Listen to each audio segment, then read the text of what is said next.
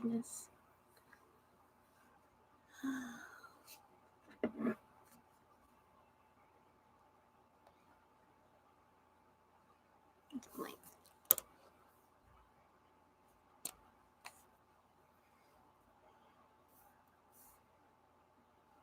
Hi. Hi. Can you hear me all right? I don't know. I was having microphone issues. Oh my goodness.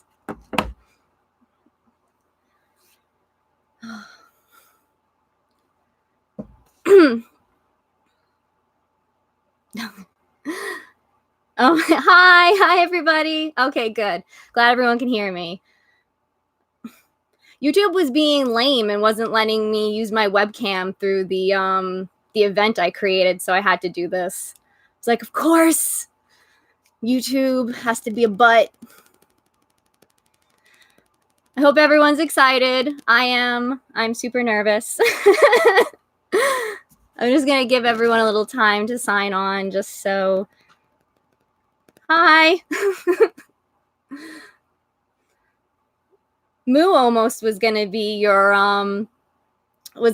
host. She was sitting on my chair. She wouldn't get up. I had to give her treats in order to let her leave. Okay.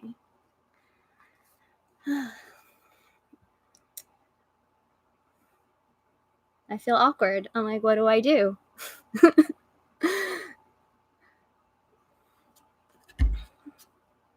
Oh my goodness. So I figured how we would do this is I would go over a little bit of, how I think would be a good way to go about setting up your daily worship and ideas for daily worship and all that kind of fun stuff. And then we would just go through the comments and see what everyone else has to say and any questions that anyone has. That. Oh, thank you. Thank you, Caitlin. Yeah, so I figured we'd do it that way. So you guys feel free to comment all you want. You can even have discussions with each other in the comments if you want to. We are one big awkward family. I like it. Yeah, so feel free to ask questions in the comments, to talk about things about like your own daily worship, anything that you might find is useful, informative, or anything like that. Because even if we don't get to it in this live stream, then people can look back on it, because I'm going to upload it if YouTube lets me, but I'm going to upload it so we can keep looking back on it so everyone can see the comments and everything. So for everybody who, wasn't able to make it, or, if you just missed the comments, because I know I'm going to look back, because I love hearing what everybody else does in their worship. It always helps me just be more creative with mine and all that. Okay. Oh my goodness. We have 28 people. Oh, you guys are all so nice. Okay. You're making me feel better. Thank you. All right. So let's just get right into it. So obviously the topic is daily worship. And I feel like to start off, you need to figure out what your approach is. And by that, I mean, are you going to go about it in a Reconstructionist way? Are you going to go about it in a revivalist way, or some mixture of both? And for anyone who doesn't know, Reconstructionists try to reconstruct traditional worship. So they do things the way the ancients used to do it, or at least they try to do it as best that they can in the modern world. Revivalists, on the other hand, tend to not give too concern to what the ancient Greeks did or what people in the past did. They more try to bring worship into the modern world. They think more about what worship means to them and all of that. And they just, get creative and have fun with it. And of course, the mixture is you can do a little bit of both. You could do anything you want to do, whatever feels right to you. So if you're going to do the Reconstructionist route, you're going to want to obviously look at how the ancient Greeks do it. So that's going to require a lot of, research. You're going to have to look into what the ancient Greeks did, and you're going to probably, I would suggest looking at more like academic scholarly stuff. Scholarly. Okay. You know what I'm saying. Stuff like that, because I'm a history major. I have a degree in history, so I enjoy looking more at the academic side of it, because I feel like even though everything has bias, there's not really a religious bias in there, if that makes any sense. You know what I mean? They're just kind of going to give it to you straight out how this is what the ancient Greeks did. This is what they did. This is what different cults did and all that. I actually have this. Is it backwards? Oh, whatever. It's Greek Religion by Walter Burkert. I think everyone should read this book. I think it's fantastic. Oh, good. It's backwards to me. So, I really like that book. I think everyone should read it, because it just is a great overview of what the ancient Greeks did with their religion. And it talks about the gods, it talks about turnips, it talks about libations, it talks about everything that you really could want. So I think that's a good book, especially if you're going the Reconstructionist route, is to check that out. I really like Honor the Gods on Tumblr. Has a lot of really great resources, so you can check them out if you want to see more about traditional worship. And yeah. Okay, so revivalists have a little bit fun and harder because there's no guidelines. Revivalists, you guys get to just, decide, what do I want to do? What does worship mean to me? What does it look like for me? So a lot of it really requires you to kind of really sit and think, and to communicate with your gods and see what they like and what they're interested in you doing for them. Or it's just, doing things and seeing, did they like that? Did they not? I don't, it's really about you finding your own way into it. So you have, sorry, Damu was there. You have to really sit and think about it. I also think in that regard, you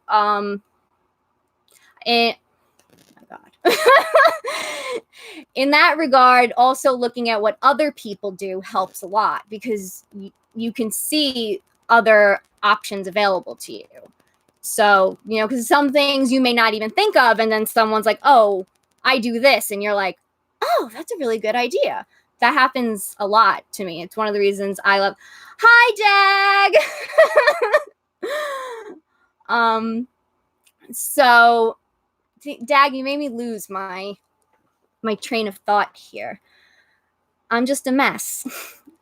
Yeah. So, revivalists, you're gonna have to sit and really think about what it is that worship means to you, what it looks like, how you want to go about doing it, and just be courageous and brave enough to do it, because I think one of the things I get a lot on Tumblr is people are very nervous about doing things wrong and doing things that's going to upset the gods, and they're afraid to even do traditional worship because it's like they're so racked with fear.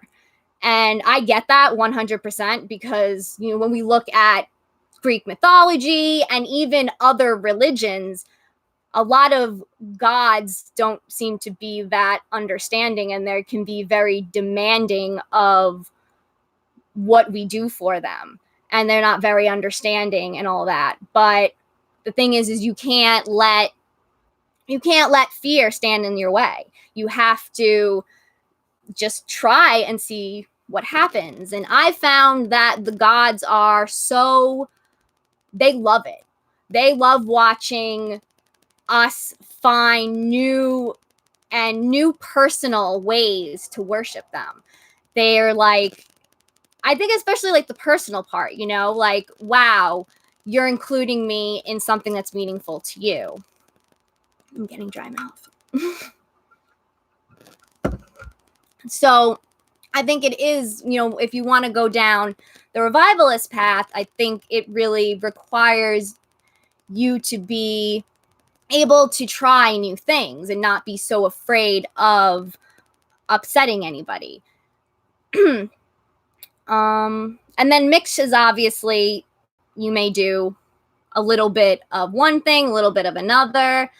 And keep in mind too that you don't have to go about everything one way your whole life. You know, like you can start out as a revivalist, and then the more you learn, because, you know, being a reconstructionist requires a lot of research and a lot of learning.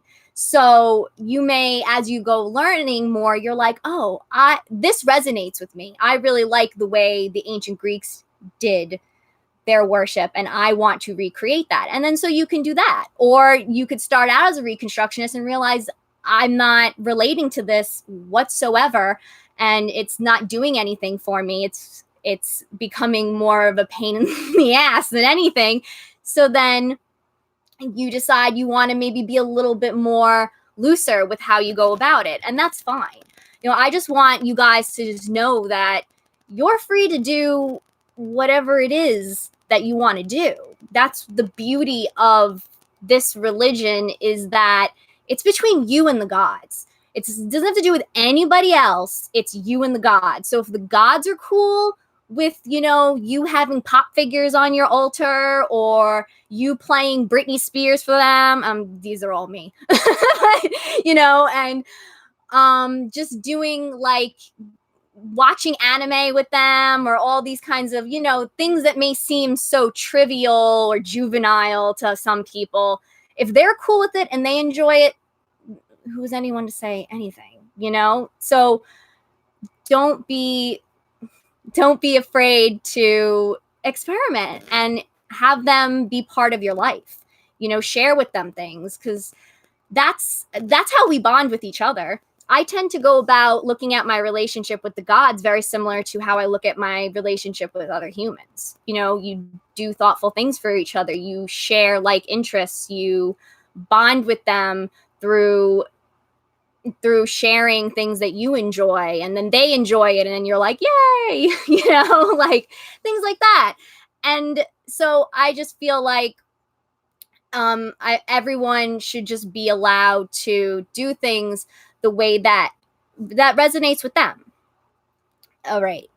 So another thing to keep in mind when you're creating your daily worship is the gods that you're worshiping. Who is this for? Is it a collective, or is it one god in particular?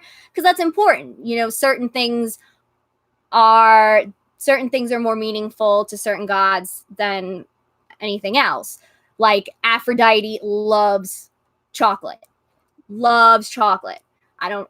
She loves it.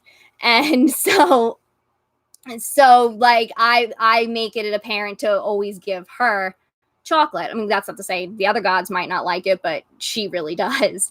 And unlike when you do certain devotional activities, a lot of them is more meaningful when it's an act that is in the realm of the god that you're worshiping. So like language learning for Hermes, or anything musical for Apollo.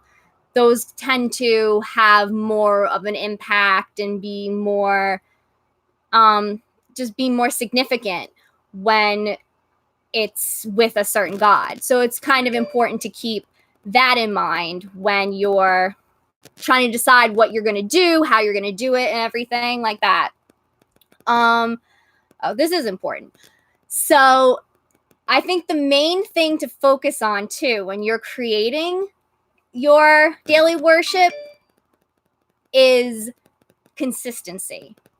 That's not to put pressure on you, but what a lot of people are very focused on the actual thing they're doing and trying to make it like a very grand, epic thing, in, you know, instead of something small. Like someone might look down at just sharing a cup of tea, like, oh, that's so small, that's not good enough. But to the gods, they like small acts of worship and all that, especially if you do it consistently.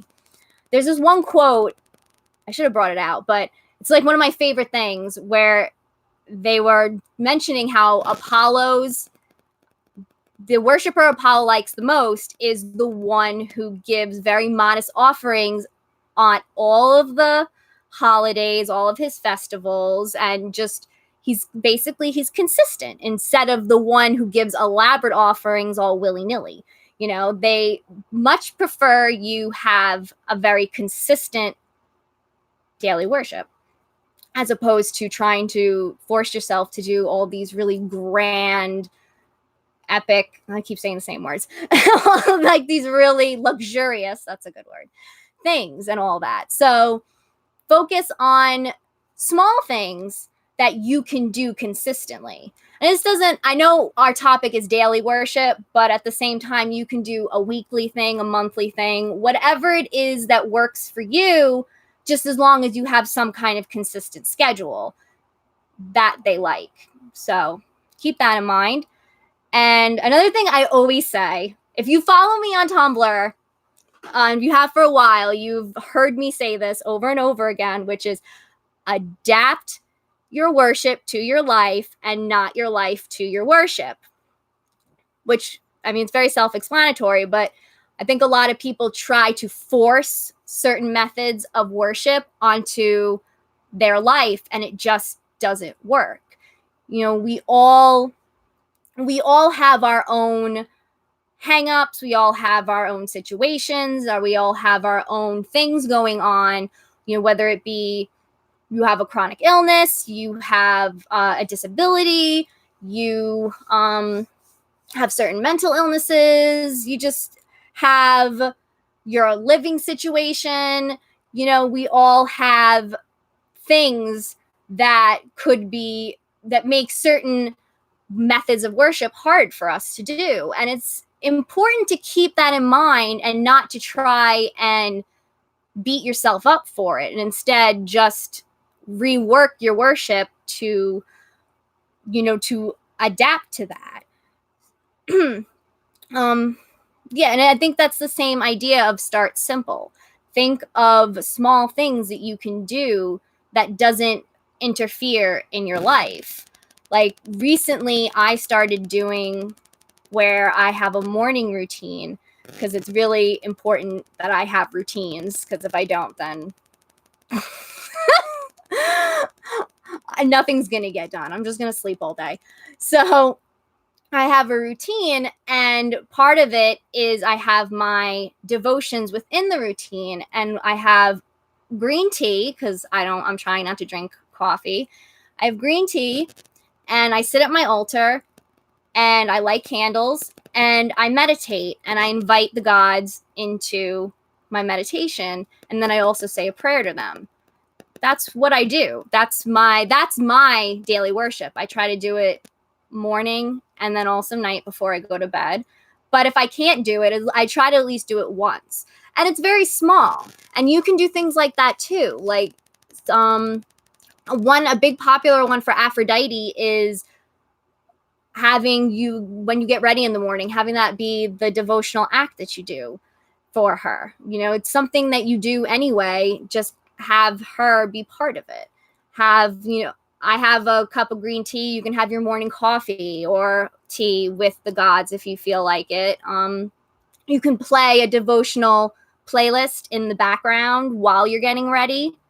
It's small things that you can just do to include them into your life. It doesn't have to be so grand and complicated and just a pain in the ass to do. Save those for the festivals. Save those for big rituals that you want to do when you want to ask them for a favor, or you need help with something important.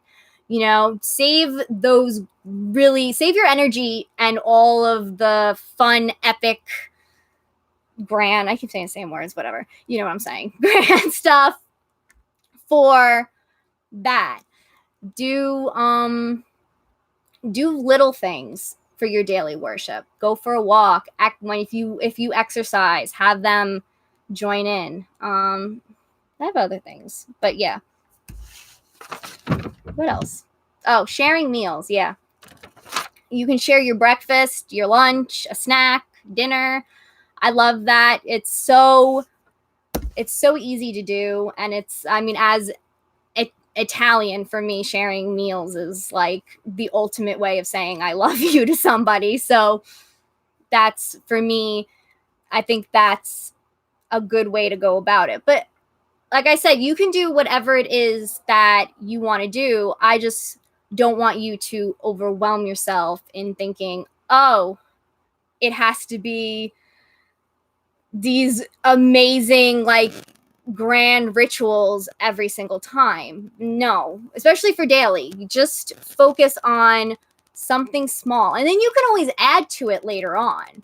When you're building a habit, it's always best to start out really, really small, and then as you get better at it and keep with it, then you can start adding more and more as it goes, if you choose. Or you could just keep doing this little thing, you know, lighting candles, saying a prayer, having a prayer that you always say. I have a morning and a night prayer that I say to all the gods, and it's simple, but it's enough. I think we really just need to change the way that we look at worship. And you know, I think because of a lot of mainstream religions, specifically Catholicism and Christianity, I think we have a very one way of looking at it where, you know, you have to do things a certain way. It has to be done this way or that way. And, you know, there's no getting by that. When for us, it's not like that. We don't have to do anything anyway. We do it how we want to do it and how the gods are okay with doing it. What else did I want to say? I don't know. I think that was it. I want to actually look at what you guys are saying, because you guys are going. I see a lot of fun stuff.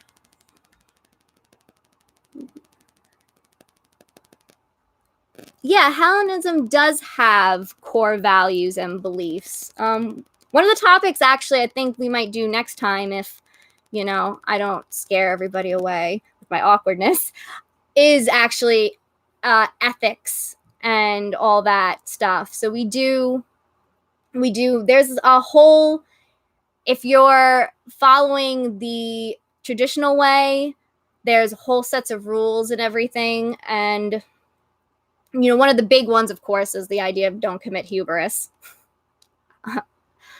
Oh, that word. But yeah, we'll if everyone's not like, okay, you're like the most awkward person in the world, I don't want to do this anymore. The next topic I figured we would do is, because that's the one that got the second most votes, is like ethics. So we could talk about it then.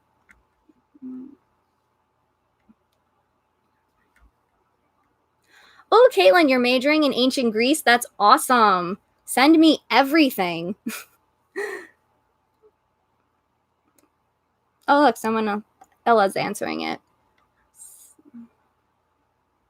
Yeah, see, as long as you stay clear of hubris. Yep, you're pretty much in the clear. Yes, it's true. Then hubris, if anyone doesn't know, hubris is like excessive pride. It's essentially the idea of thinking that you are above the gods.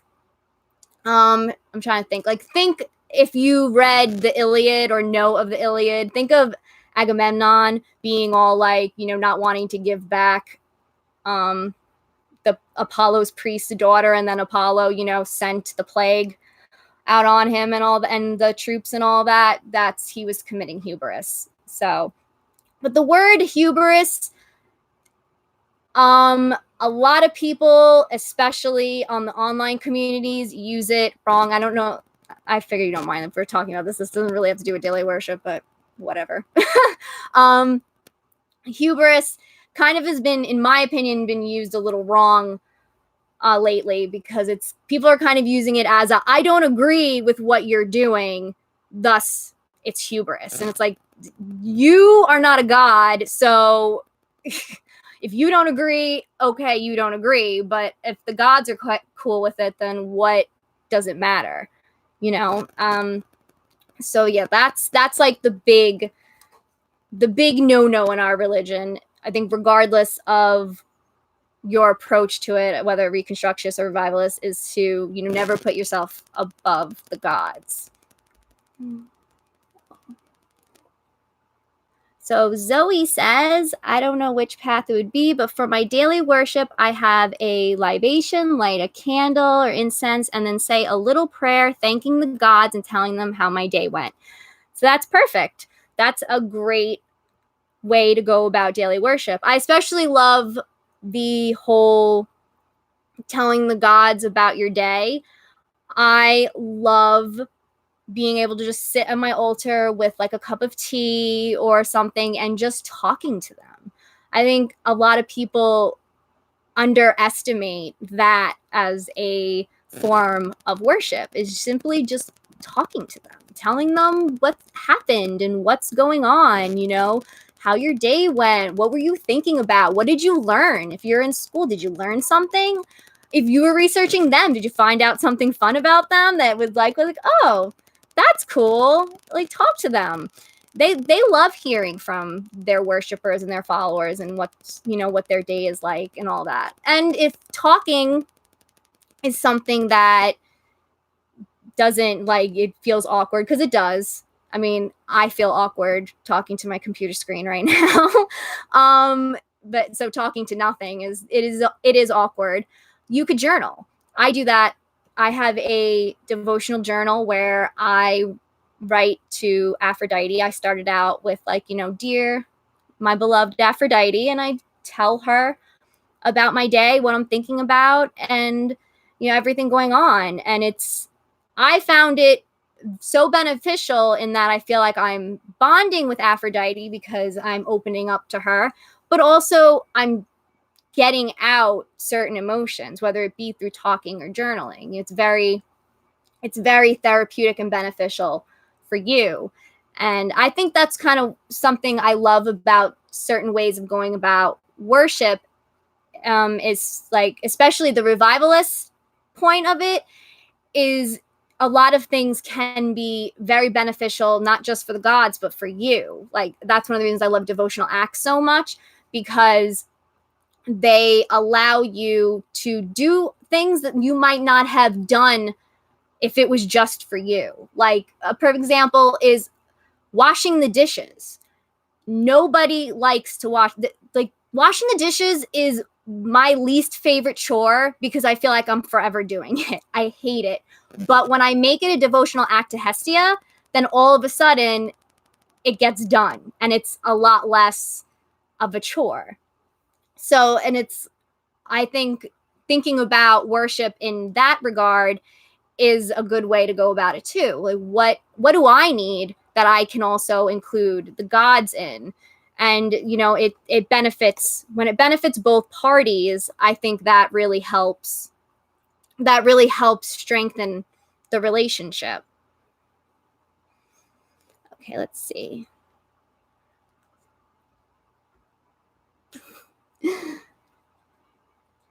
Oh my God, I love this. Revivalism culture is blasting Panic at the Disco as you barrel down the highway in honor of Hermes. Yes. Oh my God, so true. Gotta say how many times I'm just like blasting certain songs in my car, and I just imagine Hermes sitting next to me singing along. I love that so much.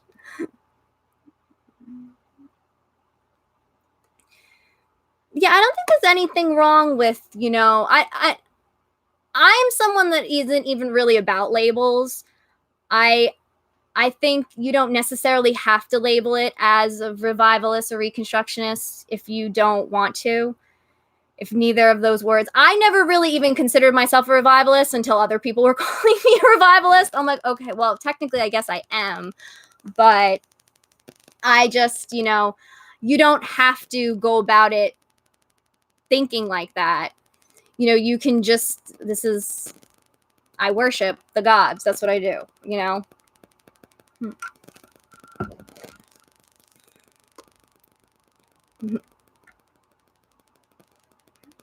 Ella said, I'm definitely nervous about upsetting the gods. It causes me a lot of anxiety that I've upset them whenever they go silent. Yeah, that's a very common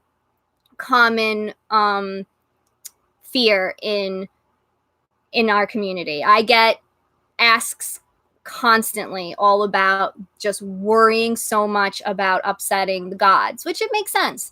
First it makes sense given our our generations, millennials and Gen Zs, where we have a lot of anxiety and we're very worried about upsetting everybody around us. It's become just part of our culture to just worry about everything and everyone. And so that doesn't really surprise me that that's been a very common theme within the community. And then you add the fact that, Greek mythology does not help it. Does not help it because it doesn't show really the gods in the best light. It definitely shows them as very petty, very, just not understanding, very much like you got to do it this way. If you don't, then you're screwed.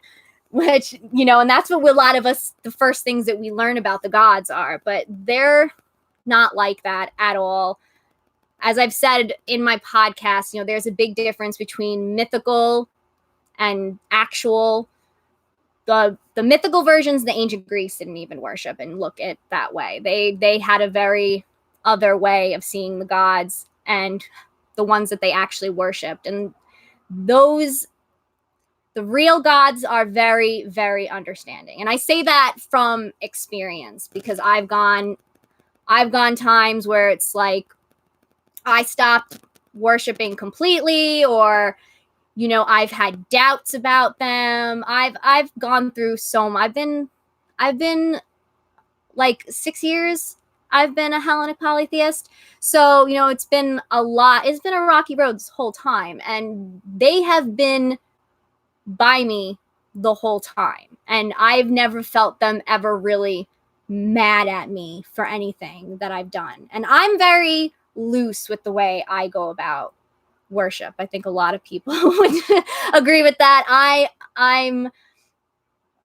kind of think about what I think is right and what the gods would want, and that's really it. I don't really look too much into what anyone else is doing.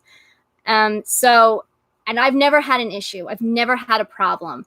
They've been nothing but supportive. They've been nothing but loving to me and all that. So yeah, I understand the fear, but I've really never known them to get so easily offended, especially by certain acts of worship, because I think ultimately they're just happy that you're doing something for them. I don't really think exactly like the actual thing you're doing matters as much to them as the physical act of doing it, especially with, it's a different world than what they were used to in ancient Greece, where that was the norm. Worshiping them was the norm. It was the default. In today's world, it's not like that.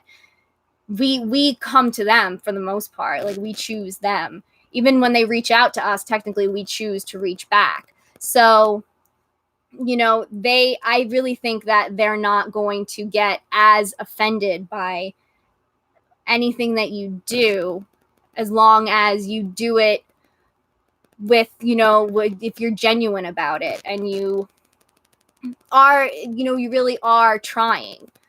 But yeah, I really just can't see them ever being upset about certain, like, you didn't do something the right way. That just seems a little, but yeah, you don't have to I know I get the fear, but you don't have to. Just worship. Just worship. They'll love it. And okay, I'm gonna stop blabbering. I'm like, I don't know how to end my sentence. I'm saying the same things over and over again. Oh, that sounds interesting about how Reconstructionism is being mistaken for Greek nationalism. It was a Vice video. Oh, I'm gonna have to watch that. Oh, see, Caitlin understands the playing Britney for Aphrodite. Yeah, I have like my Aphrodite playlist is like probably 10% Britney Spears. That's something I love about Hellenism. It's really a personal relationship between one and the gods. Yeah, absolutely. I've always been I've always felt that way even before I found this religion. One of the reasons I never related to any other religion was because I have an authority problem as it is, but I'm just always like, who are you to be telling me how I'm supposed to go about connecting and worshiping God? You know, like my Italian Catholic great grandmother is going to be rolling her grave right now, but like I would look at the Pope and I'd be like, who's that guy? Who is that guy to tell me about my religion? Oh my God, my mom's here. Hi, Mom. Yeah, so I I don't like anybody coming into my life, not just my religion, but my life and trying to tell me how to go about living it. So, very much with my religion, I'm like, this is my personal relationship with the gods. Why, like, who are you?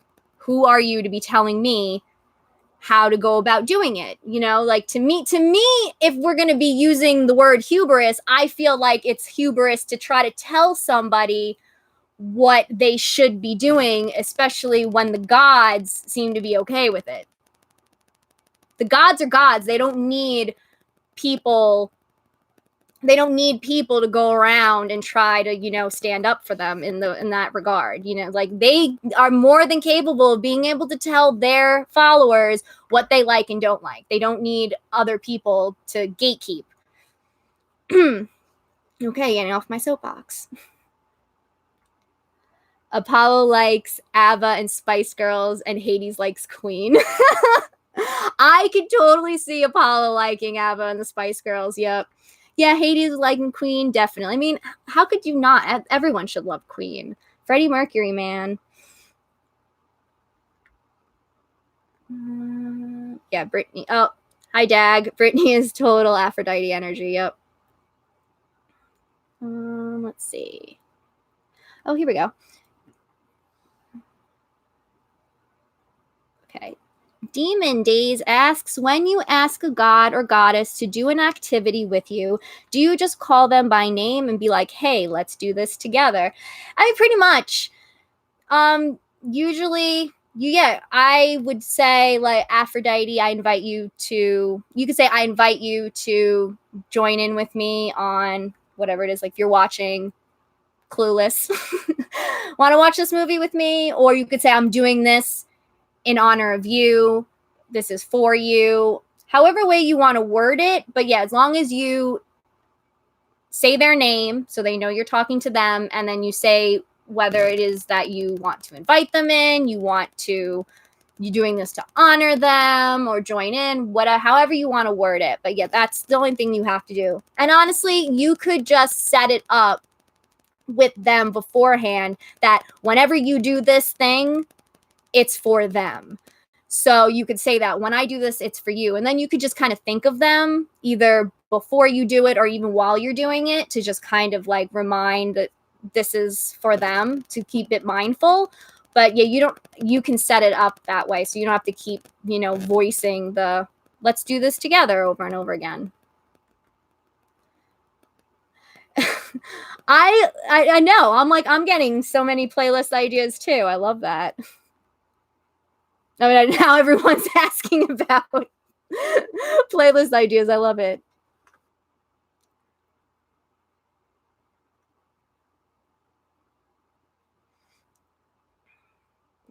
I love this ABBA love going on. This is great.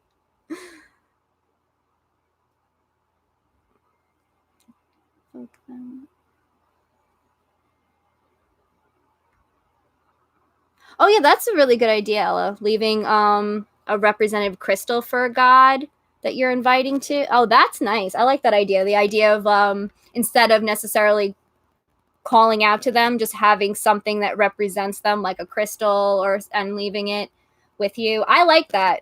I kind of do that in a way. I have rose quartz prayer beads that I have for Aphrodite when I do like praying or meditating with her. So she kind of knows that those are used just for her.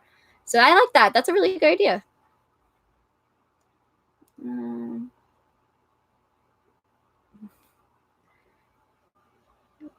Oh yeah.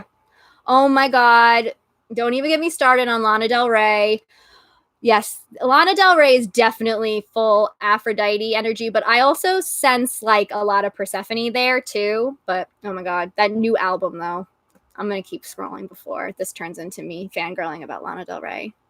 I mean, everyone's talking about Ava. Okay.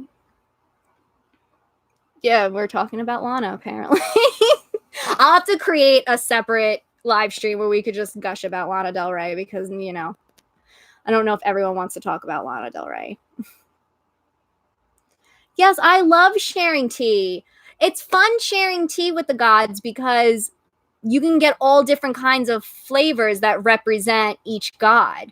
So that's always so much fun. And I just love tea. So it gives me an excuse to buy a whole bunch of tea. Ooh, Centuries by Fall Out Boy in the Athena playlist. I like that. I love that song.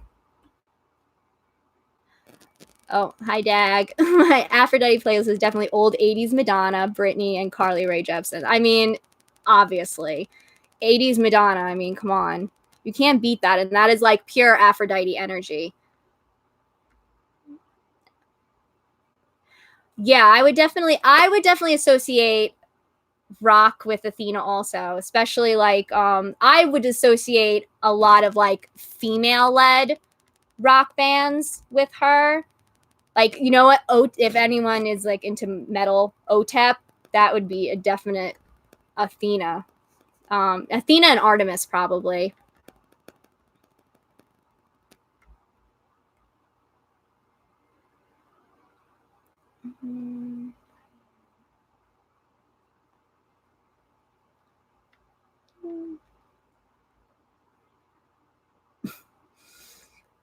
Let's see.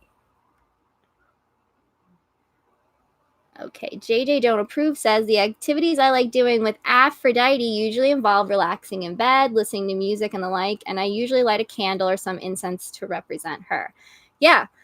Resting, I think like resting and relaxation is something that I think we don't see it as an activity because we're not doing anything, but it is still an activity. And Aphrodite's perfect for that because it's all about taking care of yourself and self-care and self-love. Apollo would be great with things like that for health reasons and all that. Things like that, like just doing like just taking care of yourself is some kind of form of daily worship. You can make it like taking your meds, washing your face, brushing your teeth, making sure you eat breakfast, you know, doing things that are good for you. And it's a benefit to do that because for some of us, they're hard to do, whether it be because, you know, you have, like I know for me, I have depression. So sometimes doing the simplest tasks is really hard. But if I have the gods in it with me and I dedicate things to the gods, then I tend to be able to do them. And then I get myself out of the depression. So it's like a win-win situation. Oh, the Duke says, when it comes to music with Athena, I always like steady background music, things like slow jazz. That's good too. I would never thought of that. I associate a lot of blues and jazz with Hermes, but I can definitely see this, study background music, considering Athena is all about education and knowledge and the academics.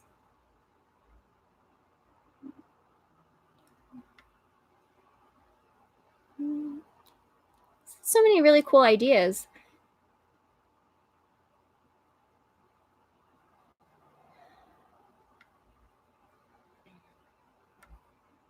Oh yeah, writing letters. Yeah. That's a really cute idea. I like that idea, writing letters to them.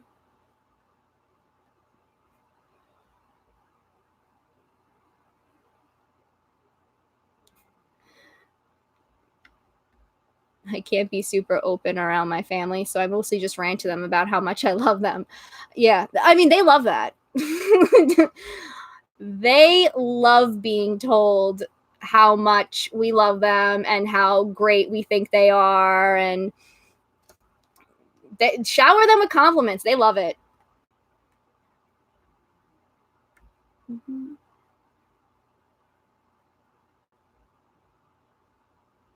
Oh yeah, color magic. JJ don't approve said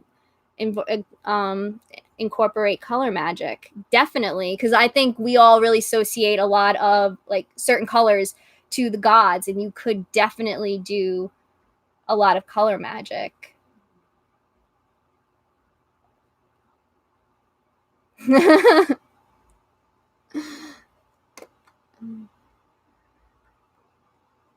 And now we're talking about tea.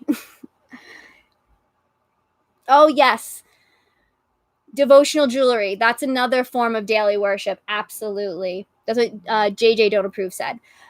Absolutely. Am I saying it right? Yeah. Okay. I can't see.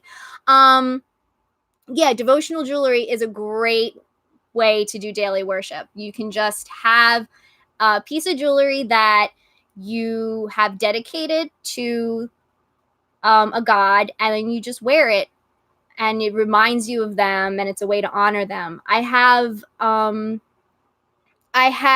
a necklace for Aphrodite. I have a necklace for Persephone, and I actually have a charm bracelet that I got on Etsy that's supposed to be all the Olympians, including also Hades is on it too. And it's just little charms on it that represent each god. And I wear that as a way to kind of have all of them with me. But that's a fantastic, very easy form of daily worship.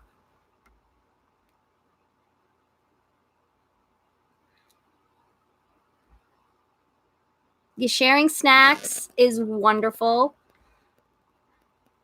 They love snacks. Doesn't everybody love snacks? What is Stardew Valley? Is that a game?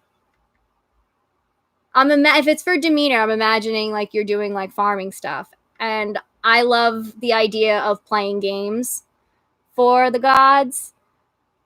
I had somebody on Tumblr talk about playing video games for Ares, and I'm like, that's genius, because Ares would totally be about like certain video games. But I love bringing like modern stuff that we do and dedicating them to the gods, because I think they would love it. You tell me that Hermes and Dionysus wouldn't sit there playing video games? Please. Animal Crossing? Oh my god. They'd all be playing Animal Crossing.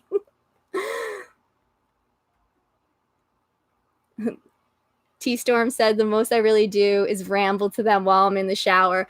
But that's great though. There's nothing wrong with that. That's worship. You're talking to them.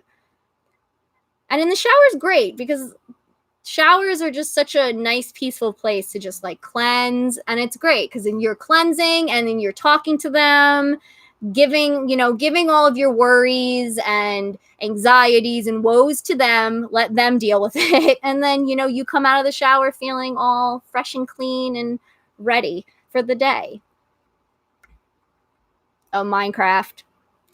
Yeah, Minecraft, I have never played Minecraft, but I feel like that would be a great devotional activity or form of worship for the gods. Because build a lot of your own stuff. People build their own temples and altars in Minecraft, and I think that's like freaking fantastic and such a brilliant way to go about modern worship.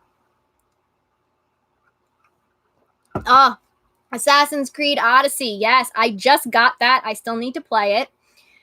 I can't wait to give a big FU to the Athenians and help the Spartans whenever I can. Let's see. Oh, yeah.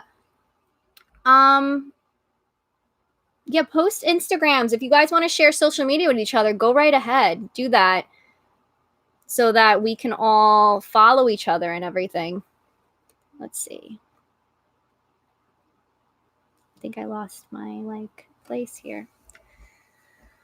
Wow, it's like almost been an hour already. Well, I said it could be over an hour. I'm having way too much fun. Okay, I got Stardew Valley right. All right.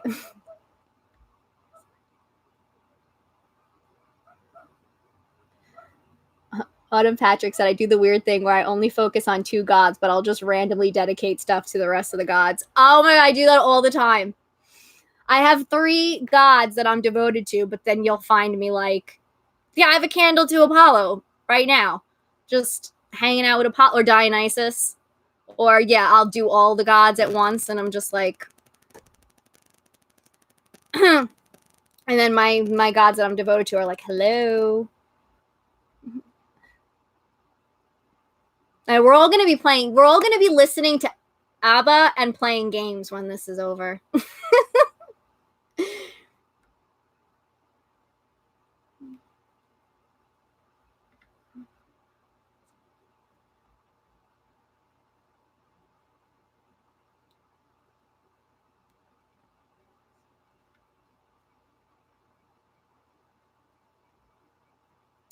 Oh, that's cute, Ella. It says, when I'm on the bus to school, I nap because it's super early, and as I'm falling asleep, I feel the sun really strong and kind of pressure buzzing on my forehead, so Apollo is giving me forehead kisses. Oh, it's so cute. I love that.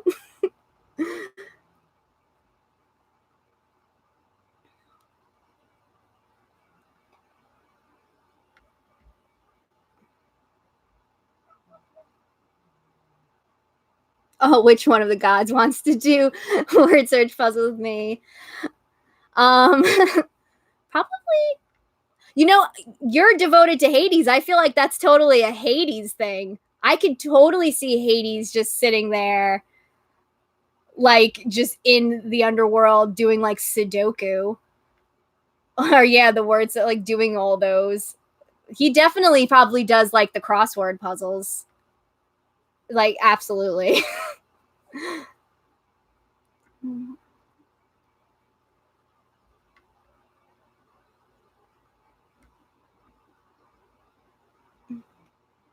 I really need to play Assassin's Creed. I haven't started it yet because I just know once I do, it's like game over. Like, no one's going to hear from me.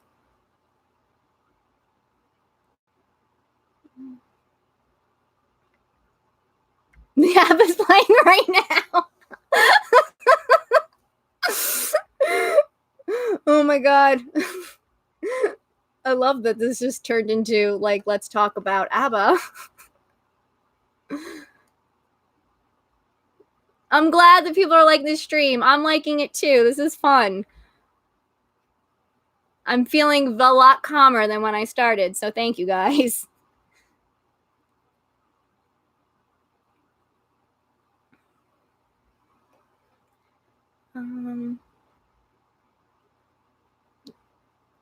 Oh my God, Mortal Kombat.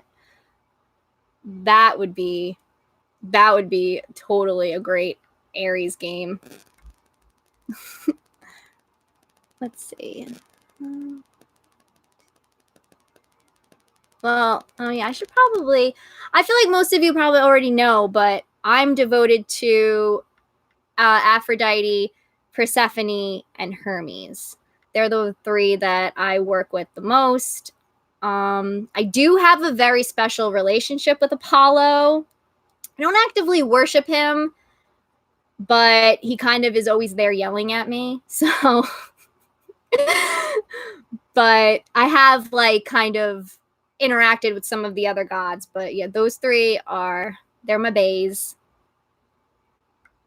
Oh yeah, doing stuff in The Sims. That's a good idea too.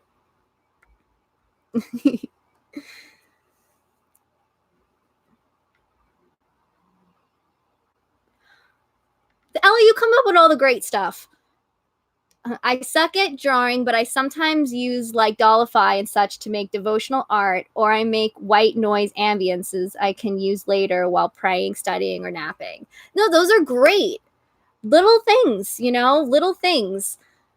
Doing those little apps. For a while I was doing like puzzles on my phone, like the electronic puzzles, and I would pick images that represented certain gods, and I would just do those in honor of them when I kind of felt really down or I felt like I couldn't do anything. You can turn almost anything into some form of worship or devotional act. Okay, so now everyone's going to be doing Minecraft.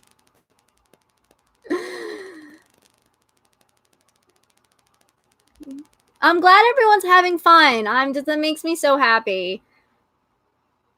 I'm happy that like you guys are all interacting with each other too, that it's not just, put on me. Aw. Austin says, I'm devoted to Aphrodite because she gave me the most wonderful man in the world, Apollo, who I feel is always with me daily, protecting me, and Zeus, who I feel is always guiding me. That's so nice. I always I get really happy when people are devoted or worship Zeus, because he gets a bad rap, and I'm happy that he does have people who see him for who he really is, because me and him have a special relationship too. Like when he's around, I always feel very safe and protected, and he's very fatherly, and I love that.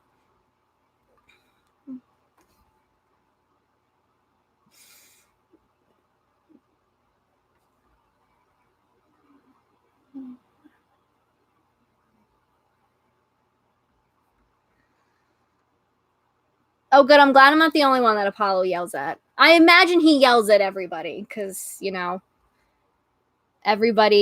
everyone to do things. He wants everyone to live up to their potential. I know it comes from a good place, but, calm down.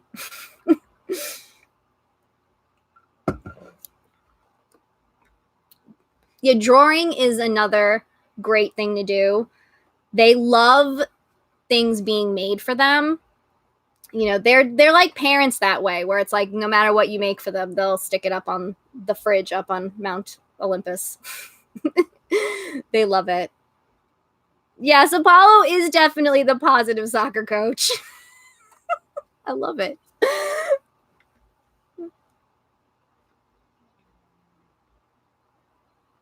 Let's see.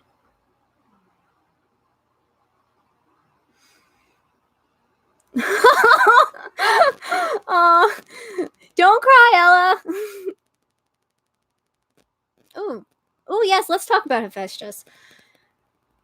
I love Hephaestus. If anyone has listened to my podcast, I have an episode about him. I adore him. But reaching out to him, it's not hard. It's reaching out to any god is pretty much the same. You can start with an introduction. I always recommend an introduction just for people who may feel a little awkward at first or who aren't really sure. So it's a great way to kind of dip your toes into worship and all that. But if you have already worshipped other gods and you know what it's like and all that, you don't need to introduce yourself if you don't want to. You can just start worshiping, put out an offering or do something and just talk to him. He's very chill. He's very awesome. And he's definitely someone that probably would very much welcome new followers, because as I call him in my episode of Tea with the Gods, he's the forgotten god, because he tends to be the one that gets a little left out because of his basically the ancient Greeks kind of set him up to be the forgotten god in the modern world, considering his realm, his traditional realms don't really relate a lot to us today, and they kind of, you know, ragged on him a little bit and made him the butt of jokes in the mythology. So but yeah, he's reaching out to him, just put out an offering and talk to him, research about him, get to know him, just start worshiping him. He's a very cool guy. And now I'm back to being awkward. Okay.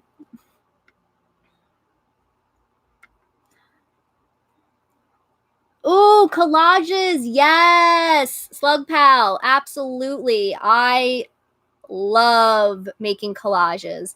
My representations on my altar are collages that I made because I just love doing that. It's so much fun, and anyone can do it. That's the best part, is you don't need any kind of artistic talent to make collages. You just cut things up and paste them and in a certain way, and that is pleasing to you, and there you go. And it gives you an excuse to buy magazines.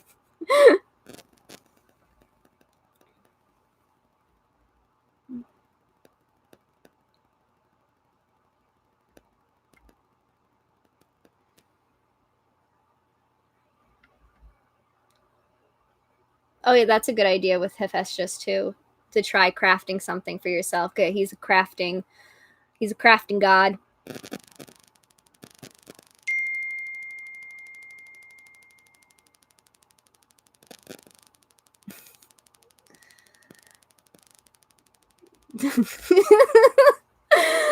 I love Zeus. That's my dad. Zeus is dad. He's Big Papa. That's what I call him. I have my the song, as I'm stumbling, the song from Biggie, Big Papa. That's the song that I always play for him.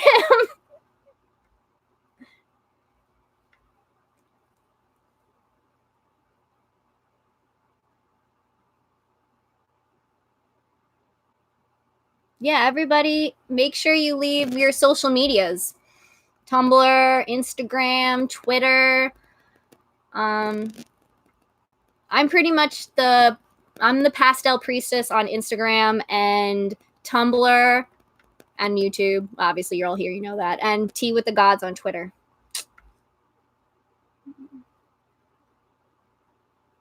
But yeah, definitely leave your social media, because people will probably be looking back on this. So you could probably have more people follow you.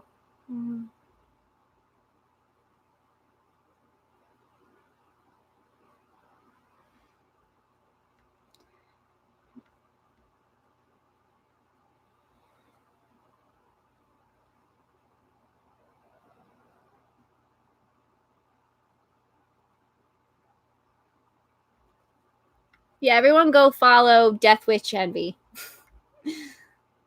She's amazing.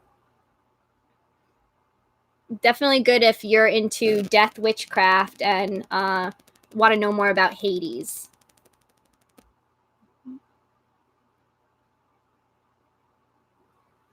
Oh yeah, Dad wants to get Hermes wing tattoos. And I think it's such a freaking awesome idea. I think tattoos that are inspired or dedicated to the gods are so badass and awesome, and I want my body covered in them. I really do. I think if that's something you're into, it's a permanent way to be like, hey, I love you, man. You know, you're literally on my body forever. So I think they're great, and I love seeing the stuff that people come up with. Like, I love your wings idea, to put the wings on the ankles. Like, it's brilliant. I love it. I want to get the wreath, the Hellenic wreath, but I want it in. I think I want it the rainbow colors. So I want it to represent being part of the LGBT plus community. I was deciding whether I wanted just the pansexual colors or if I wanted But I think I'd rather have like the whole community to show that, you know, my two communities that I love is the LGBT plus community and the Hellenic community. But yeah, tattoos are awesome. Death Witch Envy is my fave blog too. She makes great zines also. She's got one on Hades and actually one about, I'm like ready to pull it out. I'm gonna start advertising. I am not lying. Actually, that's a good idea. Hold on. This is actually relevant.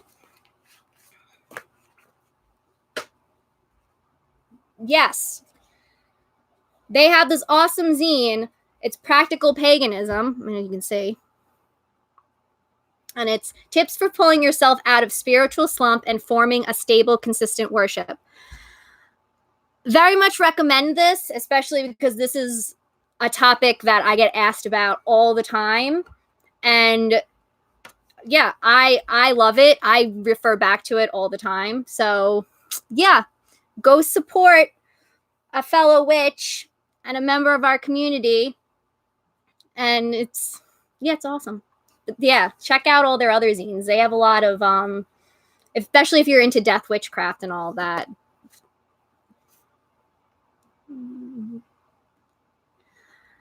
I'm so happy that you guys are all making friends and coming together. That's all what I wanted to do.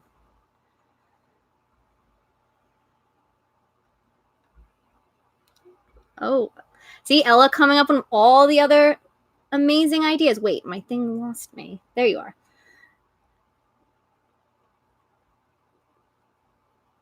Oh my God. I love it. I had an amazing idea for a Hermes devotional item. White Converse high tops, but you draw wings on the sides in Sharpie, so it's kind of like the Percy Jackson thing, but better. I love that. I might have to do that. I might steal that idea, except I don't know if I would draw the wings. I might get someone else to do it. I do collage art. I'm not an artist. But that's a fantastic idea, and I kind of want to do it.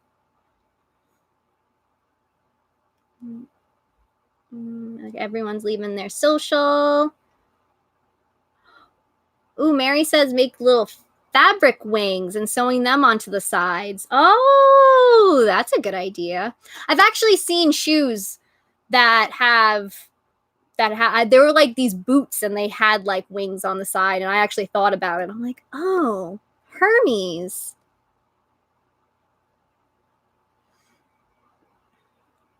I keep debating making a Discord because I know everybody loves Discord so much. So part of me is like, maybe I should just make one.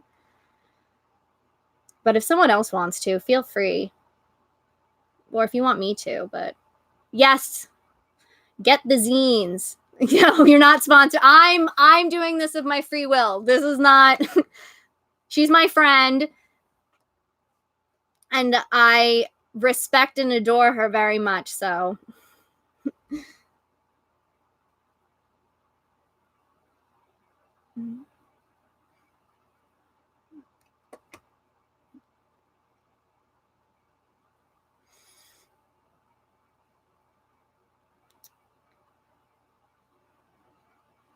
Oh, devotional Pinterest. Mary, that's a really good idea.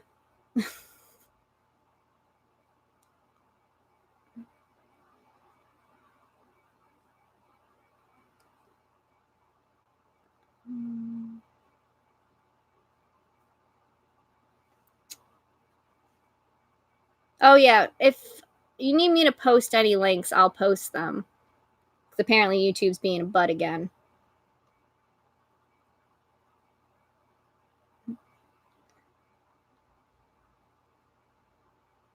Yeah, Kaylin, if you want to make a Discord server, feel free. Or maybe I don't know. We'll see.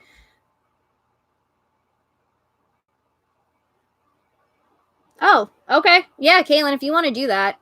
Because if I do it, I'm like Oh, I catched up. Okay, I caught up. I know, it's 69 minutes in. What? I really thought it was going to be like after like 15 minutes, we were all going to be looking at each other like, well, what now? Oh my goodness. Did we like get any good ideas? Did we talk good about daily worship? Anyone has any other questions? I mean, I could stop it now. For 20 minutes. I love it. I'm trying to think.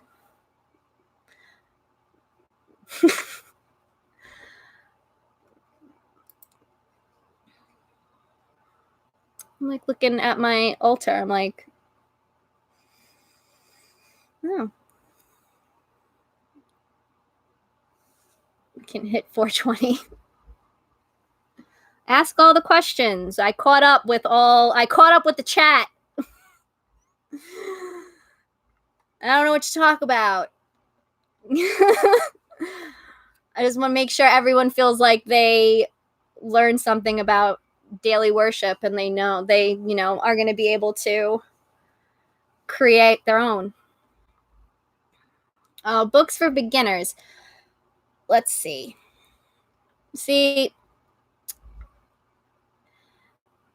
Specifically on Hellenic polytheism. Is it? Oh, here we go. It's a good thing my bookcase is right next to me. Okay. This is actually I think this is a good kind of overall. There are other ones that people like. There's like a household worship one. I've never read that because, as I said earlier, like I kind of rather read academic stuff. So I still do recommend that Greek religion book too that I showed before, because that's a really good one that just goes over the Greek religion and all that. For the mythology, of course, theoi.com is great, but I definitely like looking at the direct sources. So instead of just like the big Greek mythology books and all that, I kind of like going right to Hesiod and Homer and Apollodorus. Somebody's telling me I'm probably not saying that right, but I'm trying to think what else books. Yeah, I'm trying to think of what other ones. Because one's for basically like different subjects of what you're into. Yeah, I definitely do those two probably. If you really want like a Hellenic polytheism book, just about like in modern, that I did enjoy this one. This actually has that quote about Apollo liking consistency. So I like that one, and I do like this one. I think everyone should read this one. I'm pretty sure you can find it really cheap on thriftbooks.com and library. Also, I'll see if I can post the link for it. I have on my Tumblr, or you can just go to my Tumblr and look in Hellenic, the tag Hellenic books. I have a post where people uploaded Google Drive, like have a Google Drive full of Hellenic polytheism books for free. And I'm pretty sure the Greek religion book is in there. So either I'll post the link, or if you guys want to bother me on Tumblr to share that, because they have a lot of stuff, a lot of really good stuff for free there. I've adopted all of you. Okay. I'm fine with that.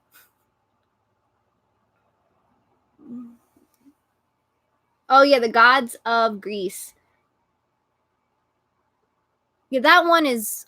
Do I have that one? I think I do. Okay, wait. Which god could I dedicate smoking weed to? Probably Dionysus. Or Hermes. Hermes, yeah. And well, it also depends on why you're doing it. If you're also doing it for like health reasons, whether it be physical or mental, it could also be Apollo. But definitely Dionysus.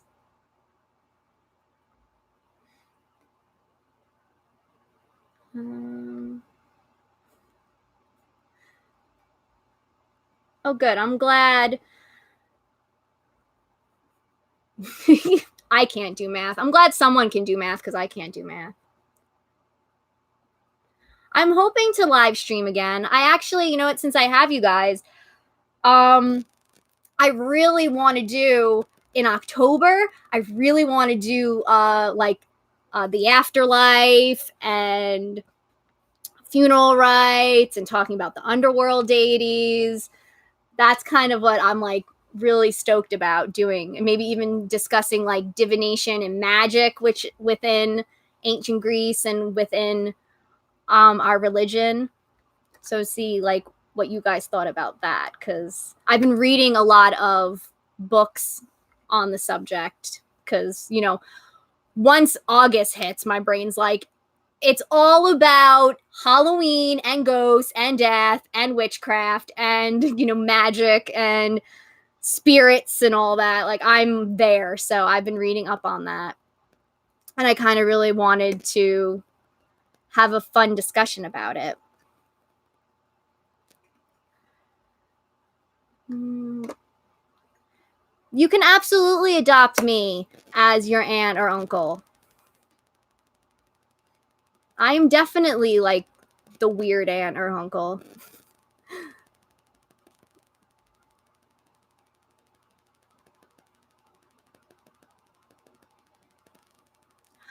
Oh, I'm a New Yorker too. Yes.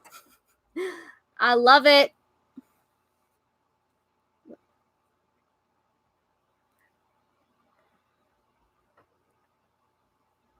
What would you say are good uses for prayer beads?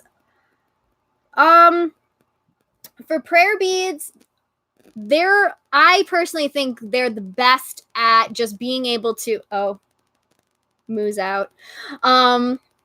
Being able to focus your intention and your mind on a specific god, or a certain like a certain topic. But I think if you're using it as devotional, like for a specific god, like I have my rose quartz prayer beads for Aphrodite specifically, so that when I hold them, it really just helps me get into that mindset of it's about Aphrodite. This is about my devotion to Aphrodite. This is about my love for Aphrodite. This is about Aphrodite. So you could do that. Hold them when you're meditating. You can hold them when you're praying. That's what I think they're best for. You can also do it kind of like the Catholic way of doing it, where you count the beads and have like maybe little mantras or things that you say that could be associated with the god that you're praying to.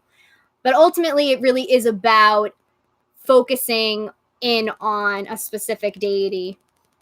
That's what I think they're used best for.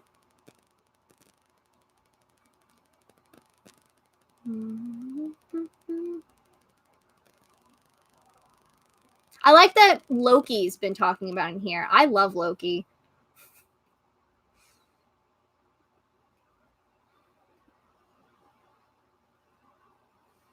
I kind of love the idea of having polytheists join the group. That's why I kind of opened it up for everybody, because I'm even though I'm a Hellenic polytheist, I have a lot of respect for, you know, other pantheons, and I do believe in other pantheons. I'm not all about just, oh, it's just the Hellenic pantheon. No, I believe that, you know, the Norse pantheon and the Egyptian pantheon are all real and exist and all that. So I love the idea that like we can kind of all come together as polytheists and talk and kind of like, you know, talk about our gods and like be like, you know, like parents with children, like, you know, they do this, mine does that too.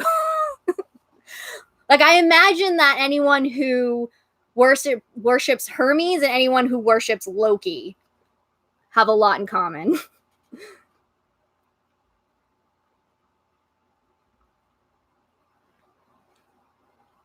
I have a question for you guys. This Autumn Patrick made me think of it by talking about cute nicknames. Do you guys have cute nicknames for the gods? Because I do nothing but give them cute nicknames. Oh, Hesiod's Tia! That's so cute! I love that.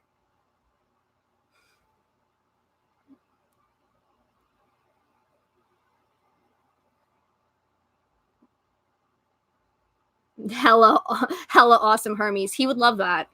He would love that. I call him Herms.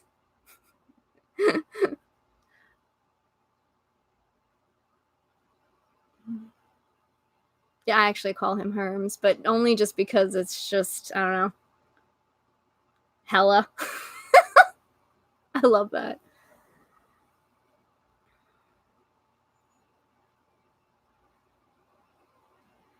Is it Fani that you call her? Persephone?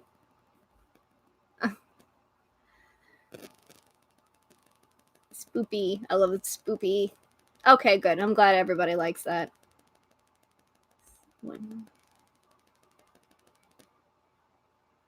Dude. Yeah. The messenger. Mary, I like that. The messenger. But dude, yeah. I mean, he really is just the epitome of that word, isn't he?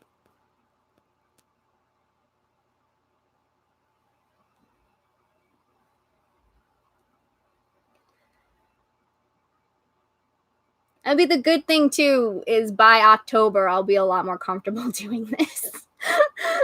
So I think it'll go a lot smoother. Hannah says Hermes once played a prank on me. I do not mess with him since. Yeah. Yeah, he's known for doing that. Let me tell you a funny prank that Hermes played on me. This was when I knew for a fact that Hermes was indeed with me. I can finally tell this because it's easier to tell, but if you like, well, we're not face to face, but you can see me than trying to write it out. So this was when I was going to college, and we had this big parking lot that we'd park in and then take the bus to actually get to the campus, right? And I have a lot of issues with driving. It took me a while to get my license. I have a lot of anxiety around driving. And so for a while, I would always park like as far away from everyone as possible, especially so I could like, pull through the spot so that I didn't have to back out when I got back. So, and after a while, though, I started getting a little bit more comfortable, especially because I did have Hermes with me, even though like I wasn't really sure, but he was with me, helping me get more comfortable with driving. So I started parking closer to where the buses were, so I didn't have to walk that far. And then essentially I didn't get to pull through. So what ended up happening was, though, I would get out late. So the parking lot would be decently empty. So there was a big possibility that I wouldn't even have to worry about backing out because I could just pull right through because there'd be no car in front of me, right? Okay. No joke, I would get out and the everything would be like kind of empty. Like the parking lot would be empty and there would be like 2 cars next to me, no cars in front of them, but there would be a car in front of my car, so I had to back out. And this would always, or there would be like it would just always manage where there would be a car in front of my car forcing me to have to back out every time. No matter where I parked, I always got out and there was a car in front of my car. And I could hear Hermes laughing at me. And I knew, this is why I always say that he will find ways that amuse him that help you, because I got better at backing out, because I was forced to. So he made it so that I had to keep backing out, but he did it in such a way where it was like, the other cars around me didn't have cars in front of them. Mine always did. So I knew it was him. So that's my little Hermes story that I just love telling because that was really the moment where I was like, it's Hermes. He's here. He's playing pranks on me.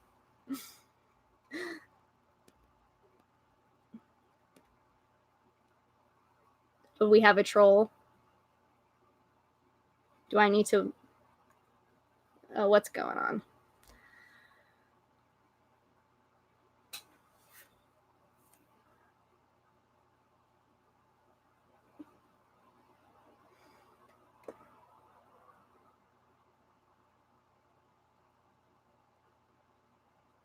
Spiders and bugs, Loki pranks with spiders and bugs. Oh man.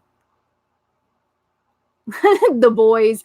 I love that, calling the Olympians the boys.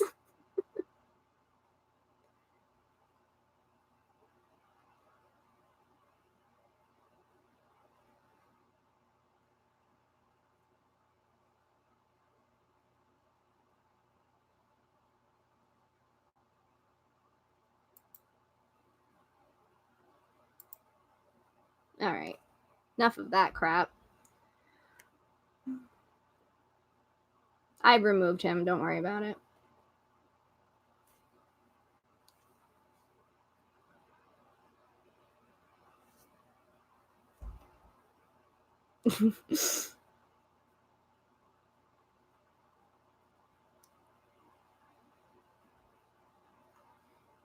Oh, bye. Thank you for joining us.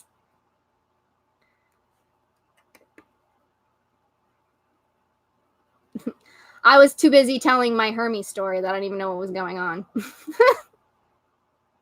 I'm like, no, that's not what we're here for. Yeah, I did yeet. He got yeeted.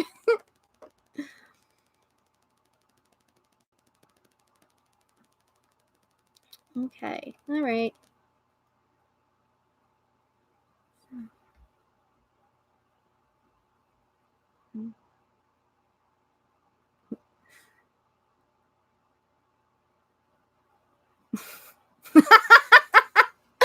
We're talking about it, vicious. I removed him. Don't worry about it. Oh.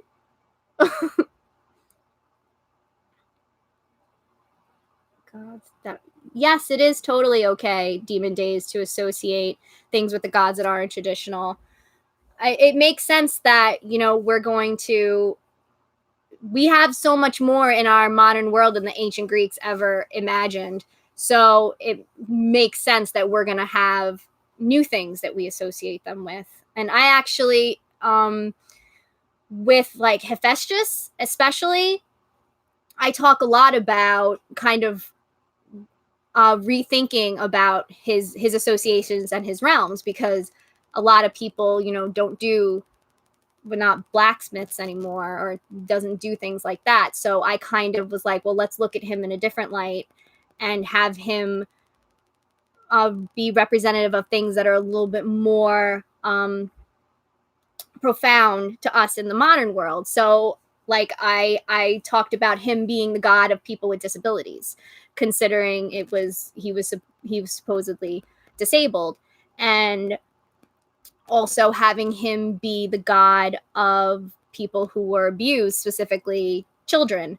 because of how Zeus and Hera treated him and all that. So I really think part of our job as modern worshipers is to bring them into the modern world and to make them relevant to our world, So yeah, you can definitely make new associations, and you're going to have new associations and all that are relevant to you. And I think it's great, and I love it when people share them, because I'm like, oh, I never thought of that. And I love things like that. So yeah, go ahead and come up with different associations.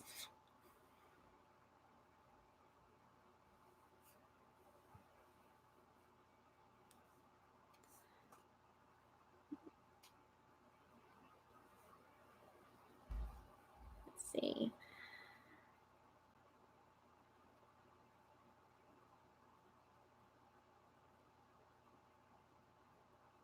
Oh, you can assign mods? I didn't know you can assign mods. We live and we learn. Yeah, definitely I'll think about. I have no problem blocking people and throwing people out, so I definitely have that mom energy of like, okay, no.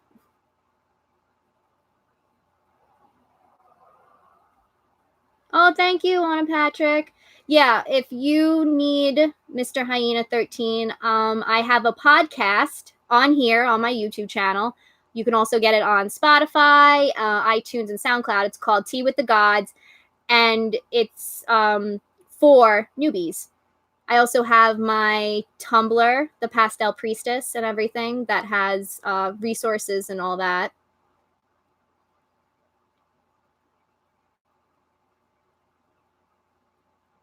Oh, that Ella, that's really good. Oh, well, don't hurry to cling to a certain god just because they're popular, and don't rush labels on yourself are my main piece of advice. Deities come and go, but take your time when choosing. Abso-freaking-lutely. I think everyone is in such a rush to get to where other people are. You know, they just want to like be like that great devotee, and it's like, but no, that takes time. You know, don't rush. Don't worry so much about God's calling out to you. That's another one. Everyone always is very obsessed with what God is calling out to them, and it's like, that doesn't matter. You need to be worshiping who you want to worship. So just find someone that interests you, that you actually, you know, want to connect with.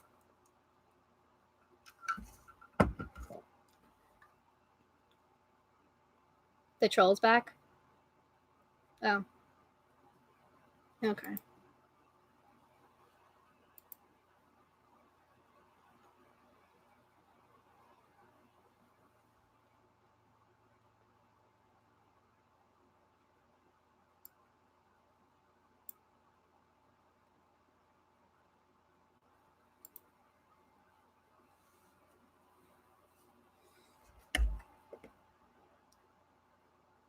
I don't know why people do that.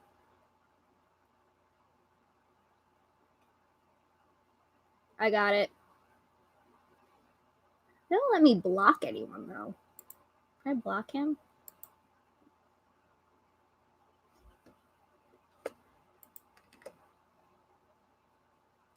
Okay. They remove, but they don't let me block anyone.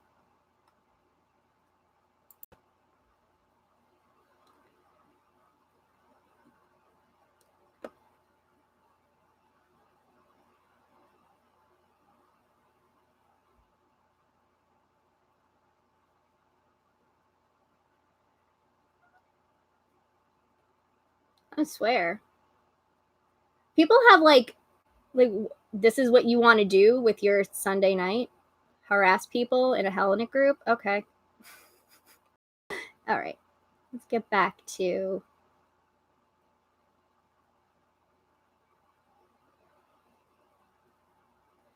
yes, Emily, yes. One thing to remember is that sometimes a deity is around for a certain point in your life, and then they may fade to the background for others who are more suited to take your place. Yep. For your current. Yep, absolutely. Sometimes, just like with friends, you know, sometimes friends are not meant to be in your life for your entire life. They're there just for a specific time, for you to learn something, for you to gain something, for you to experience something, and then when it's time for them to go, they go. It's the same thing with the gods. Doesn't necessarily, you know, doesn't mean you did anything wrong. It doesn't mean that they don't love you or anymore, or that. Sometimes it's just that's not their energy is not what you need, or you only needed it for a little bit of time, and then now you need another God's energy, and that's completely okay.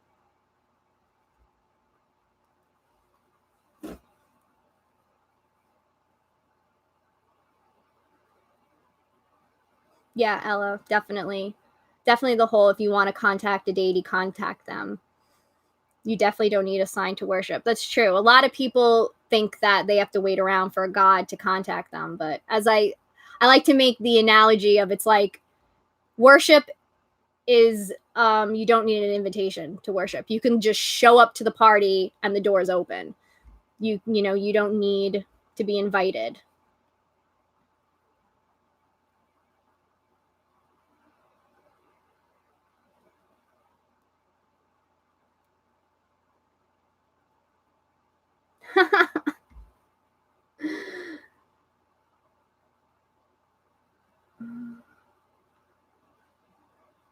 What would you say is the most Hellenic friendly place in the US? I don't know.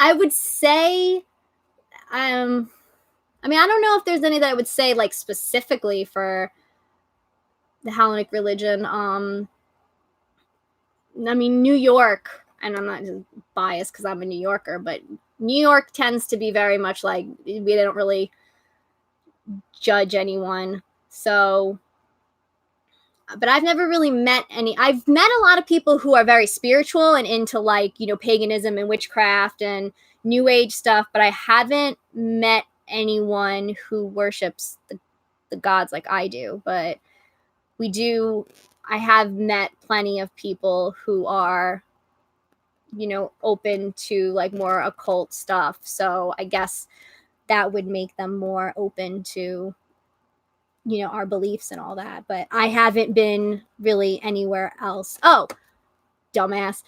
Salem. Salem probably is. Absolutely. Salem. Oh my God. I went there last year and it was insane. There were witchy shops everywhere. Like every day I discovered like 2 new ones. And it's a small place. It's not like it's huge. It's small. And there was this one store that literally just had God statues everywhere. And I was like, oh. But yeah. And fun thing about Salem, they had rainbow flags everywhere too. I was like, I need to move here. This is my home. And I never thought I'd ever want to be anywhere other than New York. So yeah, Salem might be.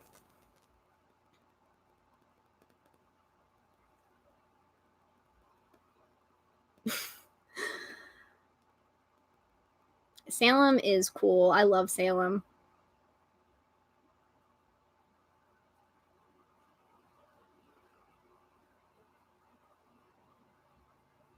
Oh, that's cool, Caitlin, that people in South Carolina don't care about your religion. That's nice. That's nice to know, especially, you know, because the South has that reputation of not being very accepting sometimes. So that's nice. I feel like that's how it is in New York, too. Like, they don't care. They're like, just don't talk to me. No. New Yorkers aren't that mean. Oh, New Orleans. That's a good one, too. Yeah, New Orleans would be also. Is this chat? Probably.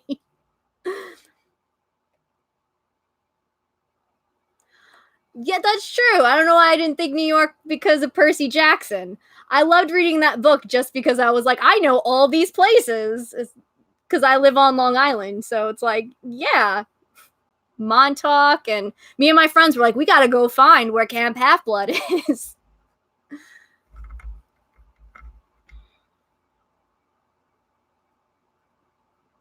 Oh, yeah, Ella brought up a good thing about the silent periods. Yeah, Apollo has a tendency of going silent. I think it's because traditionally he would leave Delphi and Dionysus would take over. So sometimes it matches up with he may not be as active during like the colder months as opposed to the warmer months. But sometimes he could just go silent on random because he's a diva like that.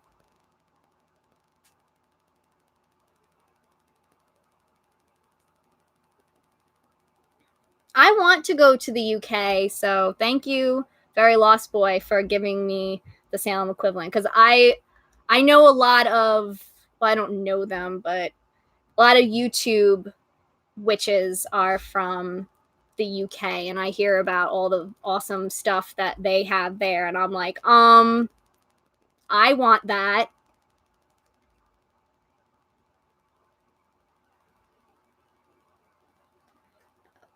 What else are we talking about?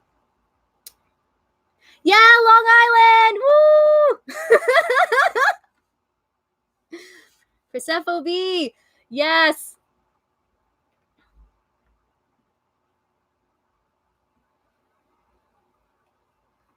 I want to build a temple so badly. Let me tell you, I really want to do something grand like that. But I want it to be more than just, I've talked about this a lot on Tumblr. I want it to be more than just like that, like traditional temple where there's like a statue there and we go there to worship. Like I'm always about being of service to the community. So I want something that's going to be very beneficial for the community. That's not just about worship. It's about bringing the community together and helping people within the community. Because for me, that's part of what makes religion so special, is the community aspect of it. And it's the part that I respect a lot about other religions, is watching how the communities will come together when someone's in need, or, you know, they do good as a group, where they do fundraisers for different organizations, or, you know, they do the food drives and things like that, clothing drives and all that fun stuff. So for me, like, that's what I would really want to do.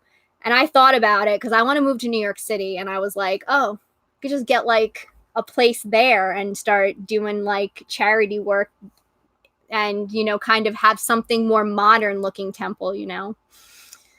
It's a dream. Whether it happens, I don't know. Are we talking about Rick Riordan?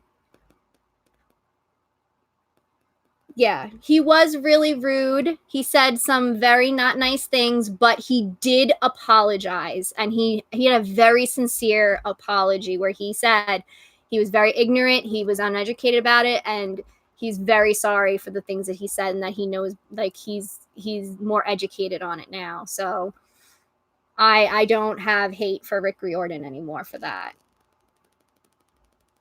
But I still can't bring myself to reread the Percy Jackson books.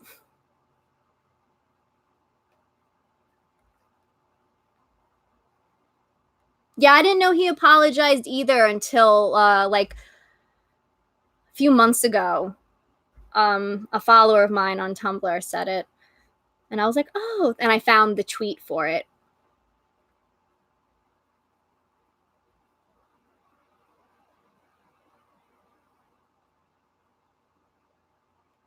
I think Rick Riordan is a good guy, because when you look at, first off, he apologized. In today's day and age, a sincere apology is very friggin' rare.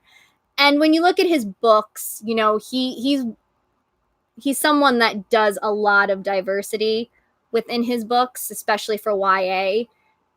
So, you know, I'm not going to hate on him, but I can also understand why other people might not be okay supporting him or anything. But, you know, I loved Percy Jackson, like the character Percy Jackson.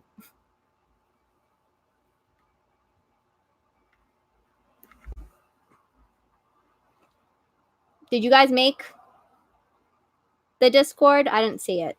I don't know where I'm supposed to look.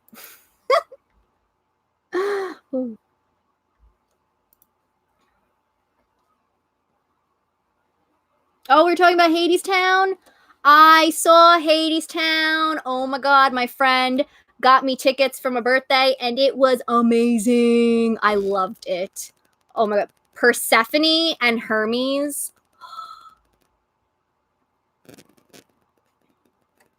It is, I definitely recommend listening to the soundtrack.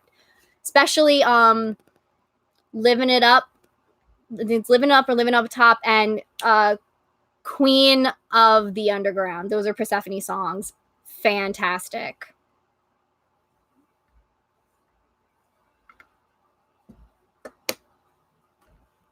Oh, did we make one?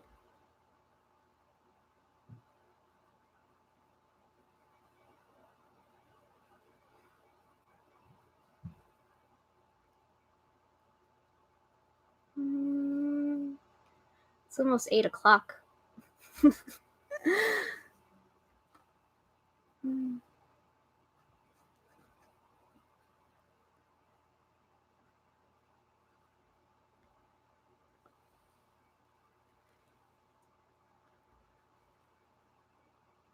Wait.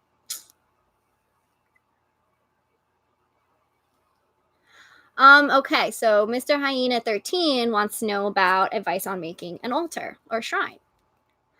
My whole thing with making an altar or shrine is that altars are more for the worshiper than they are for the deity, because it's essentially supposed to be a space for you to get in the zone of I'm worshiping my God. You know, it's mainly needs to be set up so that you get into the mentality of doing worship or devotion. So you have to build it according to that. You know, what is meaningful to you is what goes on it.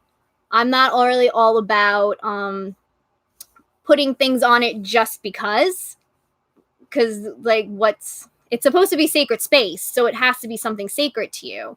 On mine, I have all different kinds of stuff on mine. I've posted pictures of it before. I have dolls and figures, pop figures, candles,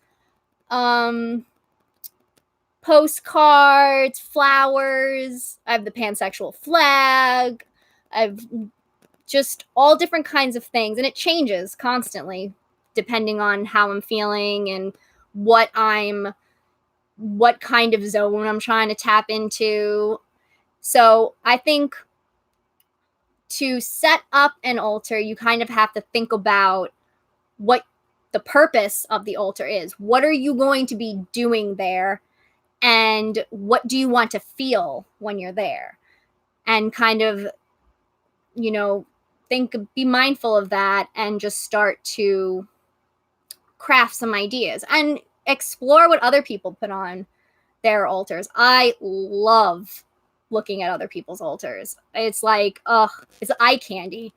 And it just so many ideas that you're like, oh my God, yeah, I could do that, or I could do this. And it's just wonderful. But yeah, don't be afraid. Don't think anything is like, this is too trivial, or this is too childish, or this is too, not anything special. Because if it's special to you, then it is special. Another thing with altars, don't try to get everything at once. I made that mistake when I first started, where I was just like grabbing everything. And then I ended up being like, I'm not using half of this. Take the time to slowly build your altar. It's okay if it's something small. It's okay if it's right in the beginning, it's just, an offering dish and a statue, or some flowers and a candle. That's completely fine. Just start to slowly find those perfect pieces that sing to you, instead of going out there and just hoarding and spending money that you don't need to spend.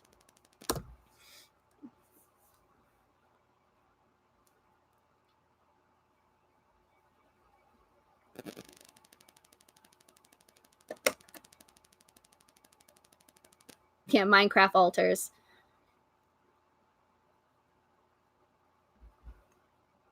The Greek gods worship Christian gods?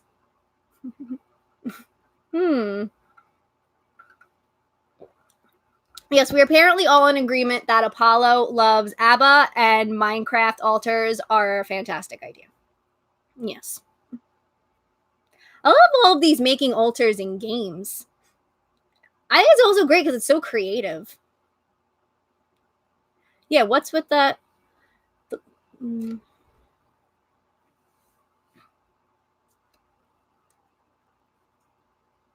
Yeah, I need more tea on that Greek gods worship Christian gods. Tumblr has some of the weird ass people. Like that one person that was all like, the gods are white, and that's it. And I was like, are you fucking kidding me? No. Like, you know nothing. Oh, Lana. Oh my god, I never forget about Lana Del Rey.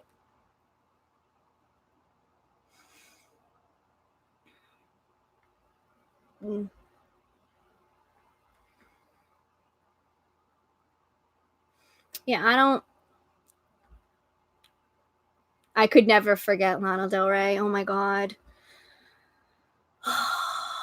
I'm seeing her at Jones Beach in like 2 weeks, and I'm freaking out about it. I cannot wait.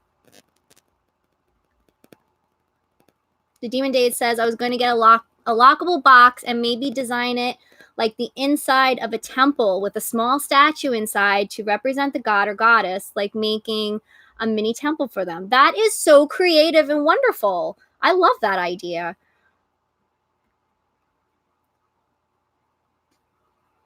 I really think that's a fantastic idea. If you're thinking about doing that for Zeus, he'll really like that.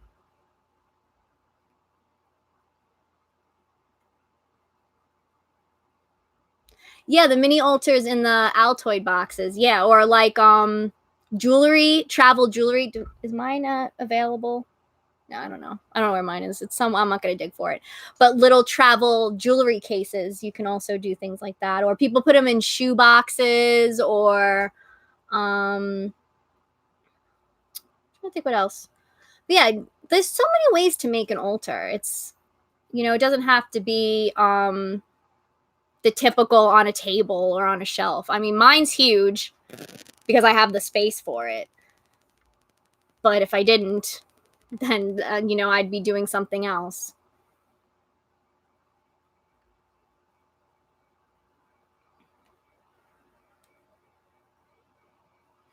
I know. I'm so excited to see Lana Del Rey live. I'm dying, especially on the beach at night. Like, come on, is that not the ultimate mood? Her new album is like, oh my god. Love Song. If I ever get married, that's gonna be my wedding song. Just saying.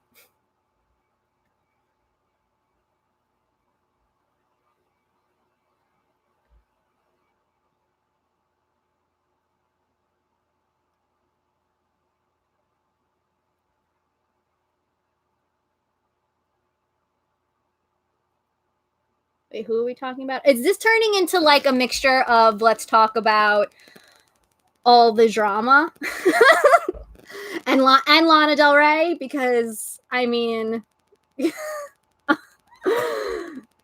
you're speaking my language. I think Aphrodite's with us right now. She's like, wait, drama and Lana Del Rey? What?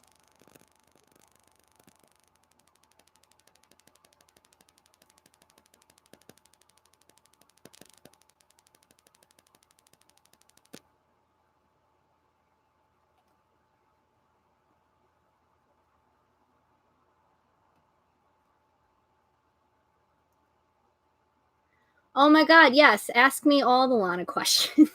Talk to me about Lana.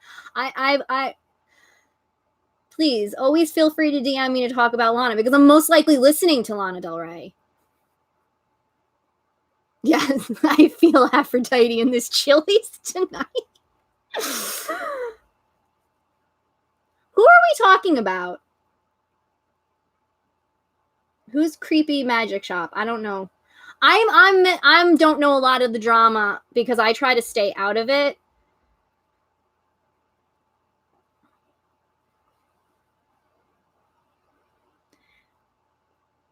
K-pop trash. First off, I love that name. All about K-pop. But yeah, you don't need statues. Like if you need to save money and everything, I like making my own representations. I make collages that are supposed to represent the god. So you can just do that, or even just print pictures of them off of the internet and use those. Or you can use non-images. You can use a candle, you can use flowers, you can use certain like if it's Zeus, use like a little eagle figurine, or even a pop figure if you want to. You can use whatever you want. You don't have to spend that kind of money if you don't have it.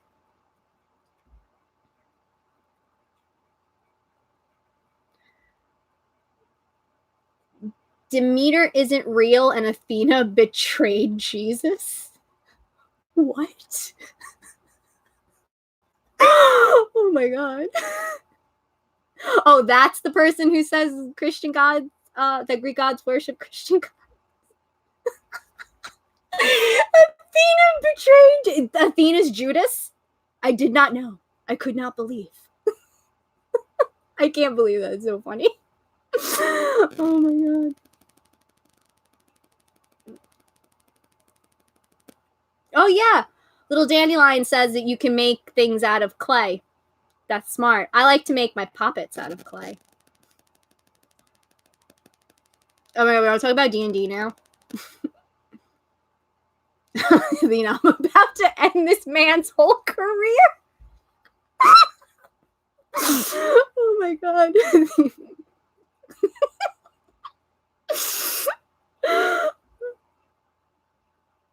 I can't.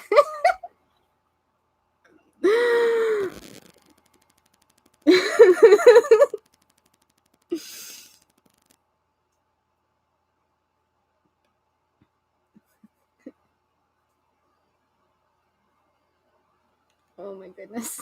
I can't get over that. Oh my god, some of these people, I'm like, I kind of want to know, like, are they just trying to be controversial, so they're just saying whatever, or do they really believe this shit? And I don't know which is worse. And we're talking about Dungeons and Dragons. God is the dungeon master. Ooh. Maybe Hermes.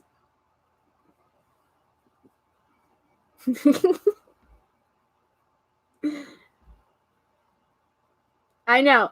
Lana conversation, Christian T, D&D combo. This is fantastic. I could never have hoped that this is what this live stream would turn into. They really do believe some whack things, and it's just like, it doesn't make sense to me. Especially like people who I'm gonna get on a serious rant, but I get really mad with like the TERFs and saying, you know, Aphrodite and Artemis and Athena and basically all the goddesses hate trans people. Oh, it gets me so mad every single time. That I'm usually not affected by a lot of stupidity on Tumblr and on the internet because I'm just like, you're an idiot. But that stuff, it makes me mad because I know how hard it is for people, regardless, to find the gods and to believe the gods actually care about them and love them. Like with my relationship with Aphrodite, I was like, my whole thing was I'm not pretty enough. I'm not skinny enough. I don't attract the boys like Aphrodite does. I don't, like, I was like, I'm not Aphrodite's type, so there's no reason she'd be calling out to me, and there's no reason she'd want me as a follower, so, and a lot of people have things like that. And then to have people say, oh, well, because you're trans, Aphrodite is against you. It's like, people are going to believe that. And they're going to be like, oh, because I'm sure they might have the thought in their head or the worry of, because of this, are they not going to love me? Are they not going to accept me? And then to have people actually echo that, it annoys the hell out of me, especially because when we're talking about Aphrodite mainly, but the other goddesses too, but Aphrodite mainly, trans people need Aphrodite. They need her because this world is so against them and so trying to make them feel invalid and trying to make them, not be who they are. What community needs self-love more? And of course, there's the whole, if you know your history, Aphrodite has a penis. So you can't take Aphrodite away from the trans community. And that annoys me so much. That one really, that and all the people who are like, the gods are white and they can only be white. Like, first off, the gods were worshipped in more than just ancient Greece, okay? So, oh my god. And they're gods. They're gods. They're not, race is that, no. They can be whatever and whoever they want to be. Oh my god.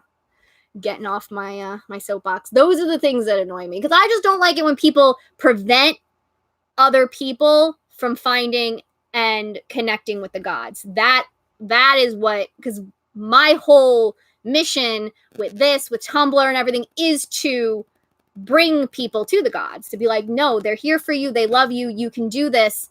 And to have people who are instead using the gods as a mouthpiece for hate and bigotry and all this other bullshit. It's like, no, that's hubris. That right there is hubris. Complete hubris. And there's no even historical foundation for it too. It just proves that they don't even care about the gods, because they didn't even research them to know. That's my whole that's my rant. Now you know how I feel about all that shit. Ugh. It is hubris. That is hubris.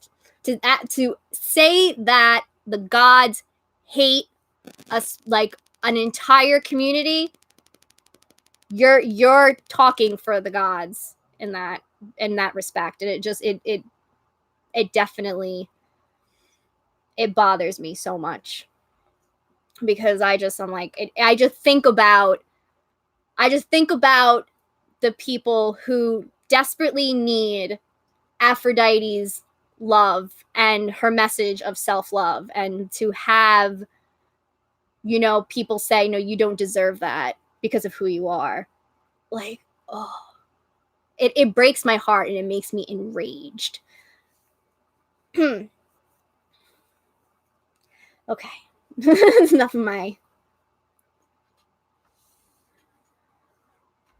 People say that, well, it's because they believe that it's all stupid stuff of why, because TERFs don't believe that, they don't believe trans women are women, and they don't believe trans men are men.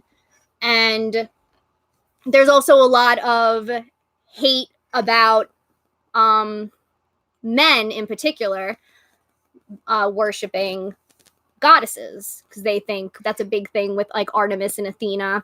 They think, oh, if you're a man, they hate you. So for them, they think trans women are men because they're assholes, and so they think, well, you can't worship them then. And then some of them also have this, like, I was reading one, and it's all about they like think that Aphrodite is like this obsession with biology. Like it's like kind of the same thing that Christians will say about God. God made you the way that you are, and it's a slap in his face to change that. That's kind of the same logic they give to Aphrodite, and I'm like, where is that coming from? Like, where the fuck is that even coming from? Because that's such... But TERF logic is not logic. It is hateful, it's asinine, it's just wrong, because there's just... Yeah. So, that is my whole freaking rant. I actually I meant to do it for June, and I didn't do it. But I may do it before. I want to do a whole episode about the gods and how they relate to the LGBT plus community, and show all the ways in which they really are. They're really part of the community, between, whether it be because of their gender identity or their sexuality, or, things like that. So Because that's been really, that really is something that that's important to me. And I know it's yeah, I think it's something that a lot of people don't realize. I think they just think that because it's in the past that the gods are going to be like the Christian God and be very much against the LGBT plus community, but that's really not at all the case.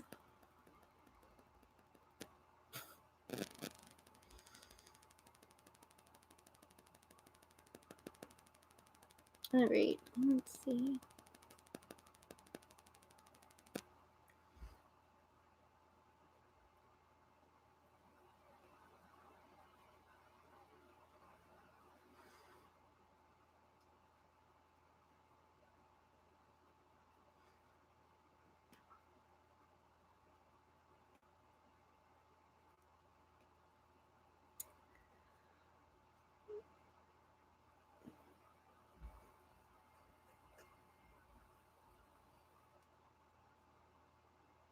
Where is the Discord link? I don't even know where it is. I didn't get anything. Or I don't know if I'm looking in the right place.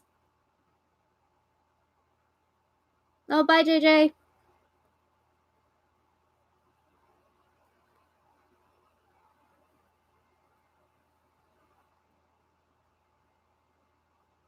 Yeah, no, I agree with you, Caitlin, about the Christian God.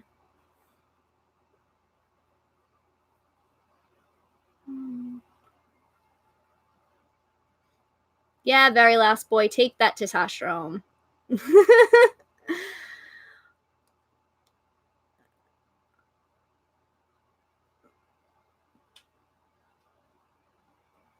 Message you where? Where are you messaging me? In my contacts. Oh.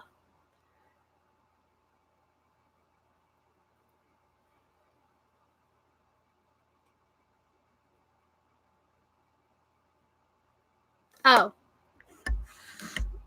Where do you want, where am I messaging you here or where?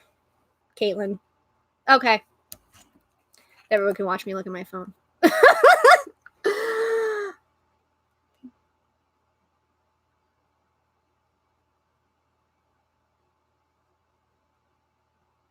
Yeah, it is hard when people say they're Christian because sometimes you have that urge to, you're going to be wary of them and everything.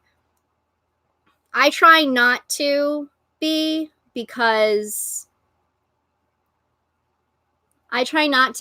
not all of them are like that. A lot of them are very, very open and non-judgmental and very sweet and actually, practice what Jesus said. But it's completely understandable though to have your guard up.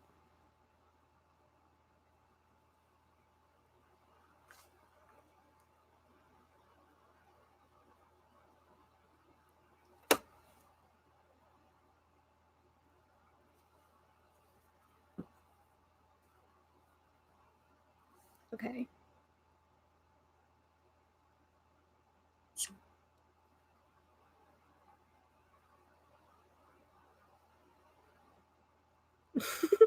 All right. See, Kaylee, you can see that I'm responding to you. Yes, I love all of the LGBT plus people in this community and in this chat.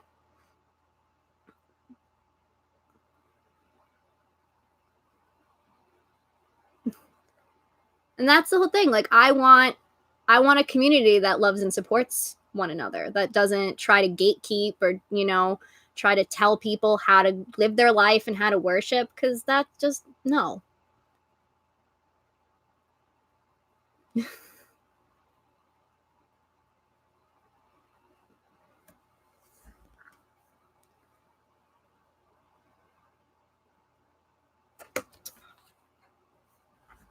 I think, well, about when Persephone leaves. Yeah, usually I think people just say the equinox. Although, you know, with climate change, who knows?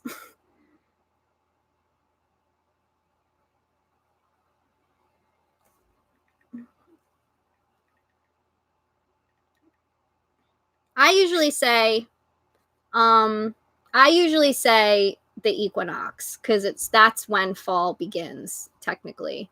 So that's what I usually go by, though, depending on where you live. And because of climate change, it may not feel that way. We've been here for 2 hours, guys. Hello, John from Ireland. I love Ireland. My great grandmother's from Ireland. All right, well, you are being removed.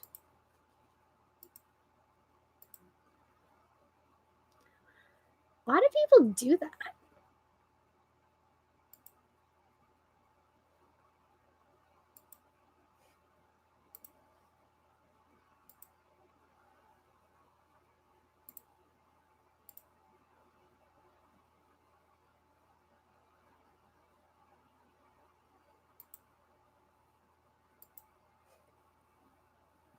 Yeah, what is with all these freaking trolls? I mean, God, seriously, guys, it's like Sunday.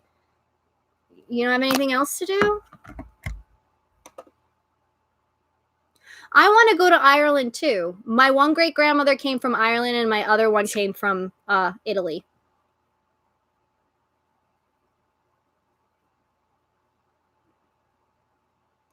I don't know. I don't know if they're trolls or bots. I'm just kicking them out. Hi, Sean. My brother's name is Sean.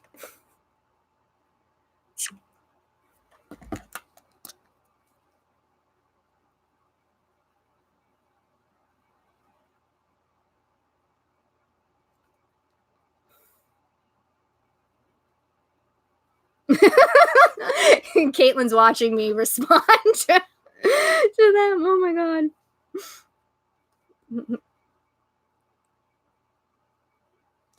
Scotland. Oh, the only place outside of America I've been is Japan.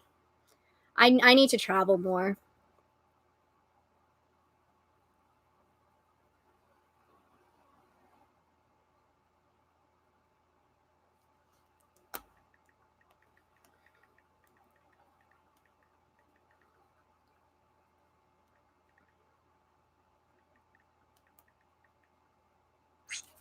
Okay.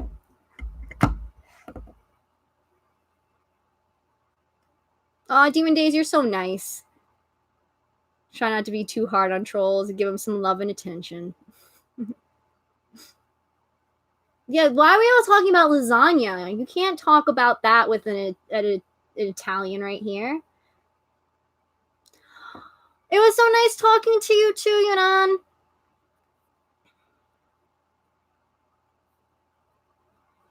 Good night. Ah! Rose gold tunic! I didn't know that was you this whole time. All right. Who's this person?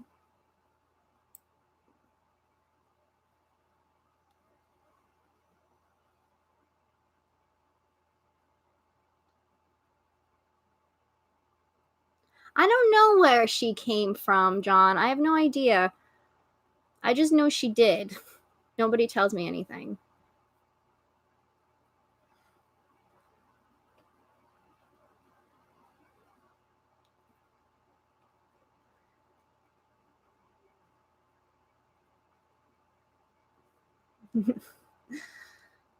See, I'm always of the kind of, I'm super nice until you mess with me or other people, then yeah. Then I'm gonna fuck you up.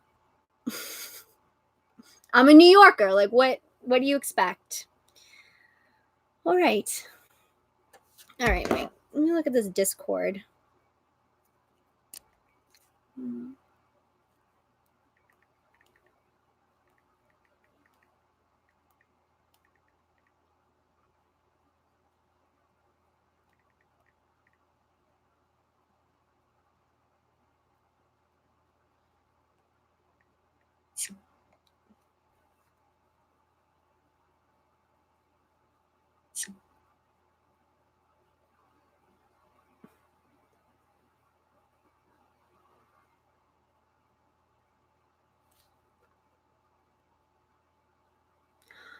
Oh, you're speaking my language, K-pop trash. Pizza and wine? Like, ugh.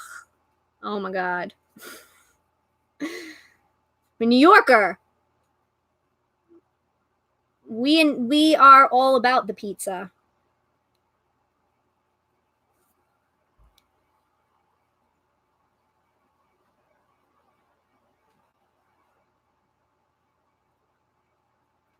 We're working on the Discord right now, guys.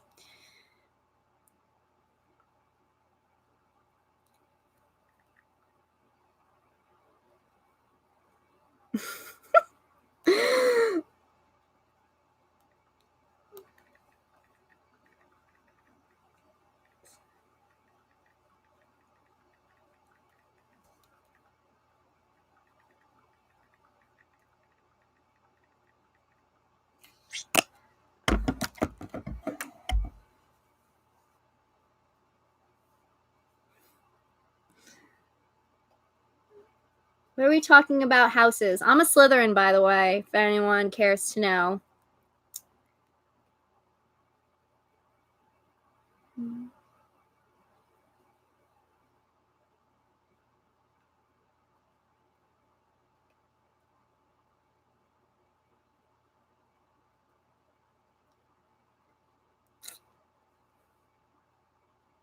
Persephone, we're like twinning.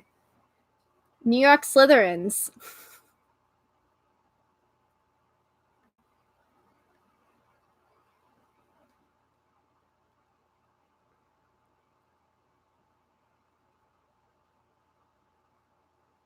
Oh, I'm glad that you enjoyed it, Spaghetti.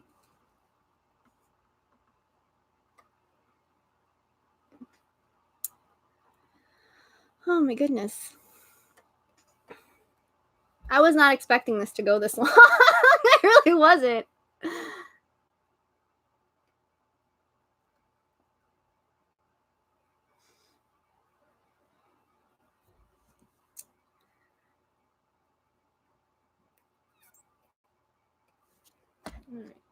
Try to get this Discord going.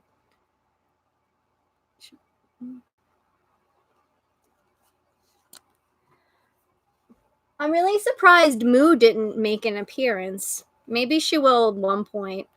I really thought she was going to, because she tends to be very like, if I'm doing something that doesn't involve her, then she's gotta destroy it.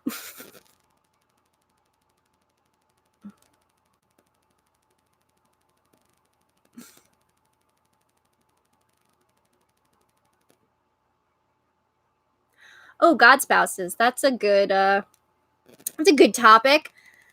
I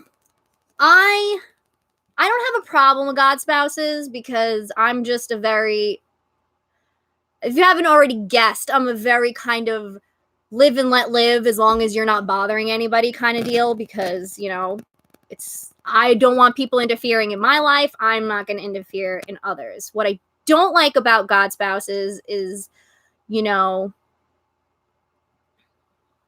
I don't know. I mean, it's not that I don't like anything. This is not something that I agree with. I just don't. It's not in my personal practice, but I'm completely. If you are married to a god, cool. How's that like? How is it being married to Hermes? I imagine chaotic. I mean, I don't really, you know, it is what it is.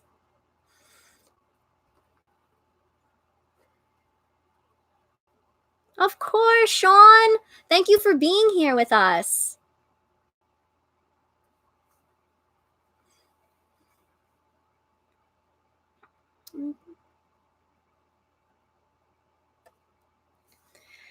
Yeah, it does sound like it would be like that. You know, it's kind of like that one story that Ellen DeGeneres told about how she decided to prank her wife Portia, and so she hid and was gonna jump out, and she was sitting in there for like ever, and like Portia never came home, and then she was just like, what? And then she found out that Portia was hiding, waiting to scare her too. So they were both just sitting in there.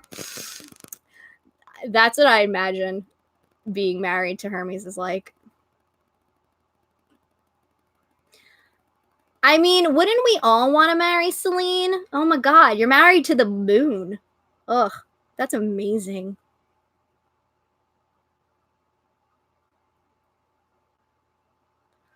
Oh, don't leave me, Persephone.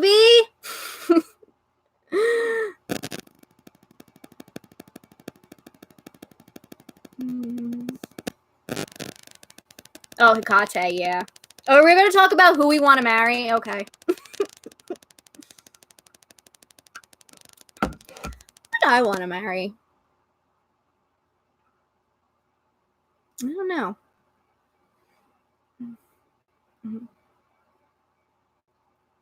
Married. Oh my, I love Avatar, The Last Airbender. Yeah, very lost boy. I already said it. That's rough, buddy. Oh my god, talk about a perfect show, man.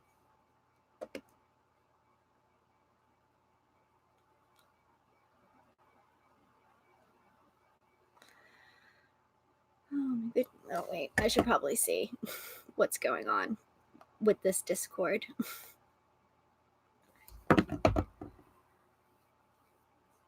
I need a rewatch of Avatar.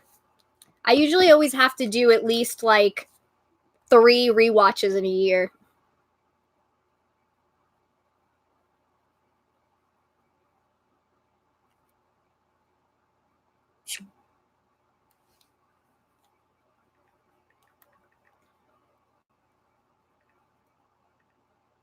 Guys, I think we got the Discord getting up and running.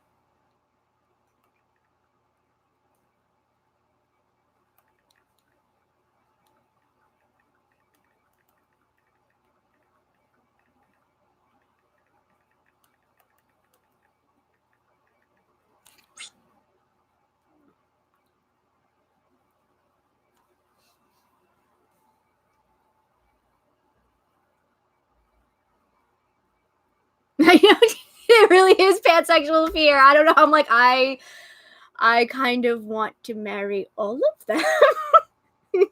I'm attracted to all of them.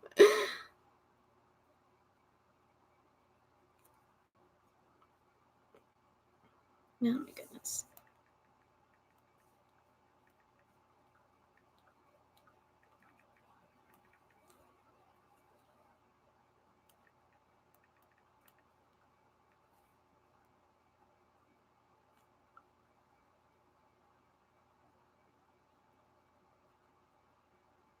Oh, don't worry, Mary. We're still going to be doing like the live streams and everything. So even if you can't join the Discord, that's completely fine. You're not going to be missing out.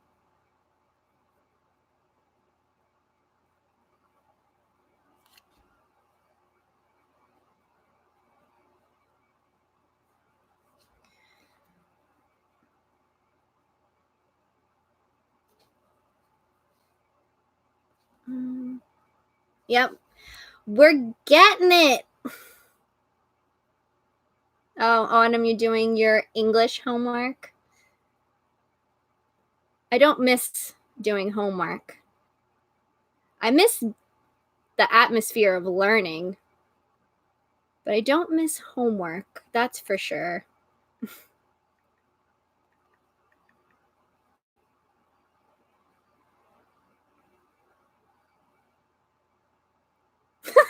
The entire Greek pantheon could step on me and I thank them for their time. Seriously.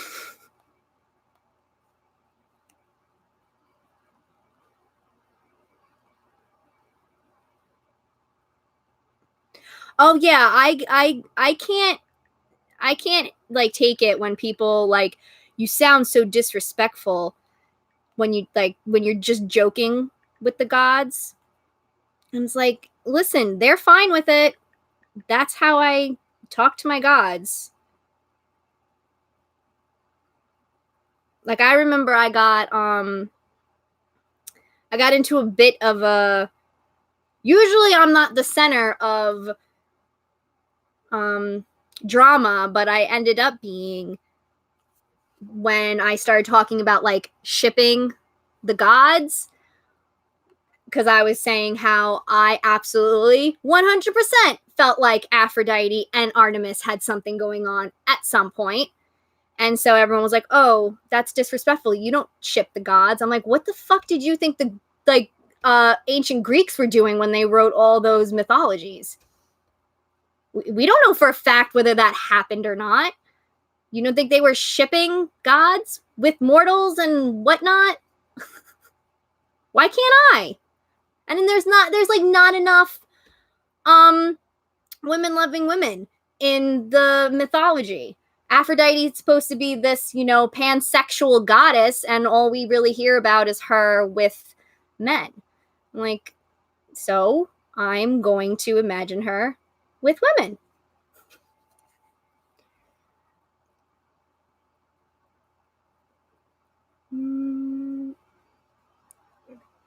Okay.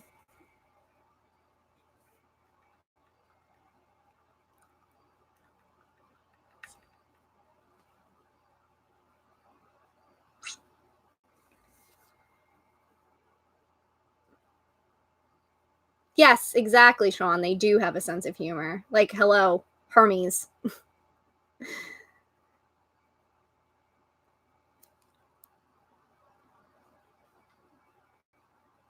And they know that that's what we do. I feel like this is washing me out. Oh, there we go. That's better. That's how we connect with people a lot of the times, Like, for me, I rag on my friends, and that's how I show them I love them. By making fun of them. That's, my family does it all the time. Instead of saying I love you, it's, let me totally just rip you to shreds.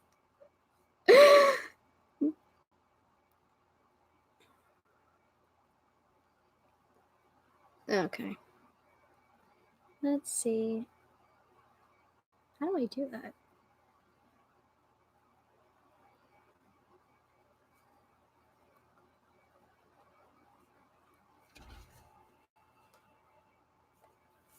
Cracking jokes is a sign of love, because it shows too that you're comfortable enough, You're comfortable enough with each other to make those jokes.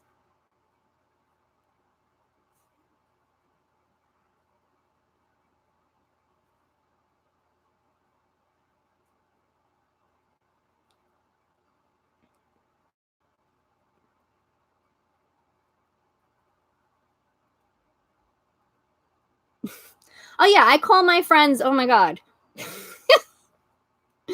Bitch is just like its complete term and endearment. But again, like, for things like that too, though, it's like, regardless, how does it affect your relationship and your worship if I decide to crack some jokes with the gods?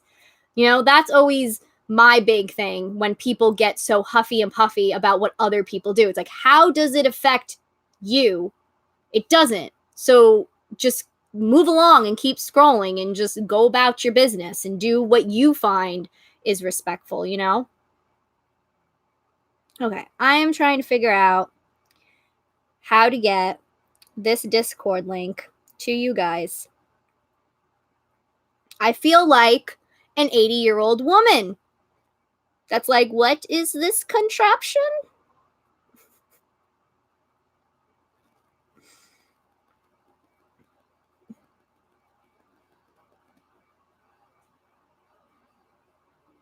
Hi, Catherine.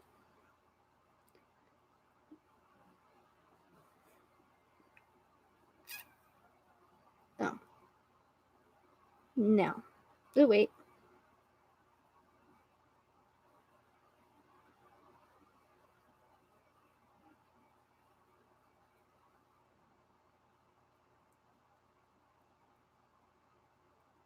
Oh, wait, I have an idea.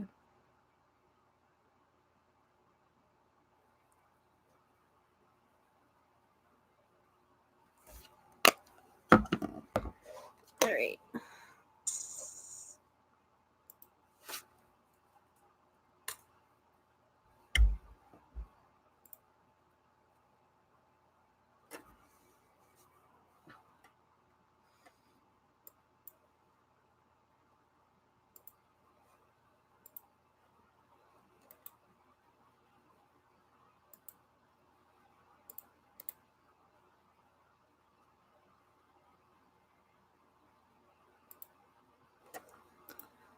All right, I want to see if this works. No, that's not going to work.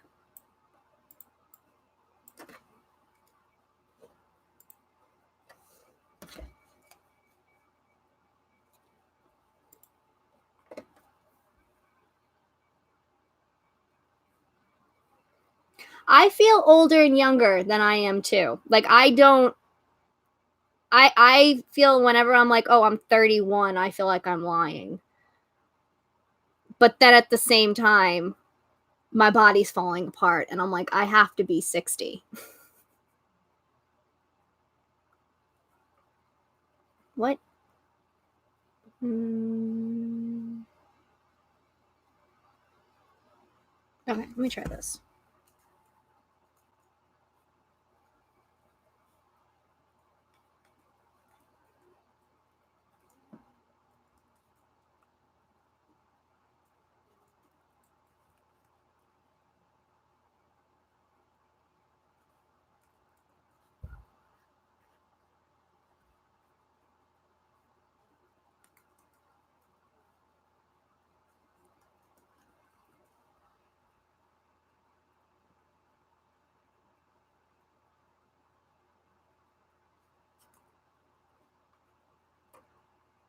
Okay, let me know if that worked. I just posted a Discord link.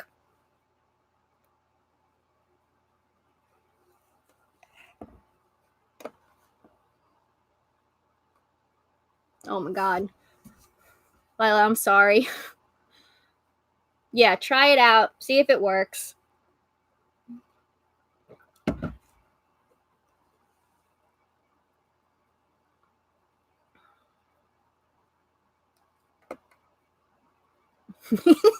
Okay, I feel better. Thank you, K-pop trash. I feel better.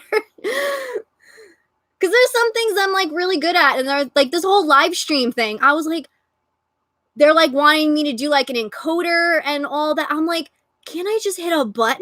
Like, it's 2019. Can't I just hit a button? I could do that on my phone. I'm like, oh my god.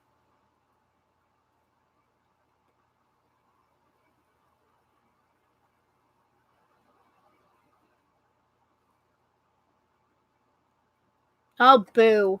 Of course. Of course. I wonder.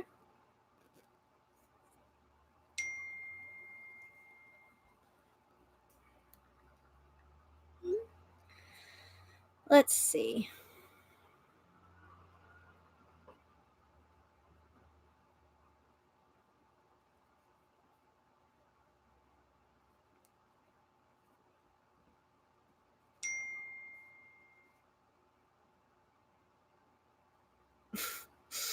Yes, Caitlin, I am 31. I know.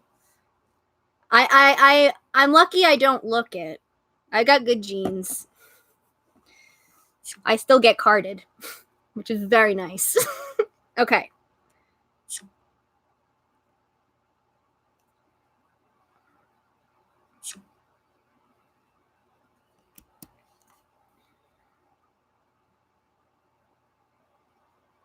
I wonder if I could just. Okay.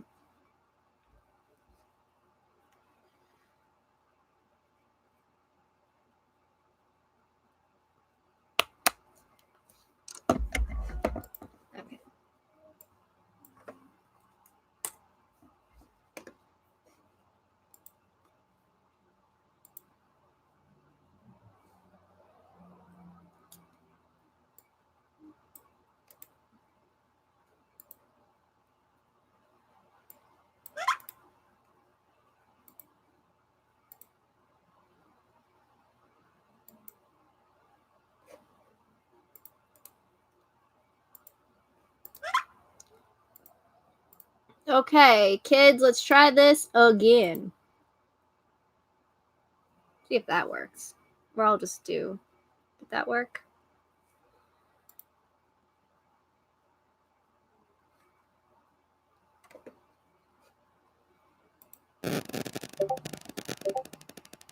Ooh.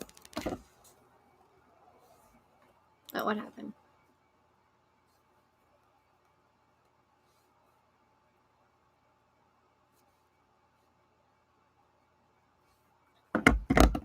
Yay, it worked. Okay. It did. Yes, because there you all are. Yay! Thank you, Caitlin. Everyone say thank you to Caitlin.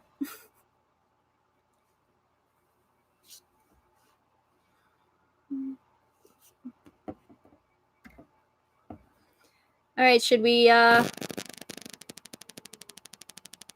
we're at 2.5 hours. Should we wrap it up and go to Discord, or do you want to keep going on here? What do you guys want to do? We're in. We're in.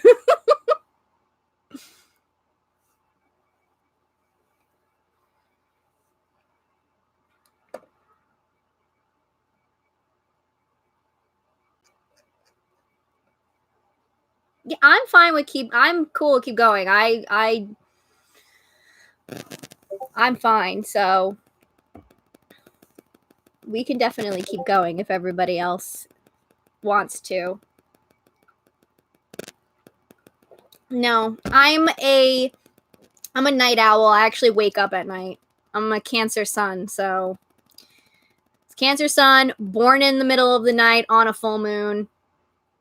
I'm a night owl, so. Oh yeah, that's right, Mary. You can't get Discord, so yeah. We keep talking.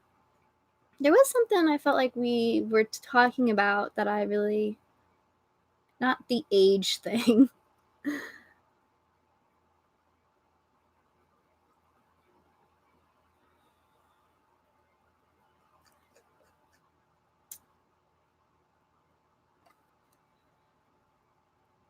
Oh my god, K-pop trash is 2:30 a.m. Ugh. Oh yeah, we were talking about casual relationship with the gods. That is what we were talking about. Yes, we were. Oh, you can ask all the questions. I'm loving this. So I am very much loving this. So I'm fine to keep it going. My mom just messaged me. She's like, "You're still going?" I'm like, "Yes." She's like, "Oh, that's awesome."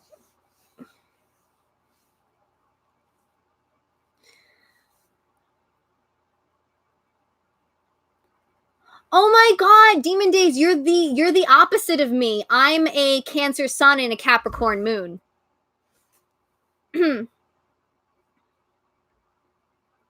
I call it the tension of opposites. Because Cancer and Capricorn are each other's opposites. So you're either like completely out of balance, or if you can get into like amazing balance, you're like unstoppable. Are we gonna start talking about astrology?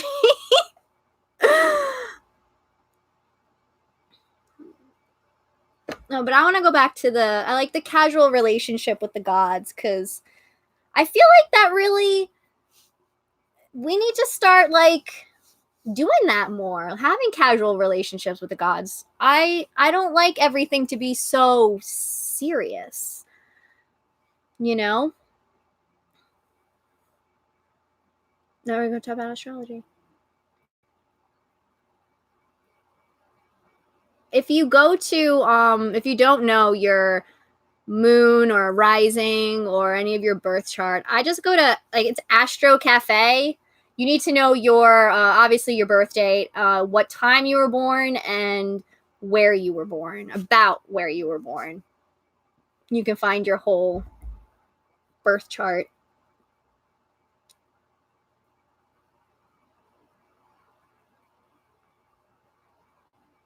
I love casually talking to the gods. it like, I don't know, it's so nice just to be able to have that kind of relationship with them, because it also makes you a lot calmer, you know? Like, do you want to feel like you're talking to your friends, or do you want to feel like you're talking to your boss, or you're on an interview, you know? You want to feel like you're talking to your friends where you can have a good time and you can open up and you can be you, you know, because that's a part of a lot of who we are. Like, I know me, I'm very much a casual person. Like, I love joking with people. I love making people laugh, and I love laughing. You know, that's just part of who I am. So I love giving cute little nicknames for people. So it's kind of like, when people, you know, I don't understand wanting a very serious kind of relationship, but there's some people who do. There are some people who are very much like, they have this, you know, they're the gods and they're up there, and you can't talk to them a certain way, you can't interact with them a certain way, and that's fine, but don't force that on everybody else. Yeah, I like looking at them as my friends too.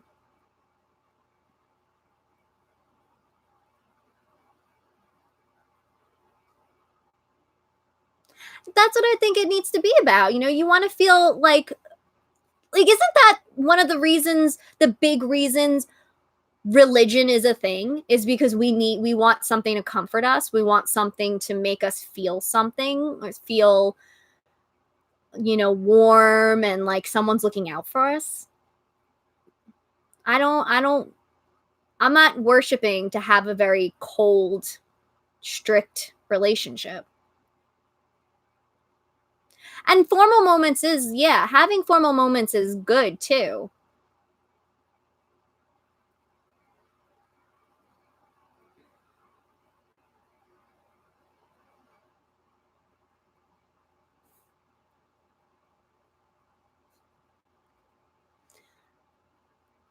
My life literally did a complete 180 when I started worshiping Aphrodite. I talked a lot about it in Tea with the Gods, my podcast, Aphrodite, the episode Aphrodite and Me. But when I found her, it really changed my life. Very I was very sad. I was very depressed. I was very self-hating. I was in an abusive relationship that just exacerbated those feelings and everything. And um finding her, which then ended up having me find the rest of the gods, the Hellenic gods, it was like, it's life changing. It really was life changing. And I found a lot of what I want to do with my life through it too. Doing stuff like this, I would have never imagined before, but doing this, it's fulfills me so much. That's why I always tell people when they're like, "Oh, you've helped me so much," or you know, thank you so much for all that. I'm like, it gives me such a sense of purpose and a sense of like, I'm actually doing good for not just the gods, but for, you know, other people. And it just helped me be a better person. It's helped me live a happier life.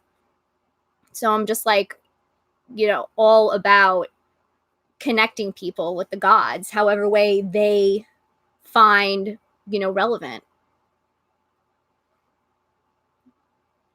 Oh, bye, Loki's helm.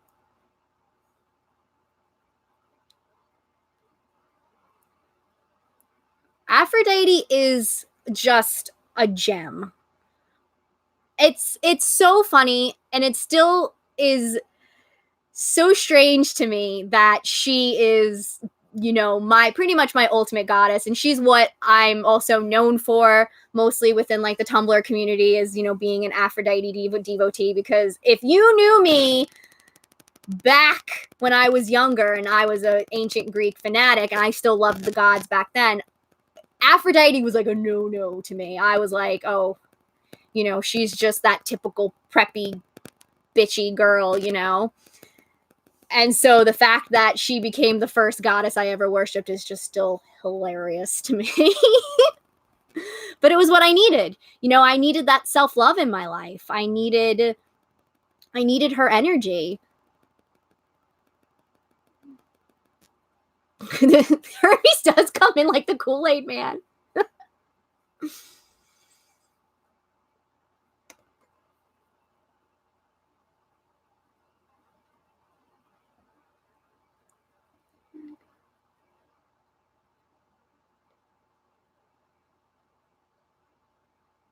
Now, Catherine asks if there are gods that you want to work with, but when you had a deity reading done and they weren't interested, what should you do? Was it that they weren't interested or that they didn't come up as interested? Because I mean, I wouldn't necessarily fully go by like one reading on it. Because just because they don't necessarily show up in a reading where, like, if you did a reading where it's are any of gods interested in worship with me and they didn't come up, that doesn't necessarily mean that they aren't interested. So yeah, if they didn't come up, then that doesn't necessarily mean that they aren't, like, they're like, no.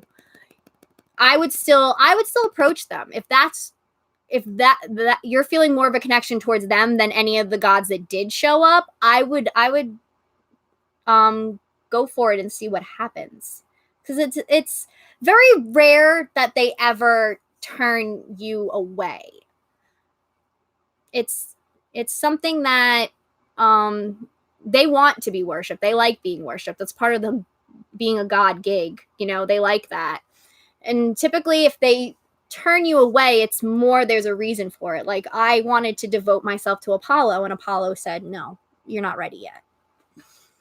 So, you know, and so it was that reason, not that he wasn't interested because he's still yelling at me. It's just, he was just like, you're not ready for this yet. And I'm like, okay, you know what? You're right. I'm not ready for you and your diva attitude.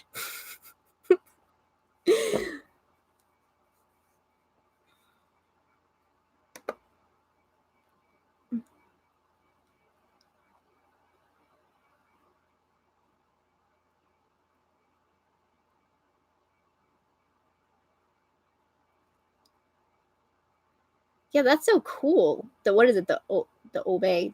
I don't know how to say words. But regardless, that's awesome. I think anyone who can play any instrument is like a magician and amazing. That's talent.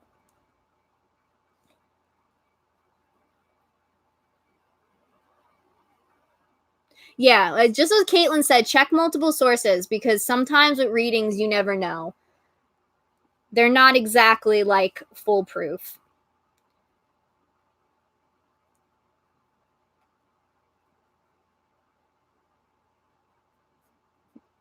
For me, Zeus came in like the Kool-Aid man, like a dad, like, listen here, boy.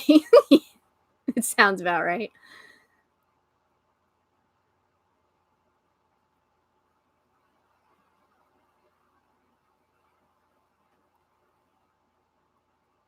Dionysus yelled at you? Really? That's interesting.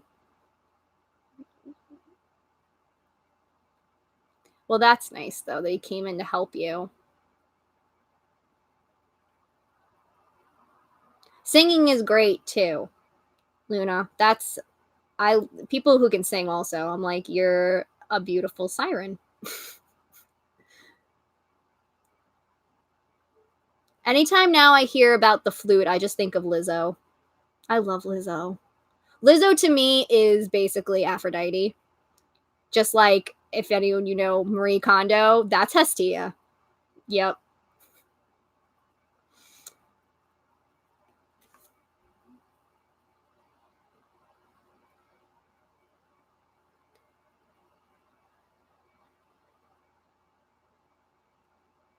I'm actually trying to be more to interact more with Helios and Selene. When I see the sun now, I actually refer to it as Helios instead of Apollo. And when I see the moon, I say, hi, Miss Selene. I don't know why. I just feel like calling Miss Selene. It just sounds nice.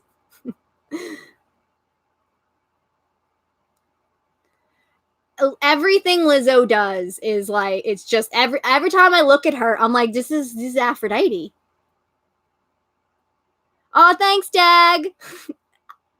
It's not, I don't deserve all the credit for it because everybody is so amazing that they just make it very easy to stay here for 3 hours and talk.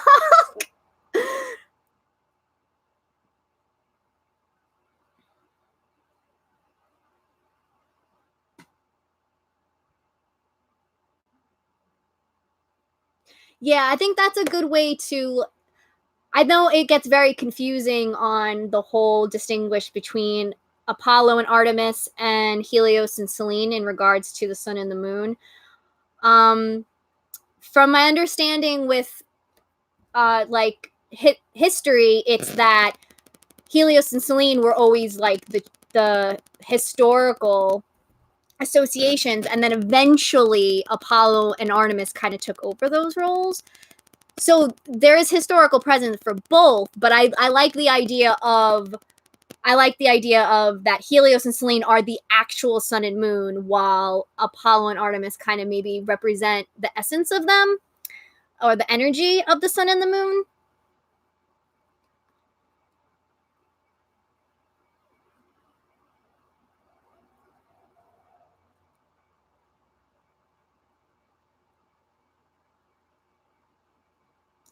Persephone can be, yeah, Lila, Persephone can be very like when she wants your attention.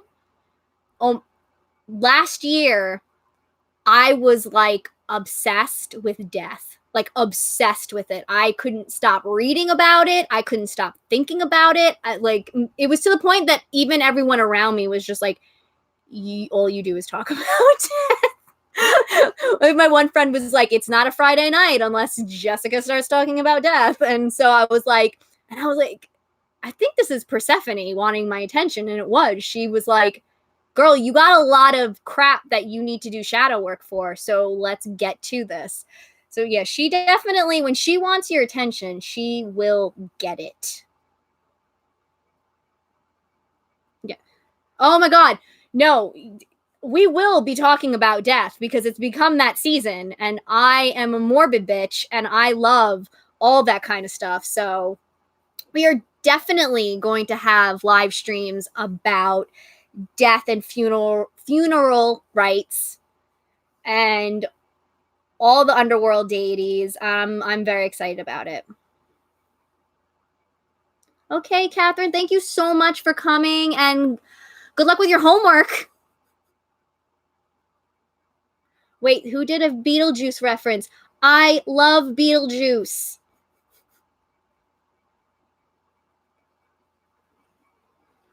I'm just thinking about what's going to happen on the people who weren't here and they're watching this.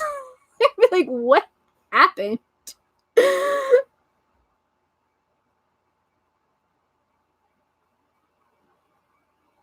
Oh, Autumn Patrick, yes. I'm trying to drive, and Apollo and Helios are like, you don't need to see. Oh my God. That's actually the one reason why I could never not associate the sun with Apollo, because it just feels so much like him to just be like, look at me, and like get right in your face, and it blinds you, and you're like, I can't see, you're beautiful, but I can't see, please move. And he's just like, no, but you need to look at me, I'm so beautiful. Like, that just feels so Apollo to me. Yes, exactly. Yeah, he's the god of light.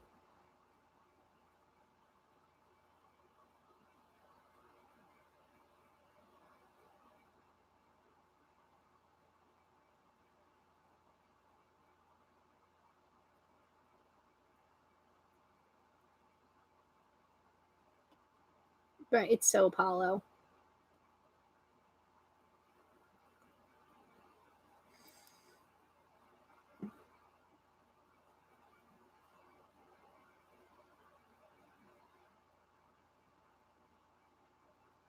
I feel Apollo in my iPhone flashlight.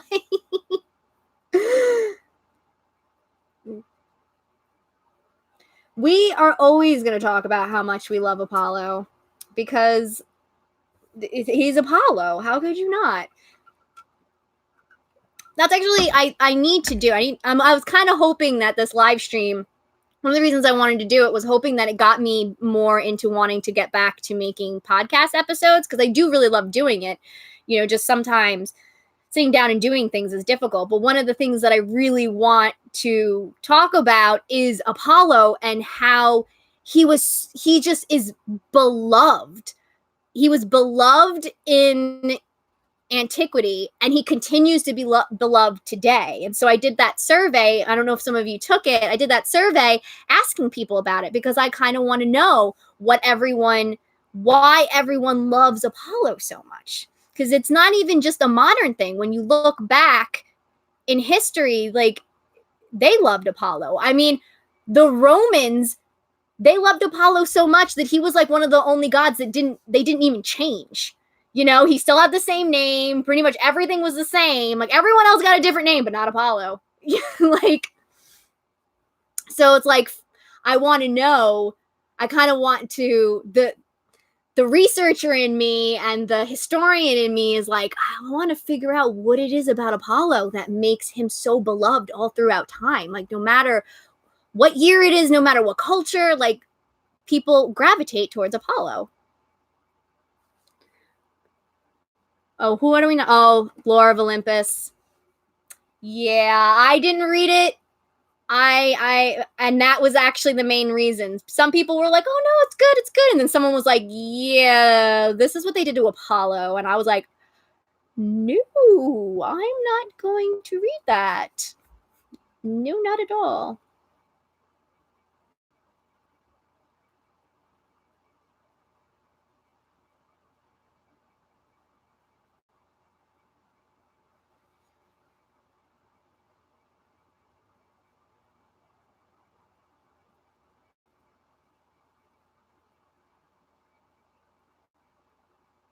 I do think a lot of it does have to do with Apollo's, what he represents. You know, he represents a lot of the things that humanity loves. You know, we music. That stuff never goes out of style. You know, like the arts and creativity and music and poetry and health and wellness. Like, so it kind of, you know, and he's beautiful. We love beautiful things.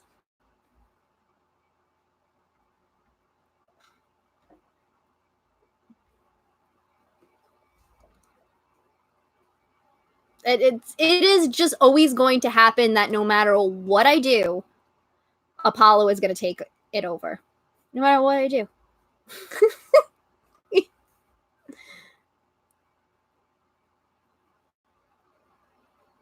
Yeah, that Apollo does that, Alma. Apollo does do that.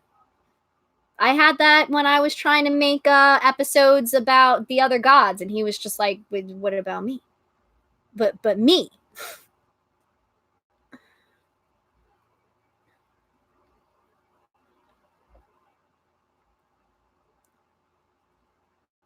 Yes, very lost boy, you should sleep.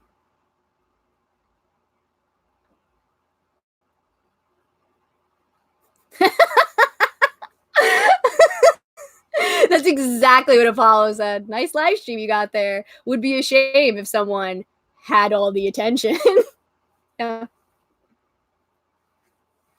Good night, very lost boy. Thank you so much for being here.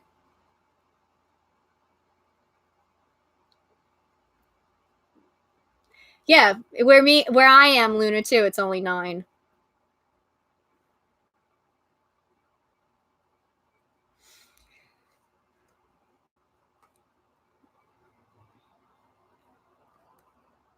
Okay, so what else should we talk about?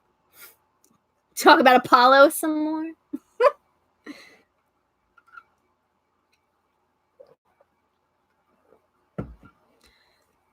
He does. He has just that energy that just is like draws you in.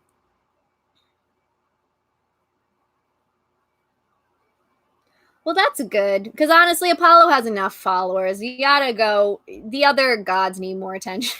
He doesn't need any more. Oh, relationship with gods other than your main ones. That's a good topic, Ash. Yeah, because I do have relationships with gods that are not the ones that I'm devoted to. Obviously, Apollo, I'm not devoted to Apollo, and I don't really actively worship him, though. We had a whole conversation on Tumblr the other day about the idea that sometimes we don't take into credit some things that we do, that we might not see it as worship, but it still is including them. You know, like I still do a lot of things that involve Apollo, and a lot of the work I do on, my Tumblr and everything ends up being about Apollo. So maybe I kind of do, but yeah, him and I have a very special relationship, because he was the first. I was a typical basic bitch where it was like, I love Greek mythology and I love Apollo. So I adored him, but I very much felt like an urge, like I wish I could worship him. Like I remember thinking that. I wish I could worship him. I wish I could worship him. So it was like, I feel like he was kind of always there with me. But so, and he tends to show up, and this is like my whole thing with Hermes was like this, and Apollo's like this. Like they just show up. I didn't ask for them. They just showed up. And like Apollo, I'll be doing tarot readings and I'm trying to talk to Aphrodite or Persephone, and then all of a sudden I'm like, it's Apollo. I know this is Apollo. I can feel it. It's Apollo. So he's just kind of always there, and he's fine with me not doing, I guess, official worshiping. I usually call it, like, officially worshiping. He's the main one that is kind of around a lot, that I don't necessarily, like, I don't have a space for him on my altar. I don't actively worship him like I do the gods I'm devoted to. But then some of the other ones I have showed up in my life, like Artemis showed up, Zeus shows up a lot, Dionysus, because I like to drink. And I don't feel the need. I feel like sometimes people feel the need that when a god shows up, then immediately, oh, they're here.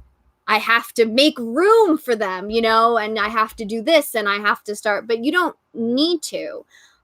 Like my relationship with Hermes started out very casual. He just was there helping me out, and I wasn't really actively doing anything for him. He just was there helping me out. I needed help with my driving and with finding more joy in my life, and he did that. And then he eventually said, okay, it's time. This is what I want. I want this to be official. And I was like, okay, let's do it. It sounds like almost like he proposed to me.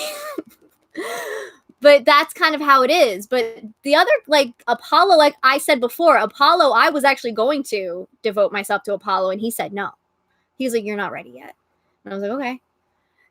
And I have gods coming in and out all the time, but they don't ever seem to be like, you need to worship us. They seem sometimes just like to hang out. I think worshiping certain gods will bring other ones to you. Like, okay, they're cool to hang, it's like friends meeting other friends, so that's how I go about it.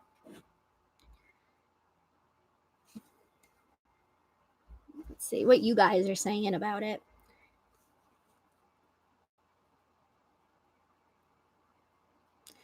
Hephaestus does need more love.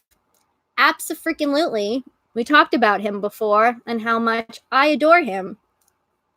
And his episode that I made on my podcast is actually one of my favorites because of that.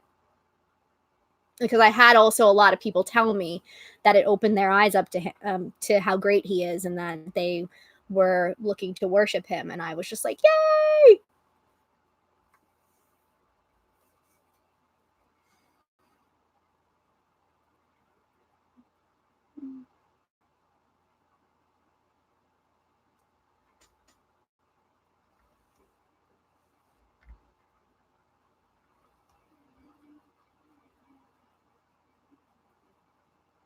Yeah, he does. Hermes really does just show up. I feel like I hear that a lot. Like, I think I rarely ever hear someone just being like, they attacked Hermes as opposed to Hermes attacking them. Because Hermes really is, I say it a lot about him, but he's a helpful god. Like, he legitimately likes helping people. He sees you in distress and he's like, oh, let me help you with this.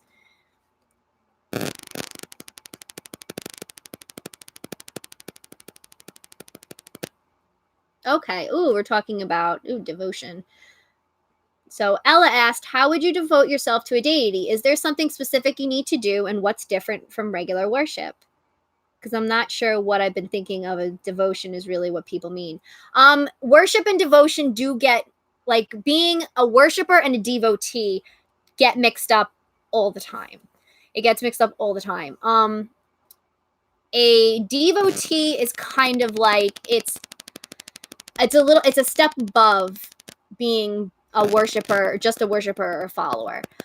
When you're a devotee, you are basically kind of saying to a god that they are a priority in your life, that you are going to make regular offerings or have more daily worship. It's just, they're going to be more of a important part of your life. And typically, I always recommend people wait a little bit before devoting themselves, because you kind of have to get used to everything. Because it is also like a promise, it's you're promising your time, energy, and love to that god. So I usually recommend waiting. I say that as somebody who devoted themselves to Aphrodite like a month after introducing. But that was a special case. And Persephone, it took me a year. And Hermes, it took me like a few years, technically. So, yeah. How you would go about doing it is fairly simple. You can make it as elaborate as possible if you want. You don't have to. It's nice to, it's a special thing, so maybe you want to make it a little more grand ritual. But essentially what it is just you give out some kind of offering and you just tell, like if it's Aphrodite, you tell Aphrodite that you wish to be her devotee, and you tell her why. What you like, why you want to be her devotee and what you plan on doing as her devotee and things like that. And it's supposed to be like a kind of, it's almost like a commitment ceremony or like an introduction ceremony. I don't know, that's the word I'm thinking of. Something like that.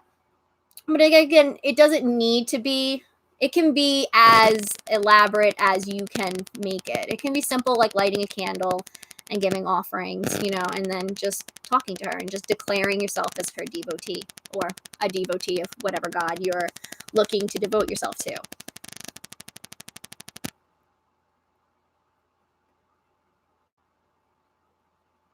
Why are we talking about being scared of?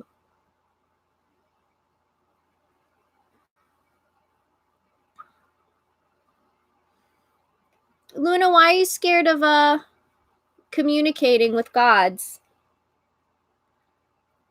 I mean, I can understand it because they're gods, but they really aren't that scary, especially if we're talking about Hermes. Hermes is like the least scariest of them all. Hermes is he's just pure joy. I love that boy so much. He brings so much love and laughter in my life.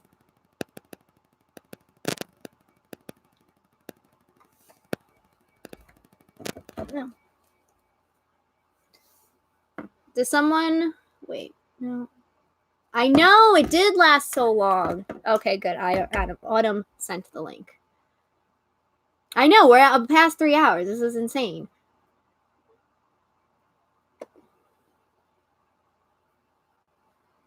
Yes, I hear a lot about Hermes with cuddles. A lot of people on Tumblr have talked about how, like, they've been like, oh, if any god wants to come cuddle, and like Hermes is like there. Like Hermes is pushing past everybody else, like Katniss in the Hunger Games. I volunteer as tribute, like just pushing past everyone to be able to cuddle. I've heard that like numerous times, and I'm like, wow.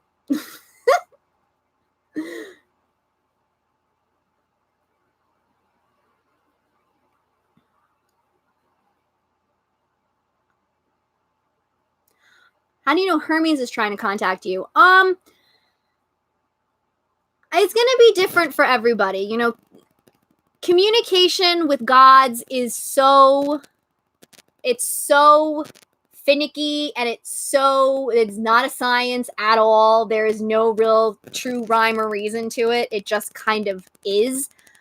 Hermes, from what I know, is he's playful, and he's very much likes to do things that are gonna make you be like, are you kidding me? You know? But and it might be things that you also think of as like, oh, this is such a weird coincidence. You know, that is very Hermes. Hermes is going to do things in ways that are going to best amuse him. Like I told my one story about a prank he played on me, and it was like I knew in that instant, I'm like, this is Hermes. Just it is so Hermes. Like my instincts just kicked in, like, oh, this is something that, you know, a trickster would do. Usually it's something like that you just know he's trying to get your attention. Apollo is another one who cuddles a lot.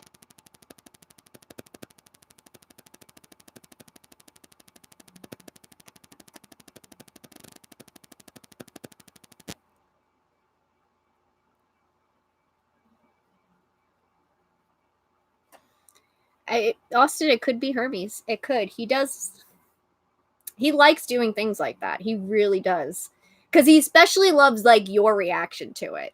Like he loves watching your face be like trying to piece it together. Like, is this a coincidence? Or what's going on? Like he gets a kick out of it.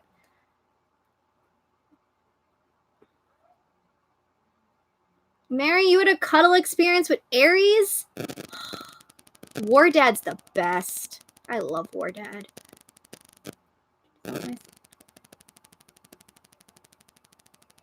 Oh, yeah, Austin. Aphrodite is a wonderful goddess to be devoted to. She takes care of us.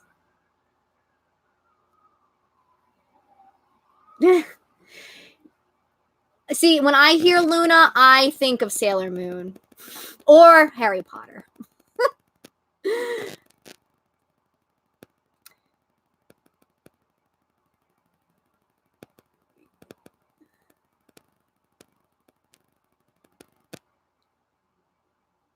See, Poseidon's one that actually you would think that I would have more of a relationship with because I love the water. But I don't really.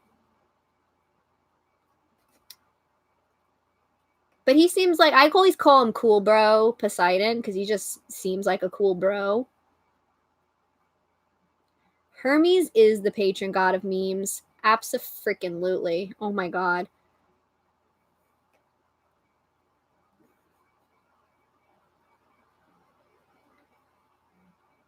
I can't say enough about how much I love Hermes.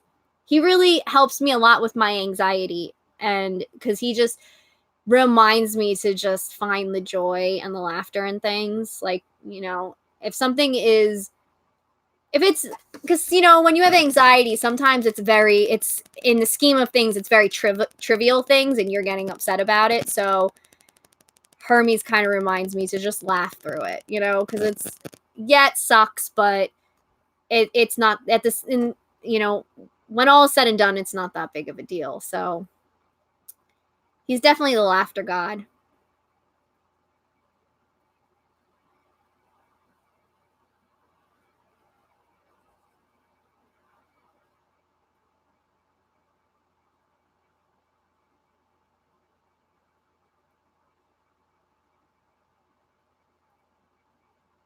Well, Luna, you should like your name. It's a beautiful name. I actually thought about if I had a daughter, I'd name her Luna.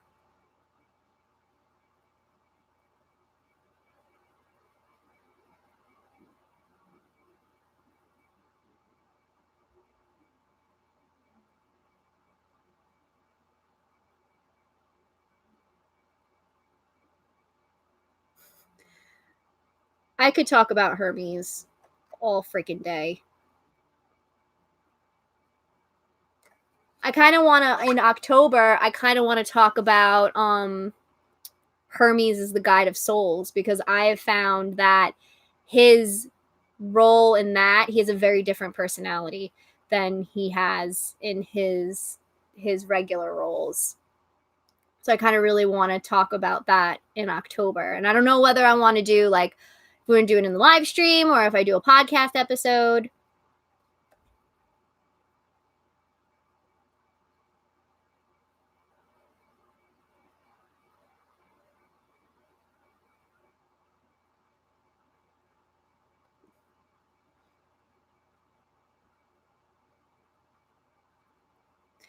Yeah, Demon Days. Absolutely. I have that problem all the time. Whenever anyone starts talking about like a god that I don't really interact with, I'm like, oh my God, now I must talk to them. And I have to be like, no, you need to like rein it in. Especially because it's like, you know, we love our God so much. So like when you're talking to a follower, you just feel the love and compassion and just everything off of them. And it's just like, you're like, oh, I want some of that.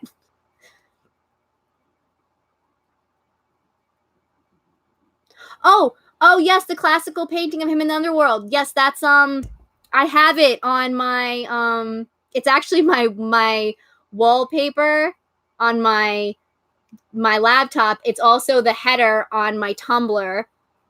I also put it on my Facebook. Oh, you know, let me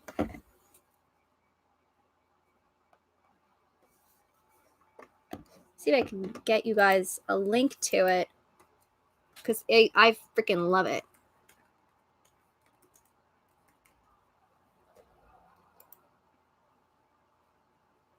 No.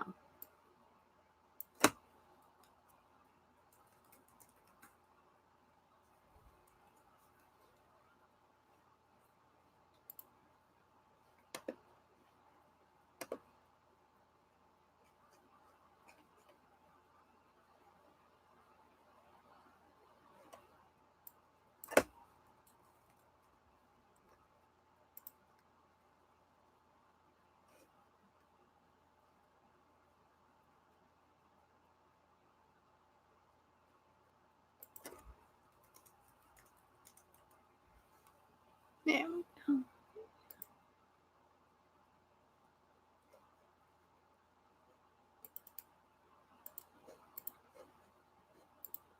Okay. Hopefully that works.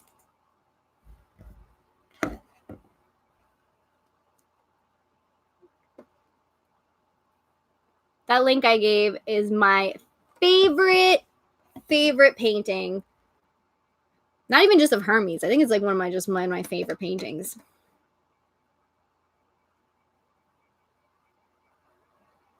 Oh, Hadestown. Hadestown is a musical. It has to do with the story of Oedipus and Eurydice.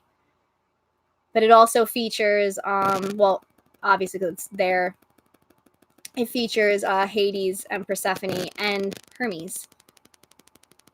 It's really good. I really enjoyed it. Some Hellenic polytheists don't like it because Hades is a little bit like a villain in it, but he's not the typical villain that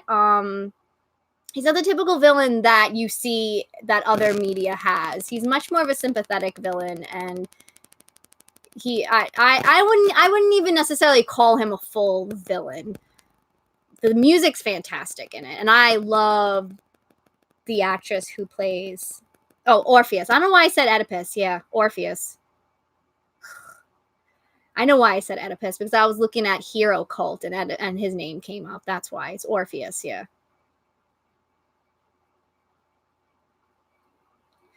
But yeah, I think it was fantastic.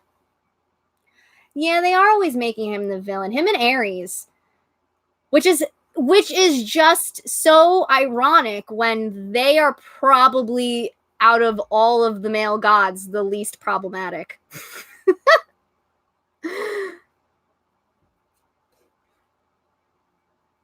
Yes, I've seen Wonder Woman. Oh my god, do you want me to start ranting about Wonder Woman? I have so many feelings about Wonder Woman.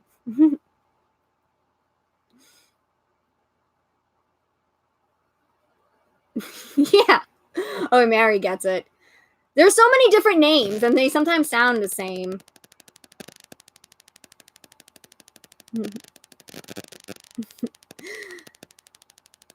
Yeah, no. Wonder Woman. I can't watch the end.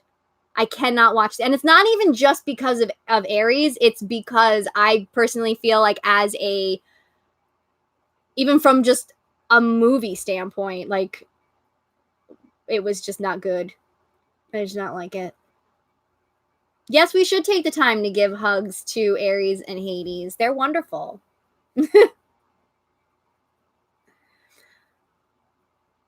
I know. It's so lazy, because it's like, oh, okay, Hades is the god of the underworld, and Ares is the god of war, so obviously those are bad things, so they must be bad. And it's like, no. Yes, exactly, Rowan. Yep.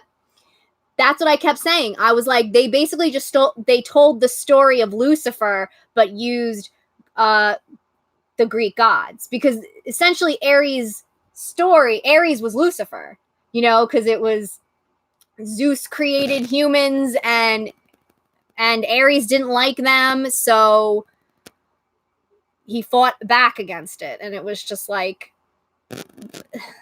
none of this makes sense. I'm like, if you want, I hate it so much. And I also hated that they got Lupin, the actor who plays Lupin in Harry Potter, to play him, because all I was just like, that's not Ares, it's Lupin.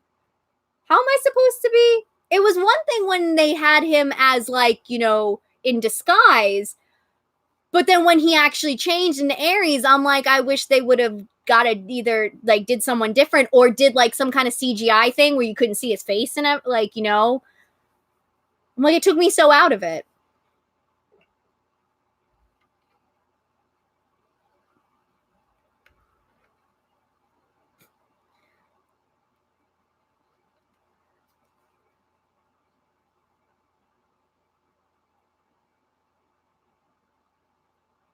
Yeah, it's pure laziness, because it's just like, and it's frustrating for those of us that actually know who they are and their mythology, because like, that's so much more interesting. You could literally just take the mythology and put it on screen, and it would be entertaining. It's been entertaining people for how long now? Why mess with it?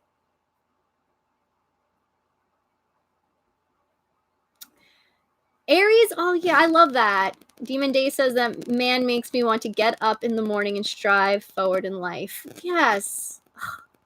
No, I love Aries. It's not even just Aries. I love Aries followers. Aries followers are the best. They are the best. Because they love that god so much, and they will defend him, and I just love watching it. And I'm like, I want to sit with you. Please let me sit with you. I know, yeah. And the funny thing is, Hades isn't even the god of death. That, you know what I mean? Like, fine, if you wanna say, oh, because it has to do with death, then, but you got the wrong god then.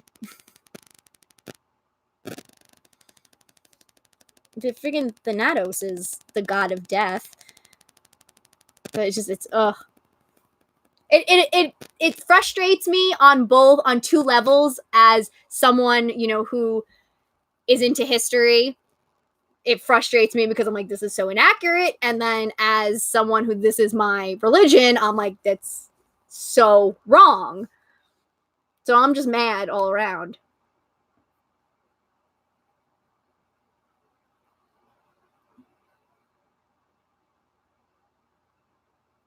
Oh, that sounds like a cool bookstore, Jamie. I love bookstores. Oh my god. Bookstores are the best. And now we're gushing about Aries. We're just gonna go through the pantheon. Who haven't we gushed about yet? Yeah, Hades is like business dad. I love him and Persephone because Persephone is not like that at all. Persephone is very like not business at all. Well, she's business. She gets down to business when she's got to like, take someone out, but she's usually pretty just chill and just does her own thing and a little more wild than, Hades is. So they're so cute together. Oh my god.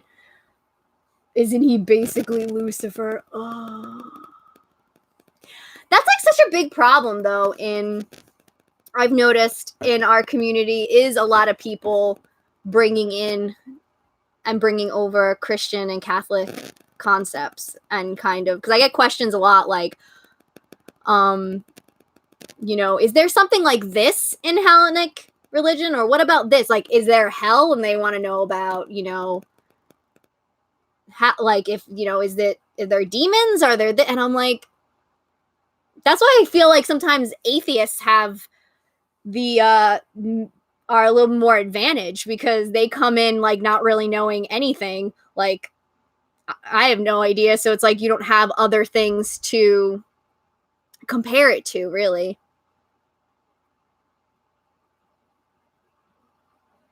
Yeah, seriously, yeah, saying the gods' names in vain. Please. I say sweet baby Sweet baby Zeus all the time.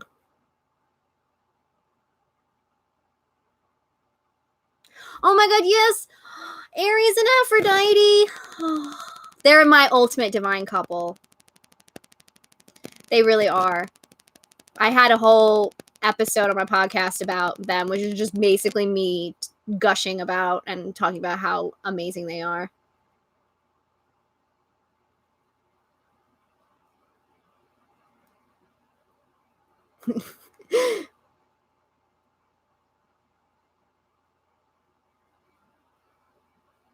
I don't necessarily think it is disrespectful to name your child after a god.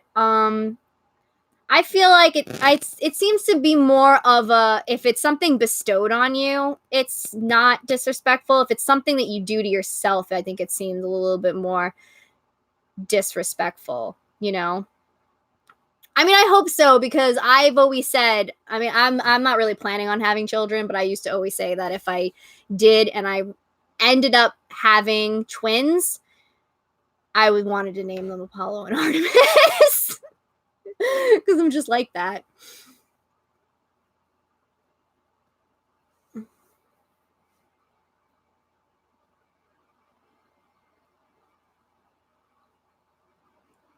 What the I like that. What the Hades? I feel like Hades says that all the time.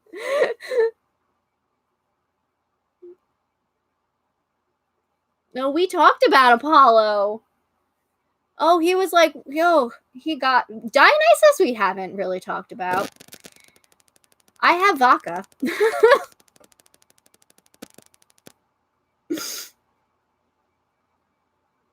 I like wood in the Hades. I should start saying that. I just like to say fuck all the time, so.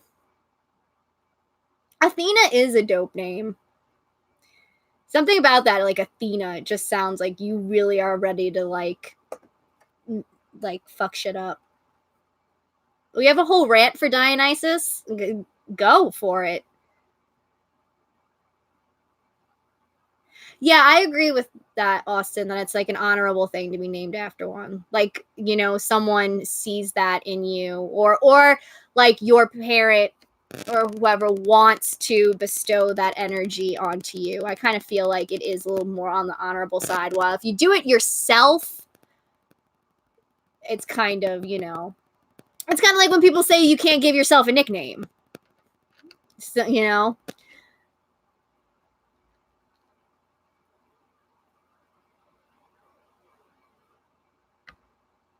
Yeah, I really do think, first off, name twins, Jess and Jesse. I agree that I do think, like, atheists have a little more of advantage because, they're people who come from another religion are just going to immediately put what they know from that religion onto the Hellenic religion when it's like they're so different. You can't do that. While I feel like with atheists, the problem that atheists more have is that they're questioning everything, which I think is a good thing. My next episode for my podcast is actually all about doubt and skepticism, and I talk about how I actually believe that it's a good thing to have both doubt and skepticism, because you should be constantly questioning and figuring things out, because that's ultimately what's going to strengthen your faith, and it's also going to help you figure more out what you believe in. So yeah, I actually do think atheists don't realize how much of a benefit they have going into a religion.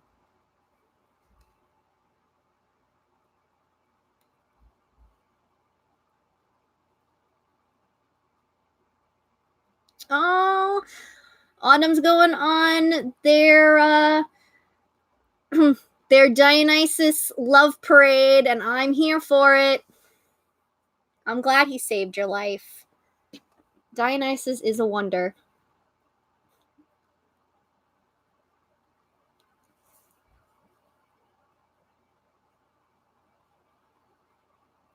Yeah, like that's the thing.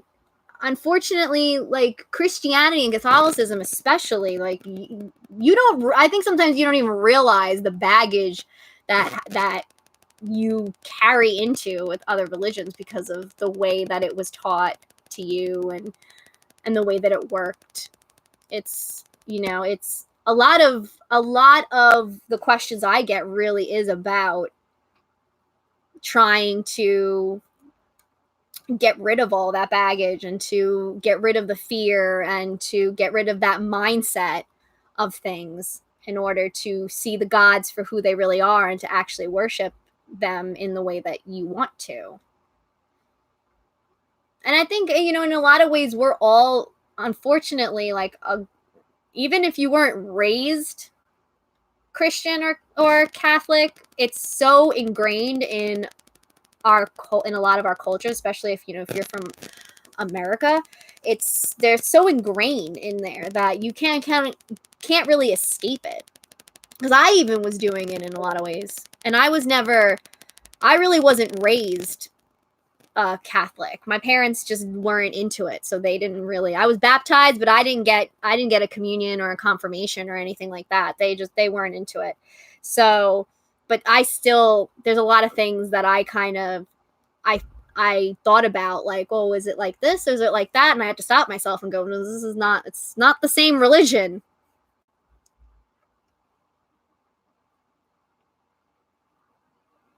It's okay, Luna, you can have like grape juice.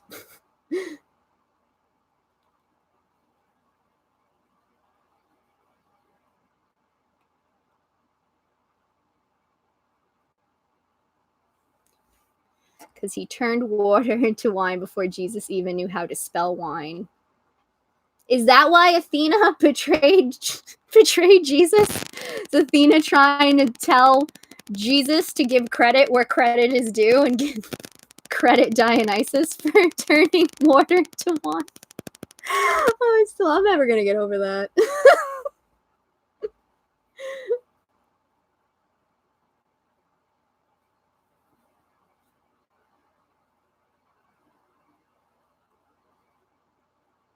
Thank you for having the TED Talk, Autumn. I love it.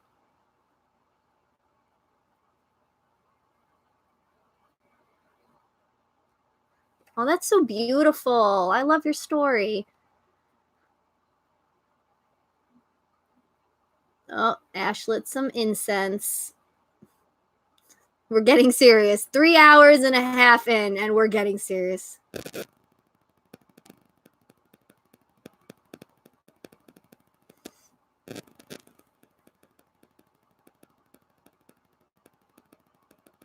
Yeah, exactly what Luna said.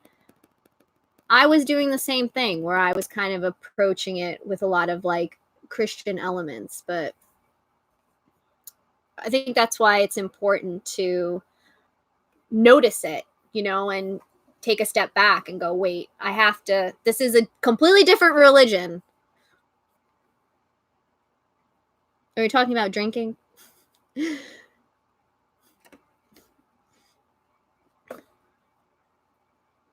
Oh my God, K-pop trash. Give me some of that wine. I don't have it. I have vodka. That's what I have. Not in here. This is water. I would just sip this as I said I have vodka, and I'm like, oh, they don't think I'm just sitting here getting drunk. No, just water. I know, yeah, I was thinking that too when I said the Athena and Jesus thing. Like, they're gonna be like, what are we talking about? Moo Kitty is sleeping. She's in her bed right now, curled up, sleeping, which is a shocker to me. Because I really was expecting her to walk all over here and be just a menace.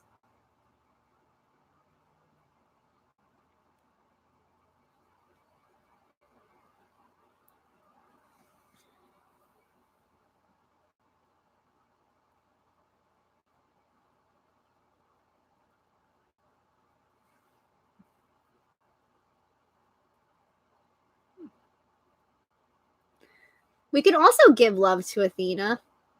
Absolutely. I mean, Athena. I'm going to say it again. I'm not going to be able to think of Athena without thinking of the whole Athena betraying Jesus thing. Oh my God. It's the funniest thing. This is going to be like our inside joke.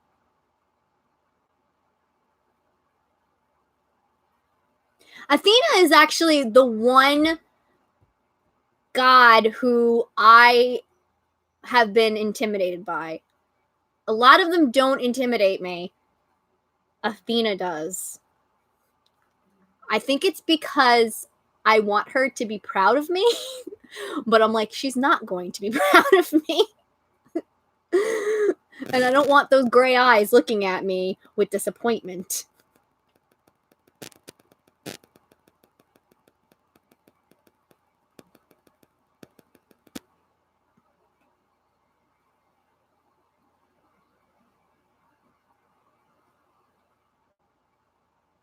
Athena is Judas.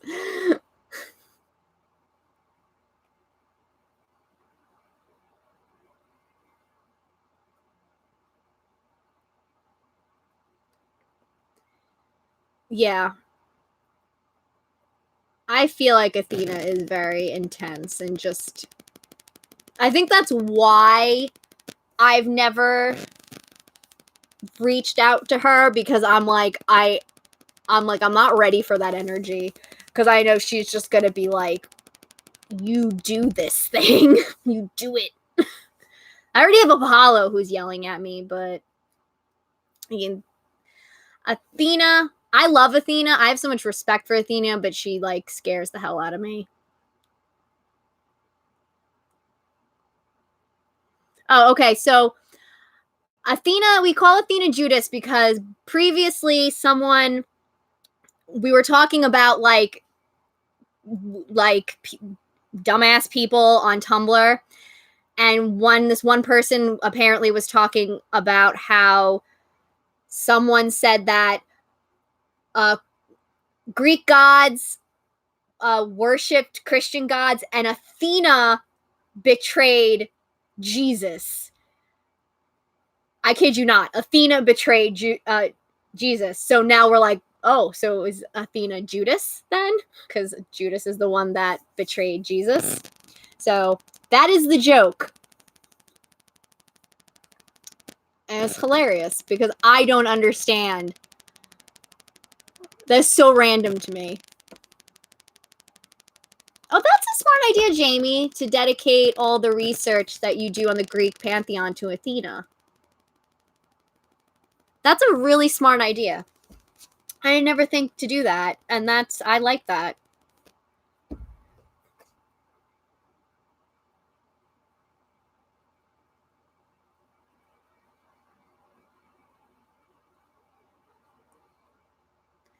A lot of people are intimidated by Zeus, which is understandable because like he's the big god, you know? He's Zeus. But I don't know. Zeus has a very fatherly energy. But I know for some people that's intimidating because, you know, they don't have great relationships with their fathers. So that can be intimidating on its own. Zeus is definitely everyone has like kind of different opinions and relationships with Zeus, which is fine. But I find him to be very comforting. He very much feels like I have a great relationship with my dad. I'm very close with my dad. And like, so for me, like Zeus really represents a lot of that. Like when he's around, I feel like, okay, I'm safe. I don't have to worry about anything. He's got me, you know?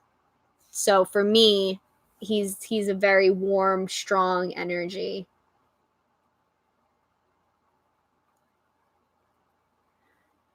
I understand about Poseidon. Yeah. I can understand being intimidated by Poseidon, especially given like his mythology and everything. He gets the predator kind of, yeah, the predator role in a lot of mythology. But from what a lot of people say about him, he seems to be like, I don't have any real interaction with him, but from what other people have said to me, he's very chill. He's very laid back. He's very fun to be around.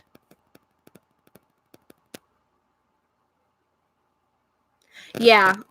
Yeah, a lot of people who don't have good relationships with their mother, definitely it's Demeter or Hera, they have a hard time interacting with them.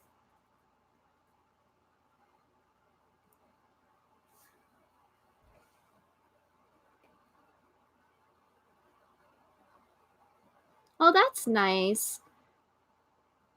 I need to like work more with Demeter. I feel like Demeter definitely gets left out a lot because, you know, everybody kind of focuses more on Persephone and Hades, and they also kind of give her I feel like you either in that story people either interpret it as Hades kidnapping Persephone against her will and forcing her to stay, or Persephone running away from an overbearing, selfish mother.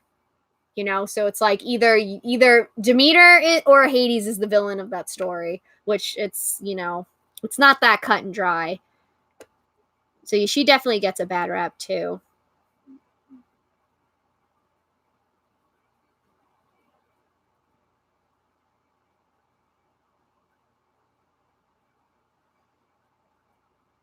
I can understand that, Luna. Yeah, I can understand, you know. That's we're going to do that. We're going to like see people in our lives in, you know, in the eyes of the gods, and sometimes it's good and sometimes it's bad, and depending on which it is, that could really affect, you know, how we go about interacting with them. And that's the thing, like and then Austin comes in with another great comment about, you know, because they never had a great dad, that Zeus kind of seems to fulfill that role.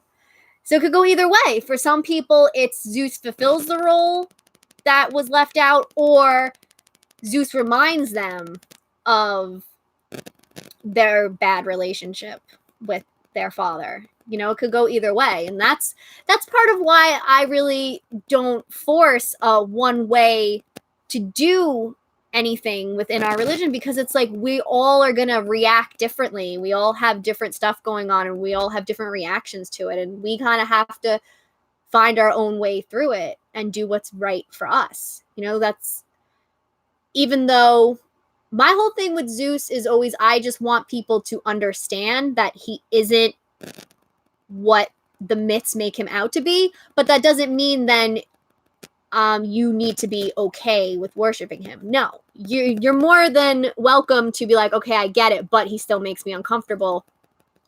That's fine.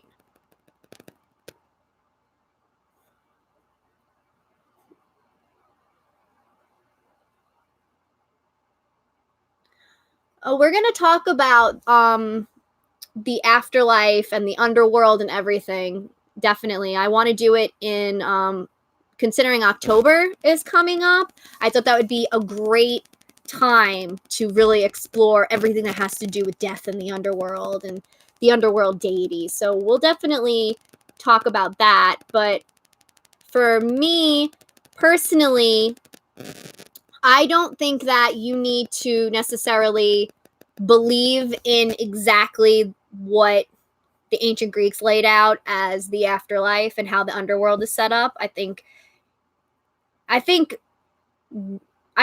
regardless, we should all be free to imagine the afterlife whatever way comforts us, because that's ultimately what it is. When we think about the afterlife, it's supposed to be a way to comfort us, to make us feel a little bit better about death, and whether it be to comfort us with our loved ones passing or when it's time for us to pass. So I think we all need to be able to envision the afterlife in any way that makes us feel okay about it. So for me, there are elements of the Hellenic afterlife that I do like, especially, because being Hellenics, I think, like Hellenic polytheists,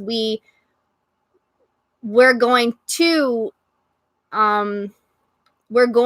find, what am I saying?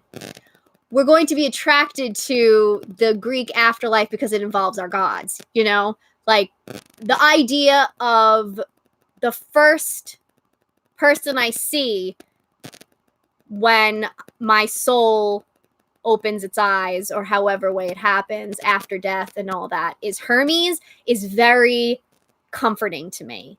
I love that. That has helped me so much with when I go and get in those modes. I don't know if any of you get in those modes, but I get in those modes where it's like my mortality is staring me right in the face. Especially once I turned 30, I was like, I'm dying. Like that's it. So for me, it was thinking about that really helped me feel a little more, just a lot better about the idea of death. So I like that. There are a lot of things that I don't necessarily, I really believe in the idea of reincarnations, but I do think that we could be, I think even in some beliefs in ancient Greece, they do have reincarnation where your soul might hang out in the underworld for a little bit waiting to be reincarnated. And I kind of believe in that we go to the underworld and we hang out there till it's time for our soul to go back to, a new life and all that. That's how I see it as. As for the, the Elysium fields, I don't know. I don't know, because I don't know. I don't think about them because I'm probably never going to get there. What am I going to do? I would go there to hang out with Alexander the Great, but I kind of believe more in the idea of we hang out in the underworld and then we get reincarnated. But I do think that everyone should be allowed and should absolutely think about what kind of afterlife gives them comfort.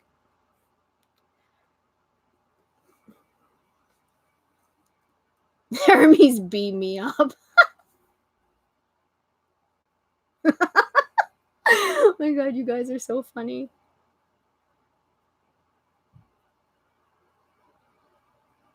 That's a good way to think about it, Rowan. To be like, yeah, it really is. Worrying about the afterlife is definitely a habit from Christianity, because everything you do in life is supposed to be about being able to get into heaven. That's the whole, which I don't like, because that makes it feel like the importance of life is death, and that's not.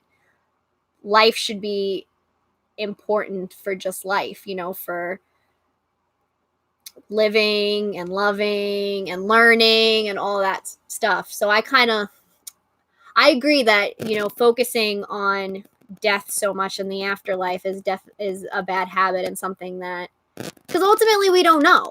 You won't know until it happens. So focusing on it, it doesn't change anything. It's going to happen when it happens, and obsessing over it is not going to change any of that.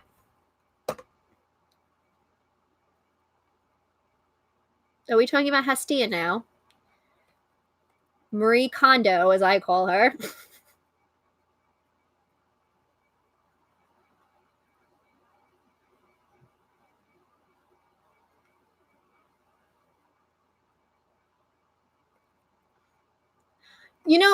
I've been getting a lot of people talking about Thanatos lately.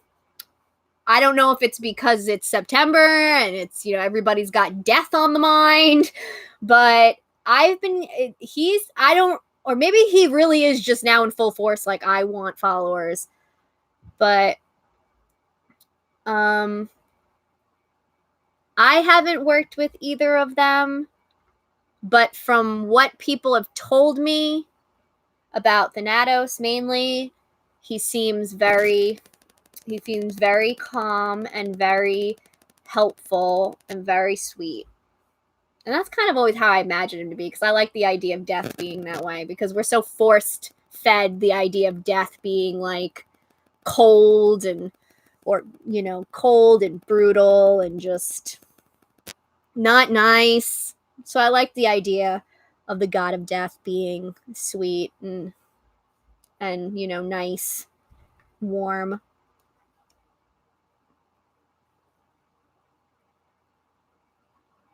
Are you talking about Sappho now?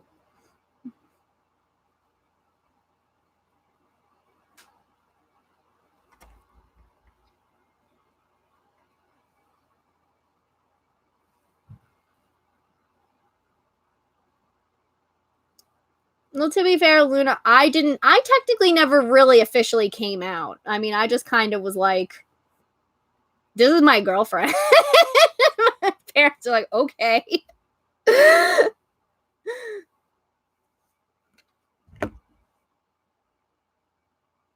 Yeah, definitely. I definitely see him more as, yeah, it's okay now. That Thanatos is very much like, it's okay now. You can rest now,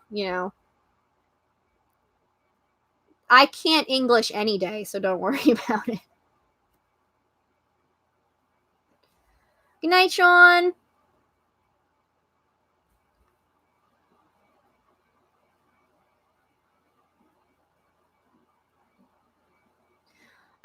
Hades is the god of the underworld. He's like the king, the god of the underworld. Like he rules over the whole realm. And yeah, Thanatos is specifically the god of death.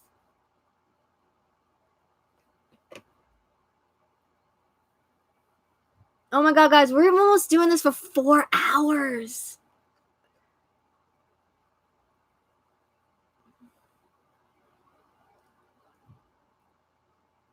Yeah.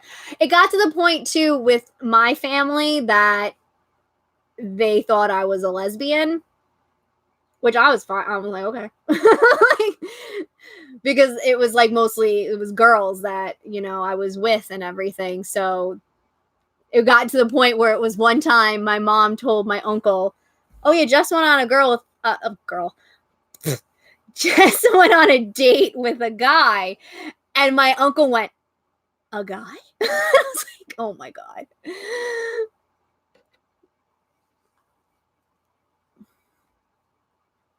I know. Are we really gonna do 420 minutes? Like 420 minutes? Like what the hell? Yeah, who have we not given love to? Hera, right? We haven't really given love to Hera.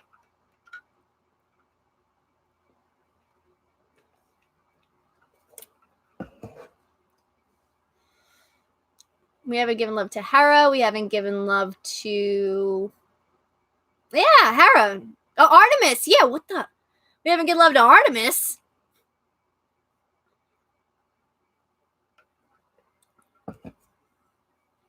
Hera is mom.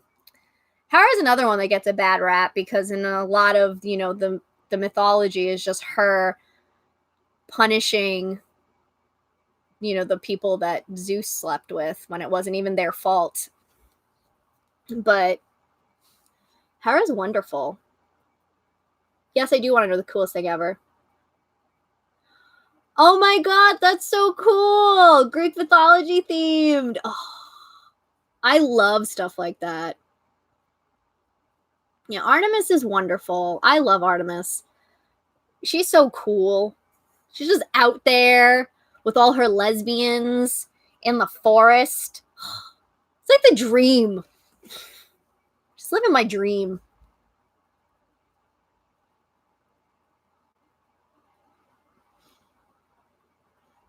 Yeah. I love Artemis. I've had Artemis around a few times. There was one time when me and my friend were doing like this nature trail. We ended up getting lost because me and her are when we get together, our brain cells just vanish. So we got lost.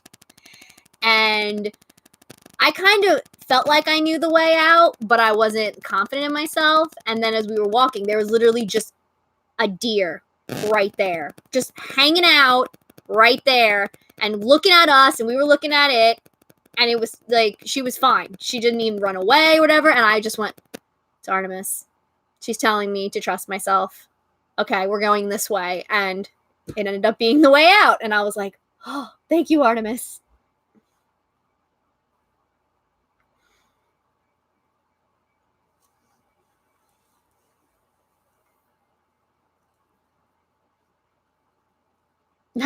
Yeah. I mean, seriously. I was like, wait, you could just join Artemis's group of girls? I want to do that. Oh, Iris. Definitely. There's so many, like, yeah, lesser known, like the non-Olympians.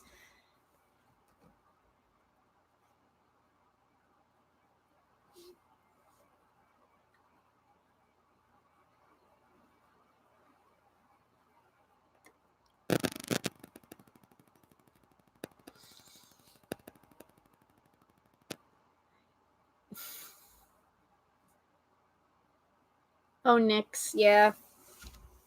I know there's so many that are like lesser known that are so awesome. It's so hard because I'm like, I want to worship all of them. It is goth, but it's awesome. There's nothing wrong with goth. My soul is goth. I know I'm the pastel priestess, but my soul is goth.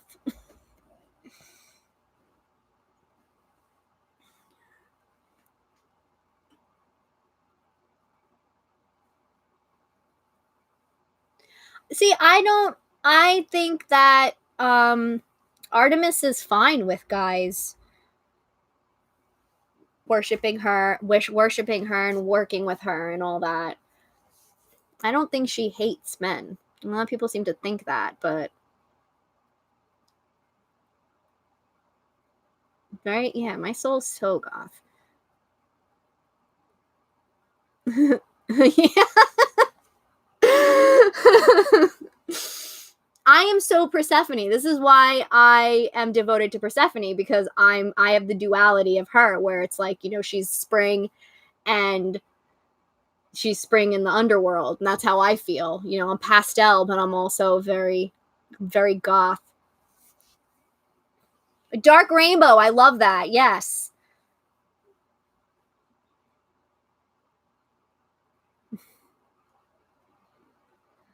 Oh, Chiron, yeah.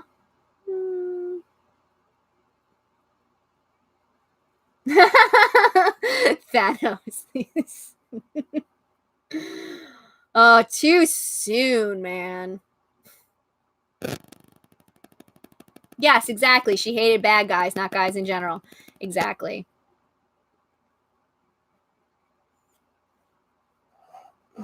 That is so true.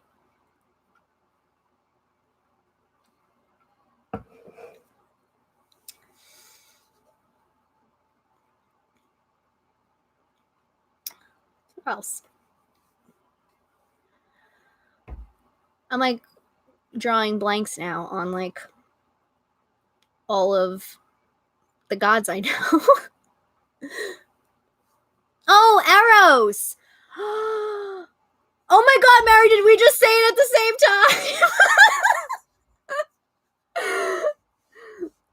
time? Eros. Oh my god. I love him. So now we have to wait 20 minutes. So now we have to at least do it. We have to. See, that makes me think Eros was like, talk about me. He's here. He's here in this Chili's. I love Eros so much. Eros is such a fascinating god because of his history, because he's like, there's like different versions of him. You have the premortal version of him that was around like with chaos and, I mean, I think even before, or chaos and Gaia. But like he was around then. Then you have him as coming out of the sea foam with Aphrodite, and then you have him being the son of Aphrodite and Ares, and then other forms of him. He's fantastic. I welcome Chili's. Yeah, Eros is definitely demanding attention. But he's, yeah. Eros is really such an interesting god to me in that respect, because he's just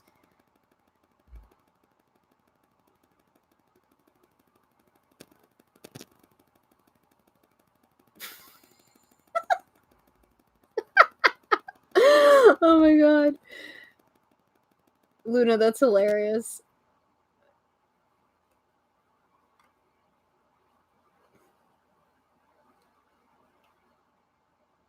Take my love, it's non-refundable. Yeah, I know. I just, when they call him Cupid, I know. It always. But at the same time, like I don't know how the rest of you feel about the Roman gods, but I've kind of gotten to the point where I feel like they're the same gods just with different names. Because it's hard to explain away the similarities and the history of the Romans taking, you know, a lot from the Greeks. But yeah, if you're going, it does annoy me when it's like, if you're using Greek names, then stick to that. Or if you're going to use Roman names, and stick to that. Like, don't combine them. Because, yeah, it does make me cringe. Ooh, if you were going away from your altar for 30 days, what would you bring? Ooh. Dang. What would I bring? Exactly. If you're going to say Cupid, go with Venus. That's what I say. What would I bring? Well, I would definitely bring my devotional jewelry. I'm looking at my altar right now. My devotional jewelry, probably my prayer beads. Those would be a definite, because you can do a lot of worship with those. Maybe stones. If you're gonna light, if you want to light candles, you could bring like little candles, or just one candle and use that for everybody. Yeah, that's because everything on my altar is a lot less about being of use and more of just about being symbolic of something. So it's kind of like don't need to bring, but yeah, it would probably be like devotional jewelry, my prayer beads, maybe some candles or a candle. Stones.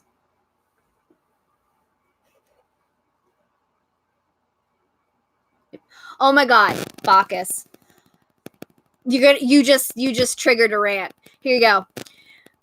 I get so annoyed when people confuse Dionysus and Bacchus because they are so different.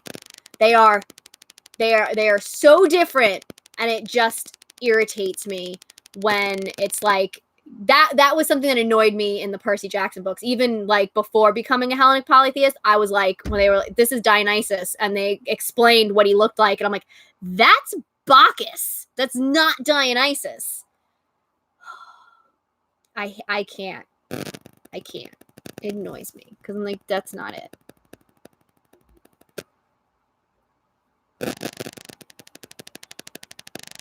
Oh, journal. That's a good one too. Yeah. Definitely bring the journal.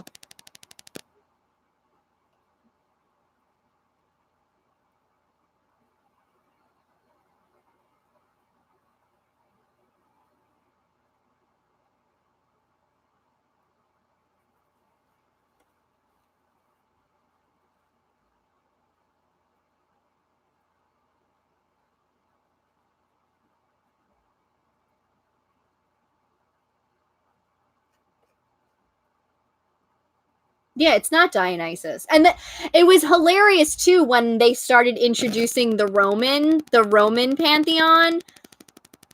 And like he had that whole thing like there are different like sides to them, and I remember thinking, what the fuck are they going to do? What is he going to do with Dionysus, with Bacchus, because you basically made Dionysus Bacchus. So what are you going to do with his Roman counterpart?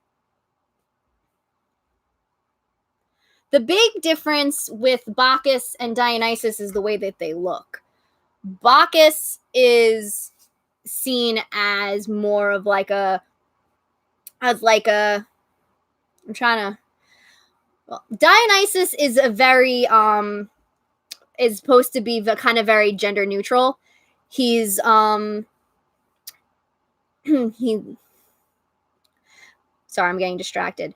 Yeah, Dionysus is very gender neutral and kind of was always seen as being like effeminate and very beautiful, very androgynous. He was a youth, you know, he was that was Dionysus' big thing, was just being so beautiful and being very kind of gender neutral. While Bacchus is much more he's kind of, I'm trying to think of how the best way to explain him.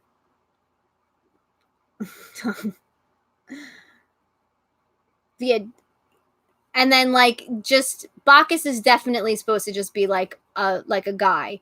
He's much more chubbier, which is fine, but it's just kind of like part of, you know, who it was more of that.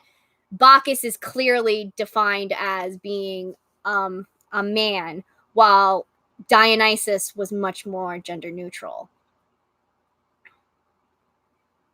Yes, he is. Dionysus is the patron of non-binary people because he is non-binary. He's non-binary, yeah. Bacchus is the Roman counterpart of Dionysus.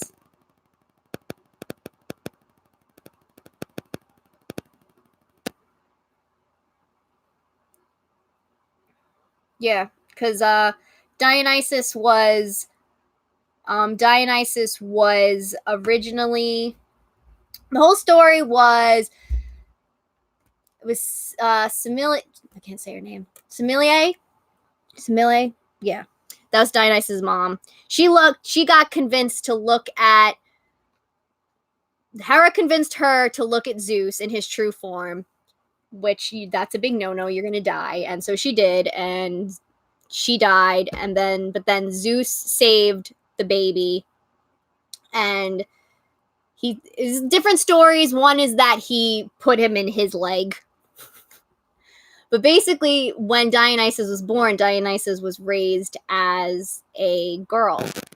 And then when Dionysus came older, he kind of was like very just like, no, both or none kind of deal. You know, the Greeks very much talked about how he was androgynous and that he was very kind of like, he wasn't female, he wasn't male, he was non-binary, or, you know, that's Dionysus. So that's very much who he is, and people want to erase that.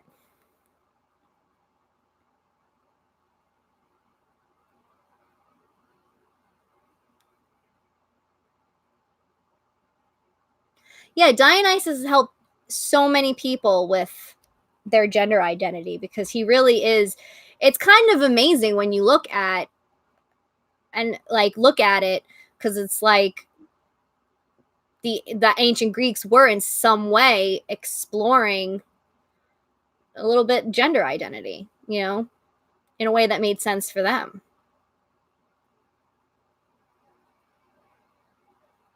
Yeah.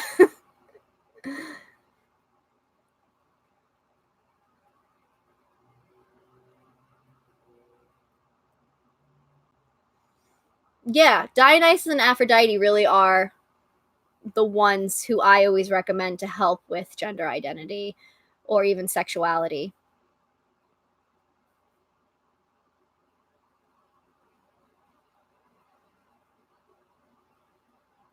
Yeah, my whole thing too is when people are like, well, there was no word for it back then. It's like, so because there was no word for it, it didn't exist. That's always the best when they say that. I'm like, oh, okay. So you're saying that before we named the sun, it didn't exist. Okay. Oh, yes, Ash, you need to go. You have school in the morning and you have homework. As the adult here, I say go to bed or go do your homework.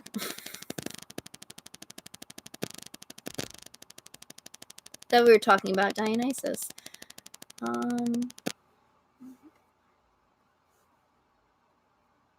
Exactly. It was what it was.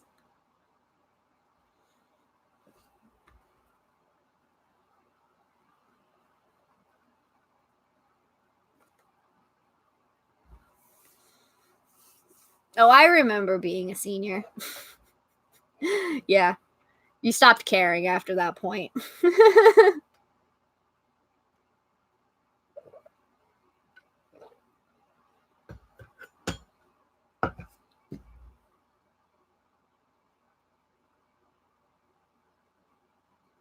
Ugh, AP Physics. Ugh. That's awful. I don't miss school. I don't miss it at all. You all have school. I feel so old. Like, I don't got anything to do tomorrow. I'm cleaning tomorrow. That's what I'm doing. Everyone's like, I have school. I'm like, oh, I'm 31 years old. I don't have school no more.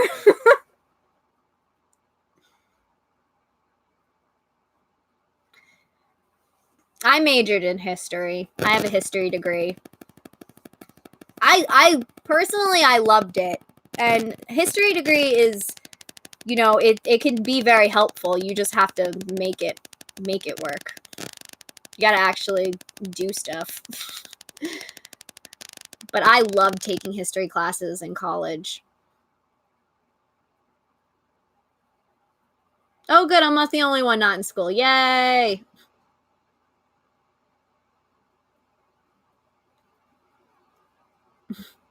You got work. Oh, man. You know, you can kind of like fall asleep in class. You can't fall asleep at work. History is dope. I love history. I've been a history nerd since I was little. I can remember being in elementary school and then being like, okay, time to take out your social studies textbooks. And I literally went, yes. I was that kid. Masters in art. That's awesome.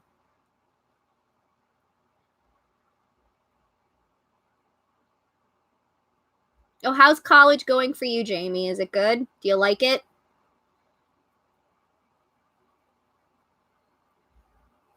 I love history. History is also really good in college, I guess, but it probably depends on what college you go to, but it's better in college because, like, you learn real history, not the biased history.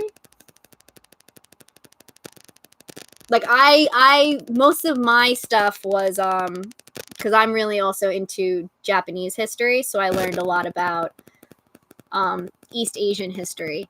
And one of the things that fascinated me was I took a Korean history class, and it was like that moment of going, this is the first time I'm learning about the Korean War from the Korean side.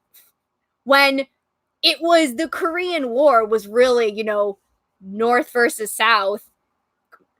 Like, shouldn't it have been taught that way? Like, it was kind of like, wow, yeah, I've been learning things the wrong way in America.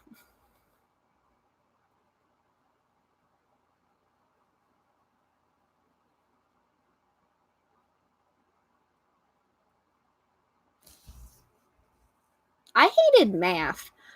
I still hate math. I think a lot of the problem with history is that they don't teach it right. It's boring as fuck the way they teach it sometimes. They teach it very, like, in like this chronological order where it's like, well, this happened and then that made that happen and then that and it's just like, that's boring.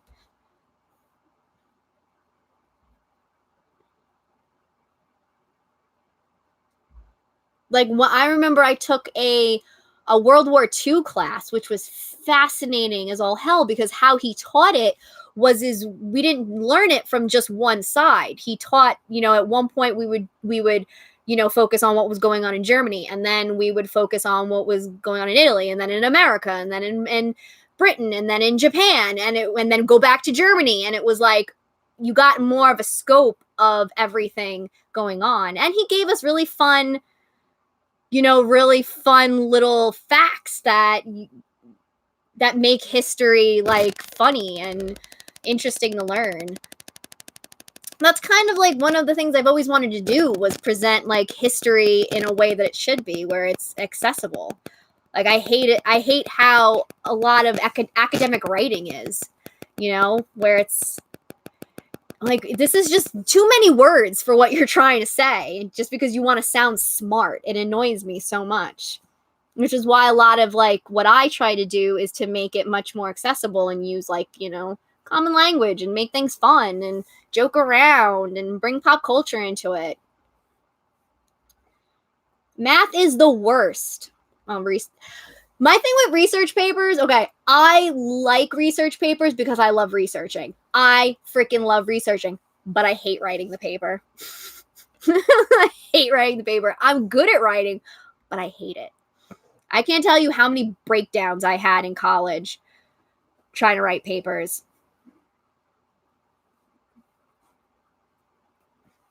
Yeah, so it really is with history, it's about who teaches it.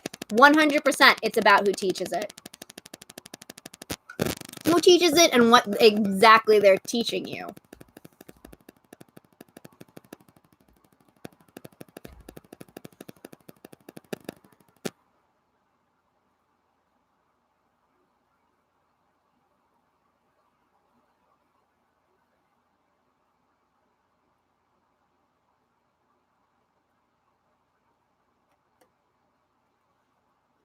Yeah, high school American history is a freaking snooze fest. Oh my god. Yeah, I'm horrible at math. I can't. People who can do math in their head, that's when I'm like, witchcraft, like, sorcery. Like, what are you doing? Yeah, math is just the worst.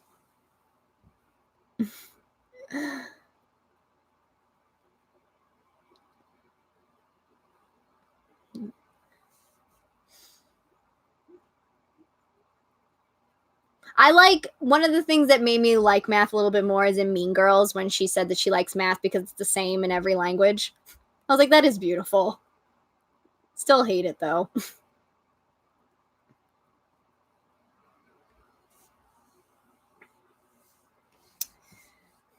It is, yeah. But it's also what's boring, what I hate about the way they teach history, and especially with like American history, which is I'm like, American history is so much more than just, you know, the whole like forming of America, because we've had our hands in so much that a lot of things are our history, and we also have so many other cultures within America. So it's like, yeah, they make it so boring, and it's so annoying. It's just they do. I felt like I learned about like the French Revolution so many times throughout school. Oh my god. Oh, for me, we're 421. We did it, guys.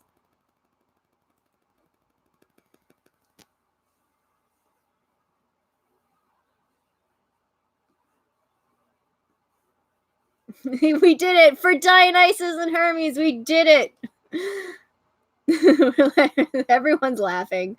We did it. I can't believe that I started this at 6 and it's like almost 10:30. This is not how I imagined this going at all.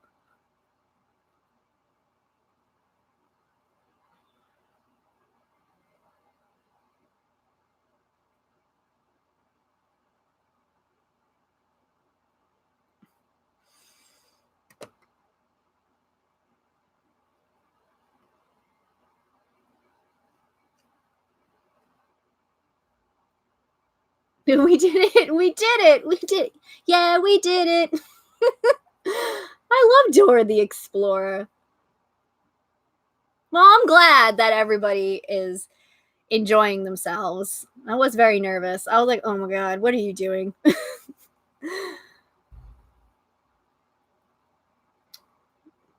Blaze it. I wish I had some. New York's got to get on that, man.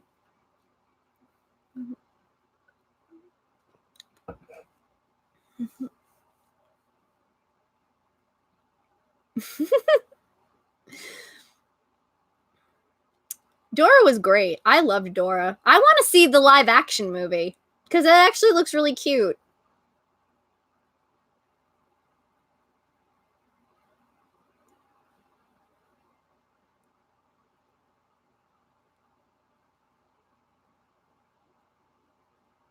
I'm glad it's super chill. Lake gods. I'm by the lake that's literally 2 seconds from my house is supposedly haunted by a Native American princess. Not really a god, but she apparently haunts it. Oh, you're welcome, Alma. I'm so glad. That's all I want to do. Just bring the community together. Aw, thanks, Autumn.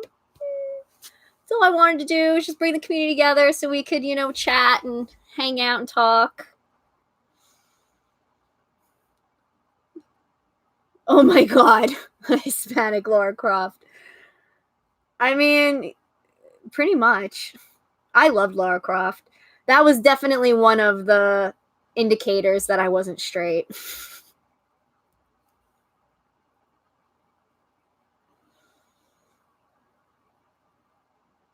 No, Ash, don't stress. Okay, well, you gotta leave, but I hope everything's okay.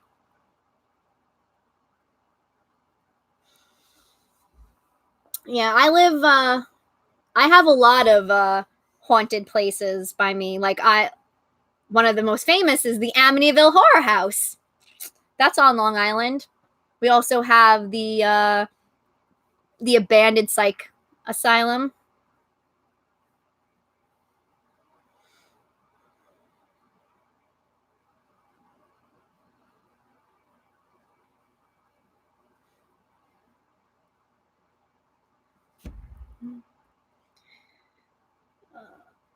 So now we're talking about haunted places. Click on there. Click on what?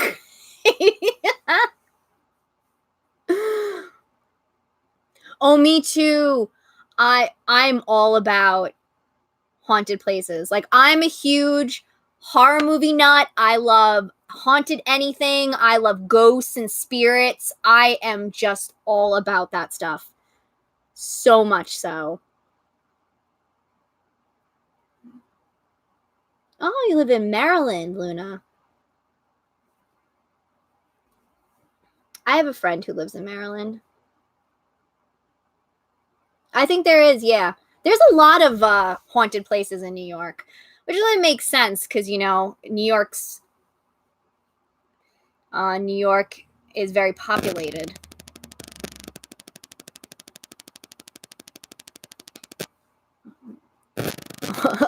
I live in Ohio.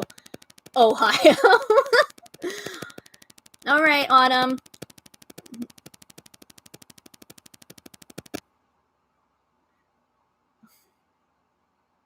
I am so about everything horror. When I was a kid, my favorite show was Haunted History on the History Channel, and I'm so mad that they don't show that anymore. They have Ancient Aliens, they have Haunted History. That was the best show.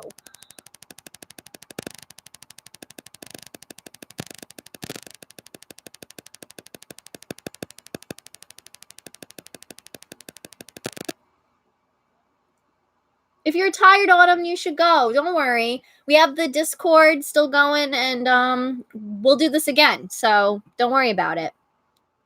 We'll probably be wrapping it up soon anyway.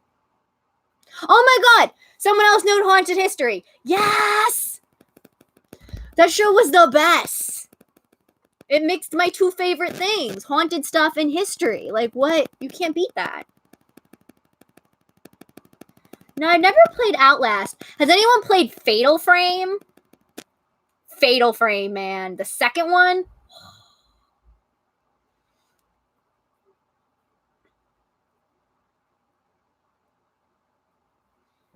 Oh, this is why I love this time of year, because that's when they start playing all the haunted shows on TV.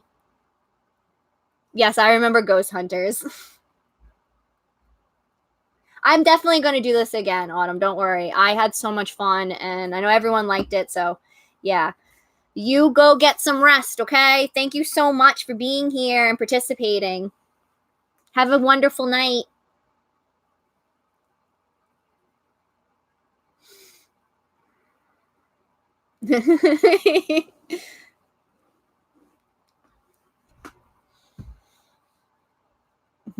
Bye.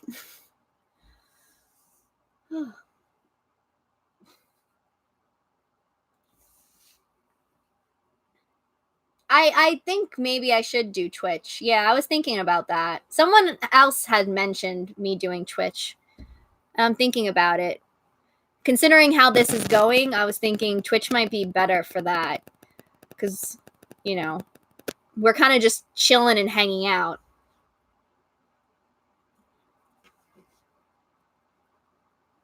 Oh. It is. Someone has to send a link. I don't know if I can get one.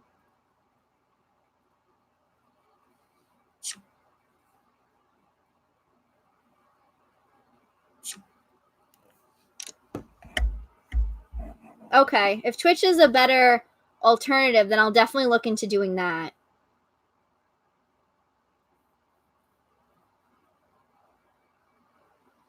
Yeah, there's a link for it if you scroll through the chat.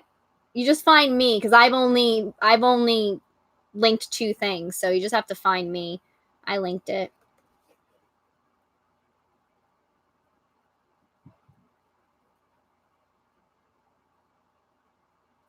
Yeah, I've never really actually no. I think I've watched. Brendan Urie's from Panic at the Disco's on Twitch, so I've watched him there because I'm obsessed. But I was thinking about doing Twitch, but I wasn't sure if anyone actually would tune in. But now I know people will, and we could just sit there and hang out and talk, and I think that's kind of amazing.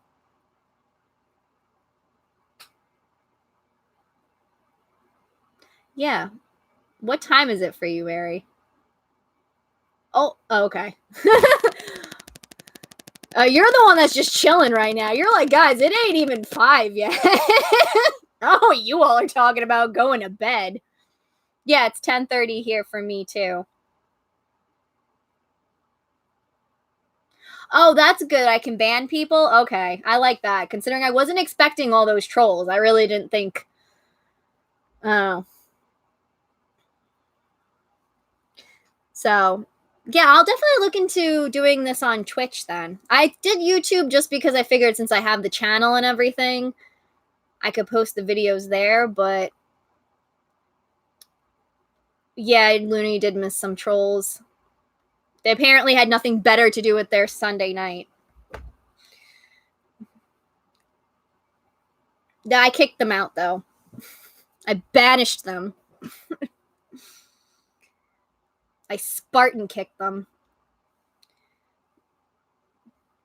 No. Is Moo out? No.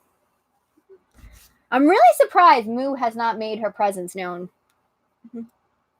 Yes, I yoted them.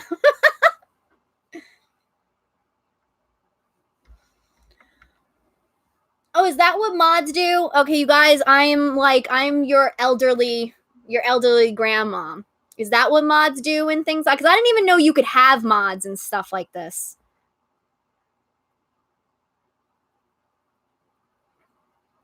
So I'm cool with that. Anything to make the place, run smoother and make people feel safe, I'm all for.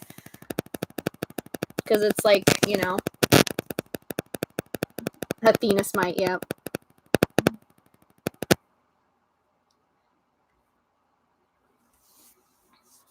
You're going to be, Demon Days, you're going to be Cerberus, guarding. No, I really was expecting Moo Kitty to, be all up in here, but she's actually, staying away, which I'm really surprised.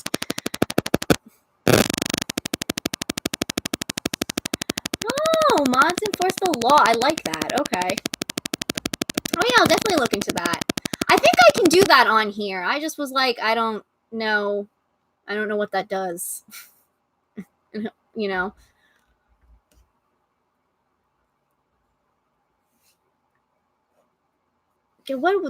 with the Pope? I don't know. There should be 3 mods because of Cerberus. I like that. Well, if anyone wants to be a mod, so I'll look into doing that.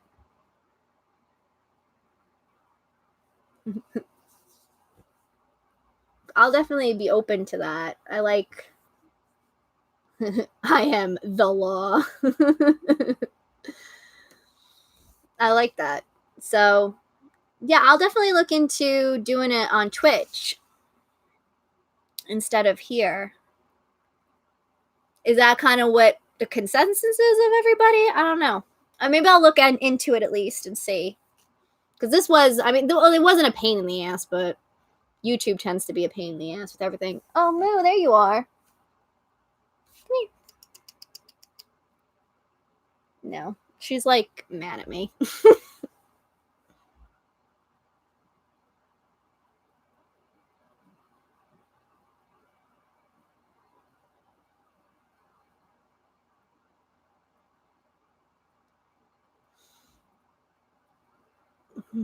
Yeah, Moo. Moo Kitty. Yeah. She's just hanging out over there looking at me like, what are you doing?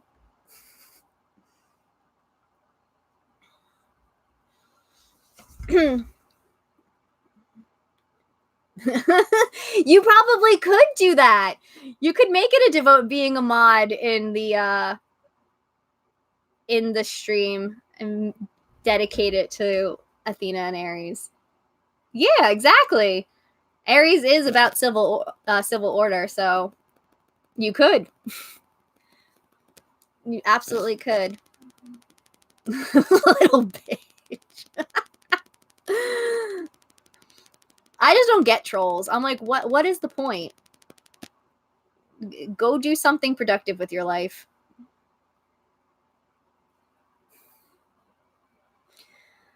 All right. I feel like are we done or are we still talking? Because I feel like it's dying down a little bit. So maybe that's time to wrap it up for now. What do you guys think?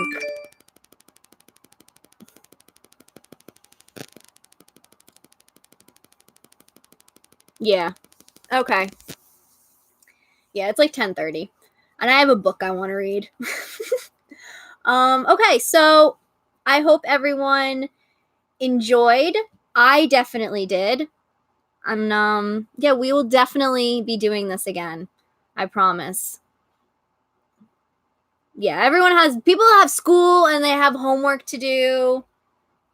Yeah, I should get rest because I need to sleep too. Yes, thank you for everyone for making this so much fun and very friendly and open and informative. You guys are the best. Books are for nerds. Well, I'm a nerd. I've established that. Well, I'm hopefully going to be able to have it up. So if you want to watch the whole thing, where we did actually talk about daily worship in the beginning, I promise. We just kind of trailed off near the end. So, all right, guys, have a wonderful night, morning, afternoon, whatever. And hopefully tomorrow is a good day for you. Okay? What? Oh, you are? Oh, thank you for the song rec. I'm always open for song recs. Yes, follow people on Instagram and Tumblr. They listed all of their social medias and everything, so look back on that. And you know where to find me. I'm on Tumblr, Instagram, and Twitter. Talk to me. I'm not scary. Oh, now I'm on the Discord too. So, all right. I am going to head out now. I hope you guys have a wonderful night. And thank you so much. This really was a great night. And you guys really helped me be all cool and relaxed and everything. So, all right. Good night, guys. Mwah, mwah.